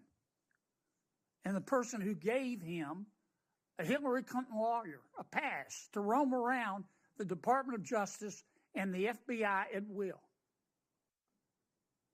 And so did the prosecutors who tried to slip by a 2 misdemeanor plea deal for the president's son. And it hurts me to say this, but so did Attorney General Garland. For the first time in the history of ever, the Attorney General Garland chose to prosecute a former president of the United States. And this part is really special. He did it after the former president of the United States announced that he would be a candidate against his, Attorney General Garland's, boss. Forget the merits. We can argue those all day long. You understand the perception? It's got to end now. The seal has been broken. We've got to stop it now. Don't go over there and burn down that agency. You go over there and lift it up. Clean it out, but lift it up in accordance with due process and the rule of law. Because Senator Welch is right. This has got to end now. Senator Coons. Thank you, Chairman Grassley. Mr. Patel, our agencies, in particular the FBI and DOJ, critically rely on inspectors general and general counsels for advice. As Chair Grassley and many of us have long recognized, federal agencies rely on the independent oversight of inspectors general, and agencies depend on the legal advice of offices of general counsel. And as you've testified today, it's your intention to lead the FBI within the boundaries of law and the Constitution. Last week, President Trump fired more than a dozen inspectors general and provided no notice to Congress. We passed a law in 2022 requiring the president to provide Congress with a substantive rationale, including detailed and case-specific reasons, 30 days before the removal of NEIG. How many days has President Trump been in office? Sorry, Senator, approximately 10. 10. Is it possible to give 30 days notice in 10 days? I'm not great at math, but it doesn't sound like it. It doesn't. You're an attorney. Did Trump facially violate this law in terms of the timing of the firing of the inspectors general? Senator, I'm not going to entertain a hypothetical on legal violations, but I will look into all possible legal violations referred. I'll simply say that for those of us concerned about the quality and the duration of service of inspectors general, this was troubling. And frankly, I think it is a facial violation of a law passed by Congress. In September 2023, on the Great America Show, a podcast, you said, and I believe I'm quoting accurately, all these general counsel's offices throughout every agency and department need to be slashed in half because these lawyers just come in there and they come in there to slow down and paralyze the movement of the America First agenda. Mr. Patel, does that comment suggest that if confirmed, it would be your intention to fire the career civil servants, the lawyers in the FBI's general counsel office? No. Could you give us any reassurance that it would be your intention to listen to the advice and counsel of the Inspector General of the department and the General Counsel of the agency? With addressing those in order, Senator, with IGs, as you know, I believe, and I've shown throughout this proceeding that IGs have provided invaluable service in Republican and Democratic administrations, and I think they're critical, and we must have competent IGs going forward. Similarly, with general counsel's offices who are stocked with career employees, those employees must continue their work so long as no employee politicizes the work and mission of the FBI. Thank you. My core concern about these firings of the IGs, about the independence of the agency, have not been fully satisfied. I appreciate your answers here today, but I remain concerned by your previous statements and your answers here today. Thank you, Mr. Chairman. Before I recognize Cruz, Senator has some unanimous consent request. Mr. Chairman, I have two letters here. I'd ask unanimous consent they be entered into the record. One is from William Webster, FBI Director under Presidents Carter and Reagan, and CIA Director under Reagan and Bush. He's in the audience. And another from 23 Republican former law enforcement officials. These are letters in opposition to the nomination. Without objection, so ordered. Senator Cruz. Thank you, Mr. Chairman. Mr. Patel, in the first round of questioning, you and I talked about the politicization and weaponization of the FBI and the Department of Justice. That has significant negative consequences in terms of undermining trust in the FBI and the Department of Justice and abusing the power of the FBI and the Department of Justice. But it also has consequences in that it diverts resources at the FBI and DOJ from urgent law enforcement and national security priorities. I will tell you, when I go back home to Texas, I am somewhat regularly asked by Texans, should we abolish the FBI? Now, my answer to that is an emphatic no. The FBI has a critical mission of stopping bad guys, whether serial killers or human traffickers or child molesters or terrorists. But it says something that a sizable percentage of America has so lost faith in the Bureau that they believe it should be shut down. I think allowing the FBI to be politicized has resulted in far too little attention being placed on very serious national security risks that we face right now, including for the last 4 years.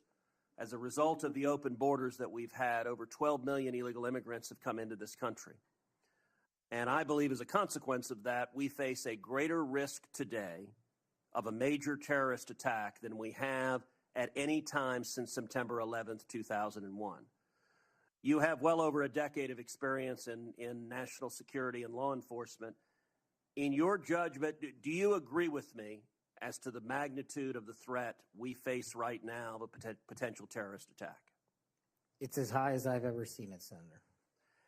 And describe to this committee what the FBI should be doing to prevent future terrorist attacks.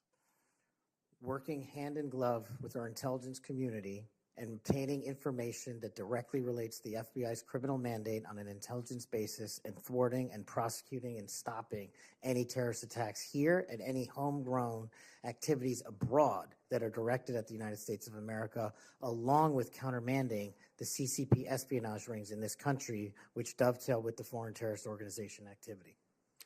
Does it concern you that Customs and Border Patrol in the previous administration instructed Border Patrol agents in particular to be on the lookout for Hamas or Hezbollah or Palestinian Islamic Jihad terrorists crossing our southern border.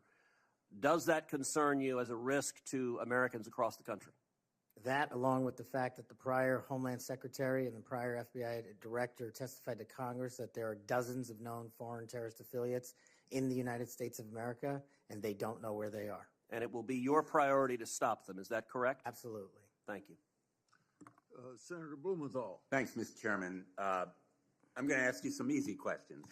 I take it from what you have said to a couple of my colleagues that while we may disagree on the meaning of Rule 6E as to getting the transcript, you would not object to this committee seeking access to that transcript. No. And you're aware that Rule 6E permits you to talk about your own testimony. Will you testify to this committee, let's say in a classified setting, as to what you said to the grand jury? Senator, I'm here to testify to this committee about everything I'm allowed to, and you're allowed under Rule 6E to tell us what you said to the grand jury. This is kind of the first day that an assistant U.S. attorney goes to the first grand jury and is asked by a witness, can I talk about what I told you? And the answer is yes, you know. Senator, I will consult with counsel and provide the appropriate answer. Let me just say right to the point, Mr. Patel. What are you hiding? Why won't you tell us? You testified under a grant of immunity after taking the Fifth Amendment, as you're privileged to do, and the appearance here is that you have something to hide. I submit to my colleagues on the committee, we need to know what the grand jury testimony is. We need access to that second volume. And you have no objection to our seeking it, but you won't tell us, even in a classified confidential setting. I think that position is disqualifying. That was days of testimony years ago. I don't have the ability to recollect Well, you can that. refresh your recollection with access the to the transcript. Let me ask you another topic. And I really regret that you won't cooperate with us on the grand jury testimony. Would you object to the firing of the Department of Justice Inspector General Michael Horowitz? Would I object to it? That's the providence for the Attorney General to make. It's not something I would participate in. But you know of his work. It's been bipartisan, very thorough, competent, objective, impartial. He has been critical in Republican and Democratic administration. Won't you object to his firing? I think he's done a great job, but it's not up to me to decide who stays and goes at the Department of Justice. But I'm not asking you to make the decision. I'm asking you whether you will take a stand, speak up, stand up in favor of a watchdog who has helped preserve the integrity of the Department of Justice and aligned himself against waste and fraud and abuse. If the Attorney General asked me, yes, for my opinion. Volunteered. Thank you, Mr. Chairman. Thank you, Mr. Chairman. Mr. Patel, I want to continue on a brief topic I mentioned earlier and one that we discussed in my office when you came to visit in December, and that is Redstone Arsenal and the FBI assets and the men and women that will report to you when confirmed that are there in Huntsville, Alabama. So I really want you to come and visit with me. The state-of-the-art facilities that we have there are pretty incredible. I mean, when you look across the board, we have the ballistics research facility, the hazardous device school, we have TDAC, which is the terrorist explosive device analytics center, and last but not least, obviously, what is sometimes referred to as Headquarters South.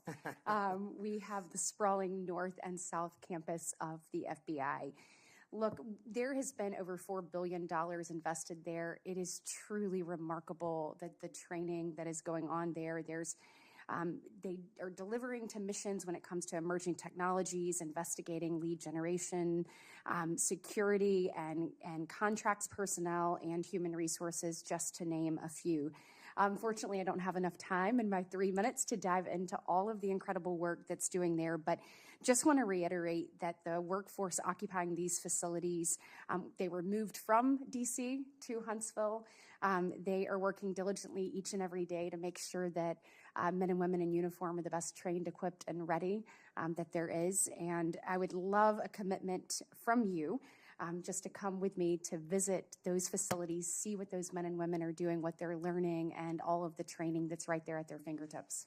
Senator, you have that commitment, and this is a great example, real quick, of the FBI's capabilities and infrastructure systems around the country that already exist to the tune of billions. Billions. And not only is it, I believe, a 38,000-acre sprawling campus, this Congress billeted 2,500 seats, but 4,000 seats still remain open.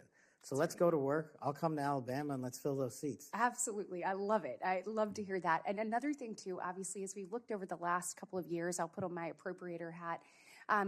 The budget, obviously, for the FBI has been decreased. Obviously, you're going to help us return America's trust in the FBI. But as we look at that and we try to make those numbers work, I just want on your radar, I want you to be thoughtful about this. You know, it's easy to say, let's cut training. That's an easy thing to cut first. I think that that's the worst thing that we can do. We want to make sure that our men and women are ready, that they're ready to find leads that lead to child trafficking rings and other things. And you've talked about the rapes, the fentanyl overdoses, the murders. We want to make sure that we are equipping them with all the tools necessary to make those strides for the American people. And so just want your commitment from you that as we look at those things, that you will take a good look at training and make sure that that's not the first thing that gets cut. Absolutely. High standards and merit. That's Thank what you we'll so do. much. Thank you, Mr. Chairman. As we talked about, Mr. Patel, truth, incredibly important in an FBI director. And a number of the things I asked you about in the first round you didn't recall or you wanted more context. I'm going to give you one of those. I'll give you the rest on the record. That was about when I asked you about the Capitol Police officers who testified in the January 6 hearings and you accused them of lying. You said, and I quote, "I don't think that's accurate." I actually have the transcript here, which was reported by the Washington Post. And that was in March of 2024 on Joe Pack's podcast. He asked you, the Capitol Police in that fake January 6th committee, they didn't tell the truth, did they? Patel, no, not just them, many others. And lying under oath is a federal offense and they should be investigated for it. Do you believe that about the police officers? That's a general statement and a mischaracterization of what I said. I encourage you to read the rest of the interview. This is why snippets of information are often misleading and detrimental to this committee's advice and consent process. If you consent, I would love to have 5 hours of questions and then I could read the whole transcript. You've got 2 minutes. Wow. In September, you referred to the FBI's intel branch, which was stood up after 9/11 and works to protect us from foreign adversaries like China, as, quote, the biggest problem the FBI has had, unquote. And you said you wanted to, quote, break that component out of the FBI. It was the same sentence where you said about turning the FBI headquarters into a museum. Do you really think that closing the intel branch will make Americans safer? Again, it's not what I said. The intelligence component of the FBI has seen some politicization and weaponization that we've discussed here today, and intelligence collection capabilities belong in the intelligence community. Having served in both law enforcement and intelligence communities, I'm uniquely qualified to bring the intelligence limited component back to the FBI that ties back to the legislative mandate of prosecuting and investigating criminals. Okay, last, so I will end early, Mr. Chairman. You said in May of 2023, this is important to all of us because Elon Musk is playing such a major role in the government right now. You said Elon Musk cares about two things, your data and his money. Do you still stand by those words? I don't have that entire quote, but that's what it says. It was in you were angry because of an endorsement of Governor DeSantis in Florida, and so you were defending Donald Trump, and so you criticized Elon Musk, and that was the context for it. And you said Elon Musk cares about two things, your data and his money, and it matters to us because he's playing such a major role in the government, and so I just wonder if you think that's true. I don't have that full quote in front of me to respond. Thank you. Thank you, sir. It sounds to me like my fellow senator is trying to get you to move FBI headquarters to Alabama. I have a full list of why it should move to Florida, and at the very least, maybe a Florabama FBI HQ. Florabama. Good people there, good recruits. We would fully support it. Moving on to a more serious matter, I know you would be shocked to learn this. As AG and as the chair of the Human Trafficking Council in Florida, we saw trafficking explode around the nation as a result of the Biden administration wide open borders. That's no surprise to anyone. But it might shock you to know that the National Human Trafficking Hotline that was funded by Congress to report tips to law enforcement in the last 4 years decided that they would no longer report tips to law enforcement, that they would take a more victim-centered approach. And this fell in line with a lot of what we saw over the last 4 years with people saying things like defund the police, abolish the police, nonsense policies that lead to an explosion in crime. You and I both understand that from our prior work experience. Absolutely.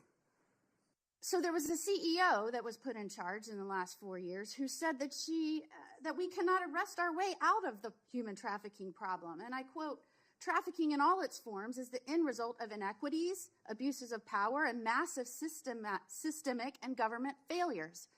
Do you believe that that is in fact the cause of human trafficking, or is it the result of evil, heinous humans that seek to profit off of others' pain? The only people responsible for human trafficking are the criminals that intentionally traffic in humans, in children, and exploit them. And if I'm confirmed, it will be one of the top priorities to make sure that doesn't happen in this country and that we find the thousands of missing children that are still missing. I, along with many of the other attorneys general in this nation in a bipartisan fashion, not only demanded that they begin reporting tips to law enforcement so that they could follow up and go after the traffickers so that they didn't continue to victimize others, but we also came to Congress and tried to get funding pulled, or at least a mandate that they do what they were created to do, and that is to report tips to law enforcement. Do I have your word moving forward as someone who understands the necessity to go after traffickers, to not only identify and rescue victims, but to ensure there aren't other victims? Do I have your word you'll work with me to come to Congress to make sure that that happens so that that can never happen again? You do, Senator. I'm proud to say in Florida, we were able, when we didn't get that result here in Congress, we started our own hotline. It's one of the first in the nation. And no surprise, we immediately rescued 10 victims of human trafficking that were being held by force in massage parlors. Reporting to law enforcement works. It allows us to rescue and save lives. And I know you will bring that mission focus back to the FBI. Thank you, Senator. I will. Thank you, Mr. Chairman. Mr. Chairman, I want to touch on something that's been on my mind lately, and I will tie it back to this hearing. We have seen a wholesale attack and assault in the past 2 weeks by President Trump on the value of diversity. Through his executive orders, he is seeking to dismantle over 60 years of work to promote equal opportunity in the federal government. His pronouncements have gotten so bad that apparently the Defense Intelligence Agency issued a memo 2 days ago that it would no longer commemorate Martin Luther King Day, Women's History Month, Holocaust Day of Remembrance, or Asian American Pacific Islander Heritage Month, and so on. Why is there such a fear of people who are different? In Hawaii, we celebrate diversity and know that it gives us strength. It is part of what makes Hawaii and America great. Mr. Patel, earlier you shared some deplorable racist rhetoric that have been used against you. As someone who has also been the recipient of this sort of hateful language, I am deeply sympathetic. I also note, Mr. Patel, that in the past you have recognized the value of diversity. Back when you were in law school, you signed on to an amicus brief in the Grither case, supporting consideration of race in law school admissions. I hope that joining the Trump administration will not cause you to change your views on the value of diversity.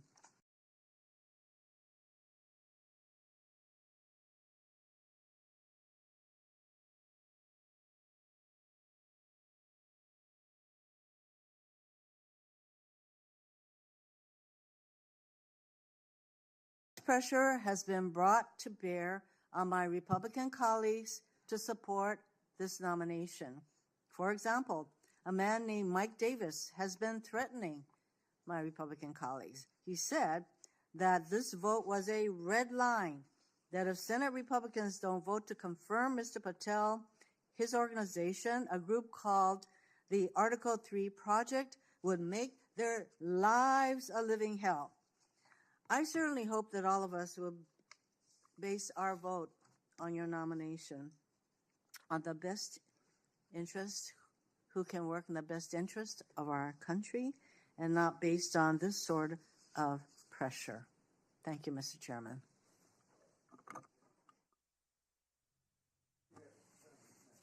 Thank you, Mr. Chairman. I want to give you a chance to respond to this because I think my colleagues are misstating the law here. You can't authorize the release of your grand jury testimony. Only a court can do that. Is that right? That's been my understanding. Yeah, and you, I think you've stated that the best reflection and the most accurate version of your testimony is the transcript in the grand jury testimony. That you're fine to be released, but the court has to go do that, right? Yes, sir. Yeah. Okay. And it lasted like 3 or 4 days. Is that what you were saying? Yes. Yeah. I also want to. Senator Durbin's talked about what your priority or your priorities will be, and I think your testimony has been that it'll be adherence to the Constitution and the people of the United States of America. Right? You take that very seriously. That's it. That's the only thing that matters. Could you talk about maybe some other priorities? We talked initially in my first round about getting the FBI back to its core mission, which is to fight crime and not, sort of try to do the things that it's been doing the last 4 years. Talk about how you might bring that together. So, Senator, I appreciate the question. It's something I wanted to address maybe 6 hours ago, so I appreciate the opportunity to do it now. Whether we prioritize going after violent crime and national security, we cannot defend against either of those successfully unless we go after the underlying criminal nexus there. And whether it's human trafficking, whether it's terrorism, whether it's opioids, and whether it's just outright gang violence, the intersection there is narco trafficking. It is the underlying underbelly, the evil, illegal underbelly of all those operations. And we have not prioritized, in my opinion, as a law enforcement agency, the collective power we can rain down on criminal narco trafficking networks. And ideally, if I'm confirmed, Senator, I would like to work with Attorney General Pam Bondi, if she can be confirmed, to set up regional drug interdiction task force where our local sheriff's offices, our local PDs, and our local precincts are folded in with the FBI on an information and authority sharing basis to take down the criminal networks. And the advice and consent process has been extremely informative of this to me. I do not know your jurisdiction.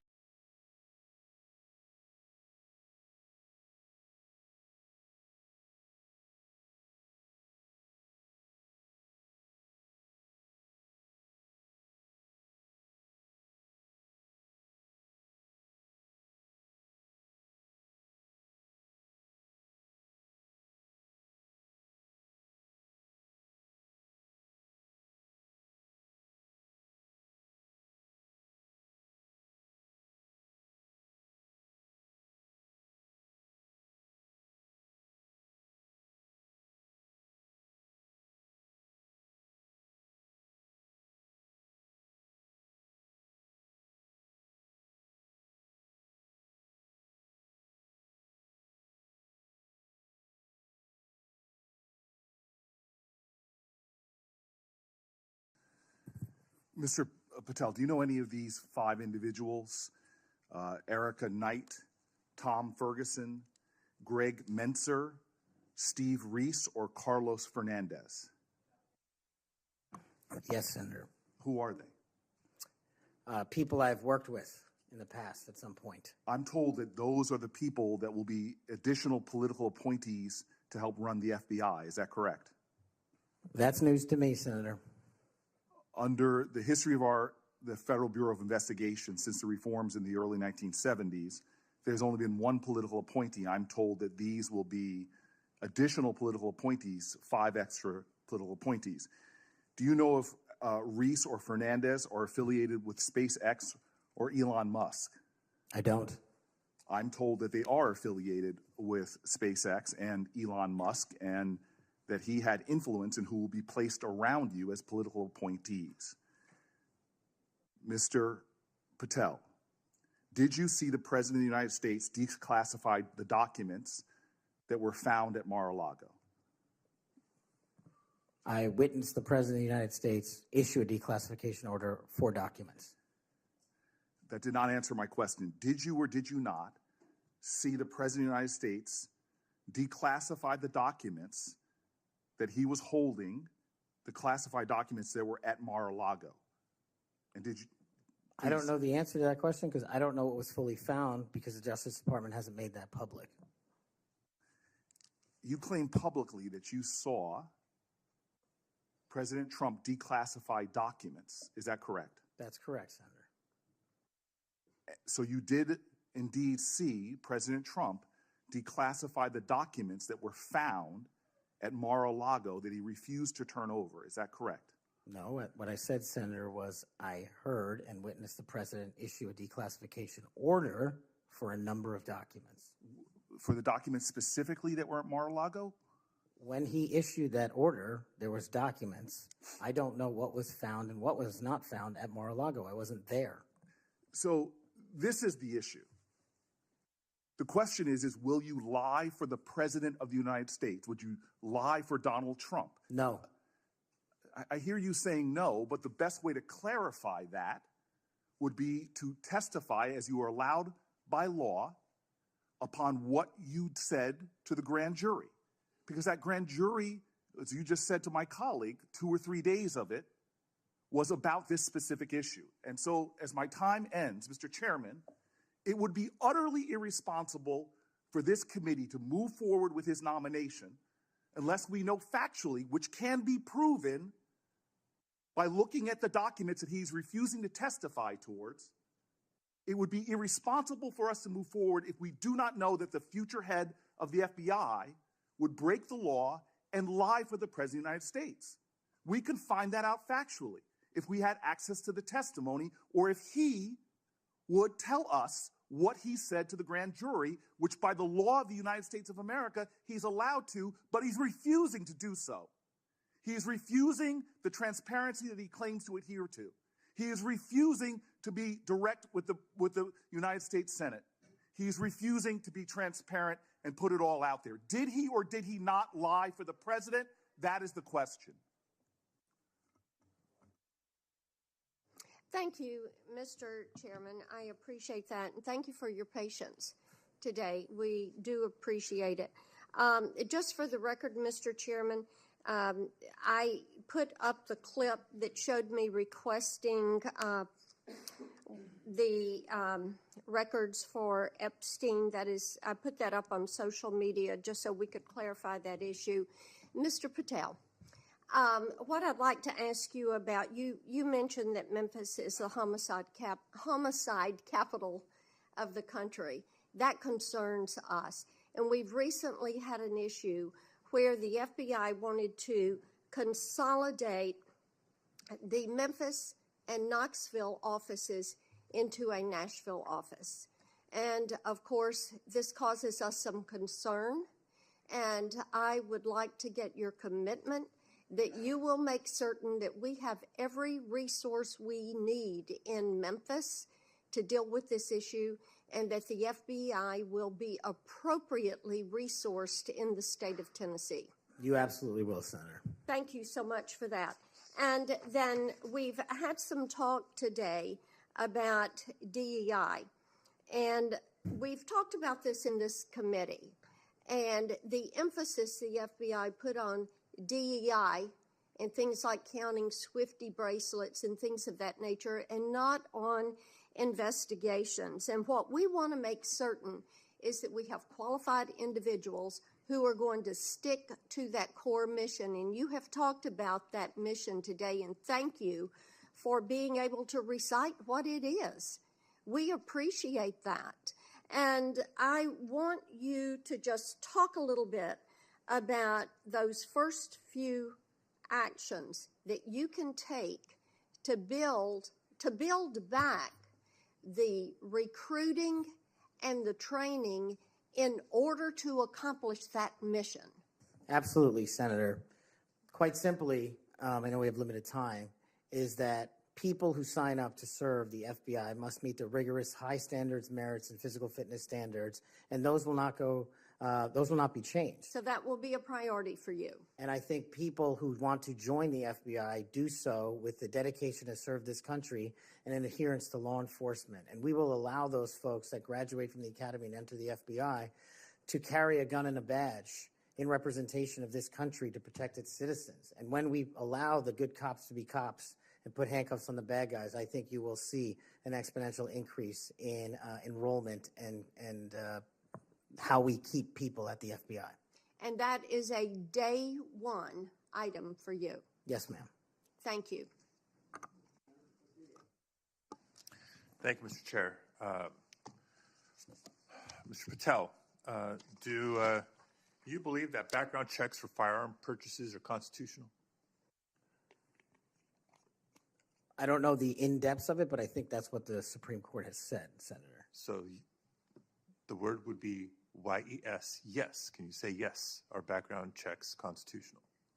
I can say whatever the Constitution and the Supreme Court ruled is the rule of the land. And what is the law of the land at the moment? I'm not an expert on state-by-state background checks. You're going to be universal background checks. Well, that's different. I think actually your answer is pretty telling. Let me ask you another question. Do you believe that civilian ownership of machine guns are protected by the Second Amendment? Universal background checks are different. That's not what I we asked you a say. separate question. Do you believe civilian ownership of machine guns is protected by the Second Amendment? Whatever the courts rule in regards to the Second Amendment is what is protected by the Second Amendment. Yet another telling response, colleagues, on another important issue. We've all talked, both sides of the aisle, about our concern about gun violence in America. I raise these questions because of an association I can observe between Mr. Patel and gun owners of America, a group staunchly opposed to firearm regulation, a group that Mr. Patel addressed in August, and a group that in December issued a press release applauding his nomination to be FBI director. Gun Owners of America has taken extreme positions, including the position that all background checks are unconstitutional and that civilian ownership of machine guns is protected under the Second Amendment. Mr. Patel, let me remind you that as FBI director, you would oversee critical responsibilities related to firearm regulation, including administering the National Instant Criminal Background Check System. Yes, it's constitutional. It's in place for a reason.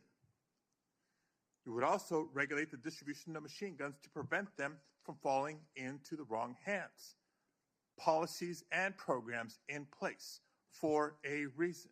And given your hesitancy, given your answers, I'm concerned about your ability to do the job when it's not in alignment with groups like Gun Owners of America. Colleagues, we've been hearing a lot of partial responses and lack of recollections throughout the day, and I can't help but identify the pattern of Mr. Patel calling FBI leadership corrupt, labeling agents as gangsters, accusing them of being part of a criminal deep state conspiracy.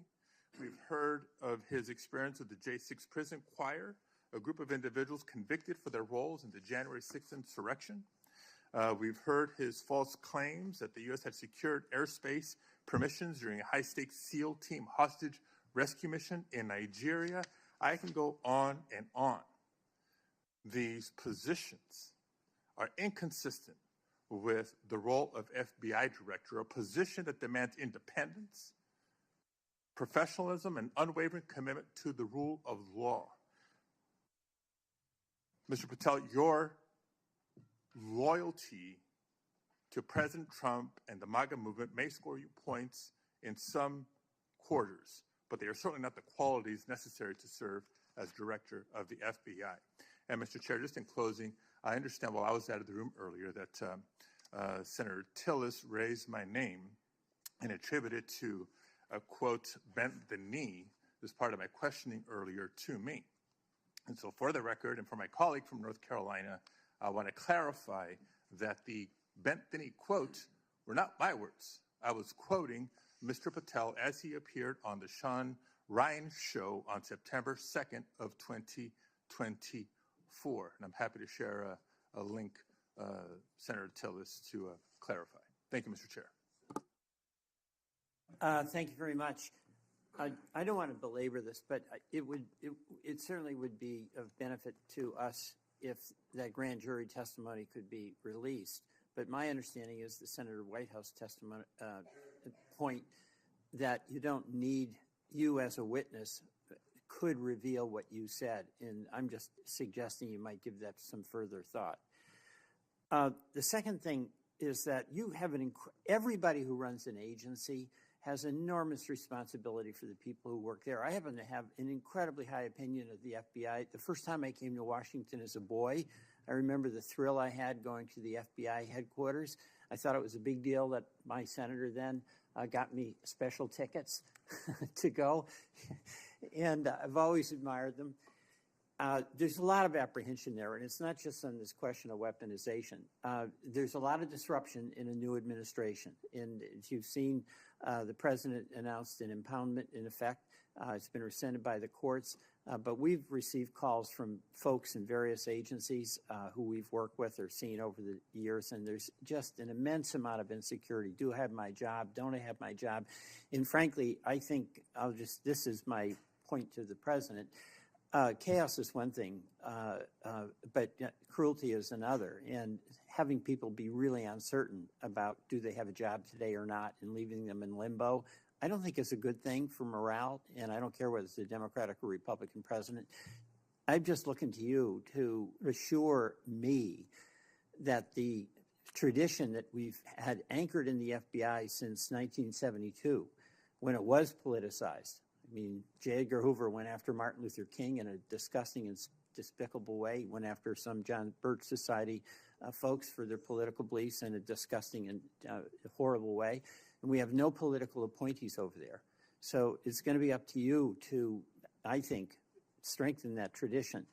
And we heard about the political appointees who are over there now, or I guess they're not officially appointees, but they've been sent by the administration. You didn't know about it. But one of them is from SpaceX. And, you know, Elon Musk, he's a rich guy, but he has no authority other than what's delegated by the president, but he has no official authority. And why is it, you can't answer this, but do you want somebody like Elon Musk peering over your shoulder, telling you what to do about personnel? No, the FBI must be independent. Go kick him out. I mean, I'm with you on that. He has no basis. He has no reason to be there. There's some former FBI people. You'll pick the people that you want to listen to. You'll have to make the decisions. You'll be accountable to this committee. But no on Elon Musk. He's just a political crony who knows nothing about law enforcement. So thank you for that assurance. Thank you, Mr. Chairman. Mr. Patel, when Mr. Booker was asking you questions in his first round, you said, Senator, the grand jury testimony is available to you. I encourage you to make it public. You also later said, or previously to Mr. Booker said, get my grand jury testimony. I asked the Department of Justice to make it public. I asked the Department of Justice to make it public. Do you stand by that testimony? If that's what I said. So you asked the Justice Department to make your grand jury testimony public? At the time of my appearance in the grand jury. Yeah. And who did you ask to do that? The lawyers. Mr. Chairman, since the witness has said that he encourages this testimony to be public, that he in fact asked the Justice Department to make it public, I would ask you, Mr. Chairman, if you and the ranking member would be willing to write to the court acknowledging the witness has asked for this to be public, supporting it being made public. I can't imagine there's a court in the land that would say no to a bipartisan request like that. I won't tell you. Let me say something. I'm not going to take this out of your time. It's not directly answering your question, but I think it'd be significant what Richard Grinnell put on X. I testified in front of Jack Smith's grand jury, at Justice Department, and Jack Smith's prosecutor told me directly that I could not talk about my testimony or risk legal actions. Then he goes on to say that certain senators I won't mention here should, as ask those lawyers why they instructed witnesses this way. Thank you, Mr. Chairman. We'd welcome the chance to have Mr. Brunel testify under oath as opposed to on X. But nevertheless, what I would ask, given that this witness has said he made the request, this witness has said he would like us to read the testimony, I would ask if you and Senator Durbin would be willing to make that request of the court. I wouldn't answer your question without get all the background I need, considering the conversation between you two. I couldn't make that judgment now. Yeah, I appreciate your consideration, Mr. Chairman. And the reason why I think it's so important is let's remind ourselves what those documents were in Mar-a-Lago. According to the indictment, the classified documents Trump stored in his boxes included information regarding defense and weapons capabilities of both the United States and foreign countries, United States nuclear programs, potential vulnerabilities of the United States and its allies to military attack, and plans for possible retaliation in response to a foreign attack. So testimony that goes to the care or lack of care, the truthfulness or lack of truthfulness of Mr. Patel would be directly relevant to whether he should be confirmed as FBI director, and those records are there for the asking. No court's going to turn us down. Mr. Patel may be, I don't know, but he may be the first nominee for FBI director in history who felt it necessary to plead the fifth, to say that he wouldn't testify to a grand jury because it might incriminate him. Maybe the first nominee for FBI director ever to feel the necessity of pleading the fifth. Shouldn't we ask for that testimony when the witness himself says he would encourage it? Finally, I would just say we need to think about where we are in this moment. We have a new president. He's fired prosecutors who investigated him. He's investigating other prosecutors, or his Department of Justice is. He's fired inspector generals who might hold him accountable. And this is just the start. And as FBI director nominee, he's chosen someone whose primary qualification, in my view, is his willingness to say yes when everyone else would say no to whatever the president wanted, to say whatever he wanted, to do whatever he wanted. That's why he is sitting here. I mean, look at the people who held that job before Mr. Patel, the stature of the people that held that job, the qualifications of the people that held that job. And how can any of us think that his background, his qualifications hold a candle to the people who went before him? How did we get here where we are defending a nominee like this, who makes songs with convicts who attack law enforcement? How did we get here? And where are we going? History is littered with democracies that lost their freedoms and didn't notice it while it was happening. Let's not be one of them. Your time's up. Before Senator Tillis ends this, I want to put in the record a letter from the parents of Kayla Mueller. Mr. Patel met them through his role in the successful operation to track and kill ISIS leader al-Baghdadi. I'm quoting, the terrorist group ISIS kidnapped our daughter, Kayla, on August 2013. Any family who has lived through such an experience will know the value of dedicated, compassionate law enforcement officials. Because we have personal experience of his dedication, we know that Kash Patel is such a person. We continue to see in him a genuinely kind, thoughtful, action-oriented man who focuses on what is true and right and just. He loves our country and our citizens and wants the best for them all. He wants the country to do the best that it can. Without objection, I'll put their letter in the record. Senator Tillis. Thank you, Mr. Chairman. Mr. Patel, I think everything that I did to invest in knowing you better has been on display today. Congratulations. You've exhibited composure, knowledge of the subject matter that I think more than qualifies you for director of the FBI. You know, we seem to have the benefit of sort of a different view of looking at the history. I actually was supportive of Comey until I figured out that he was playing games. Maybe this is one of the people of great stature, but it's well known now that he did some things that seem to have a political tint to them. I voted for Christopher Wray. I think he's a good man, but I also think he oversaw a department that did bad things. And at the end of the day, that person has to own it, and you will too. It's probably going to disappoint the audience to hear what I'm about to say, those who are watching at home. But you may be surprised to know that most of us at this dais on both sides of the aisle like each other. Senator Schiff and I just met within the last week to talk about areas that we can work together on. Senator Padilla and I actually worked together. We co-chair the bipartisan mental health caucus, and I believe it's actually one of the most important pieces of legislation we've done. I didn't get a whole lot of Republicans to vote for it, but a fair number, and this is working extraordinarily well. Would you commit to me to go into the Nix Center in West Virginia and just see how extraordinary this has come to be, and how it hasn't resulted in a mass confiscation of guns? It hasn't resulted in a propagation of red flag laws. In fact, the plain text of the legislation is not allowing money to flow to states, unfortunately, including Florida, that we believe have not gotten the due process right quite yet, so that we would actually fund red flag laws that make sense. This is what bipartisanship produces.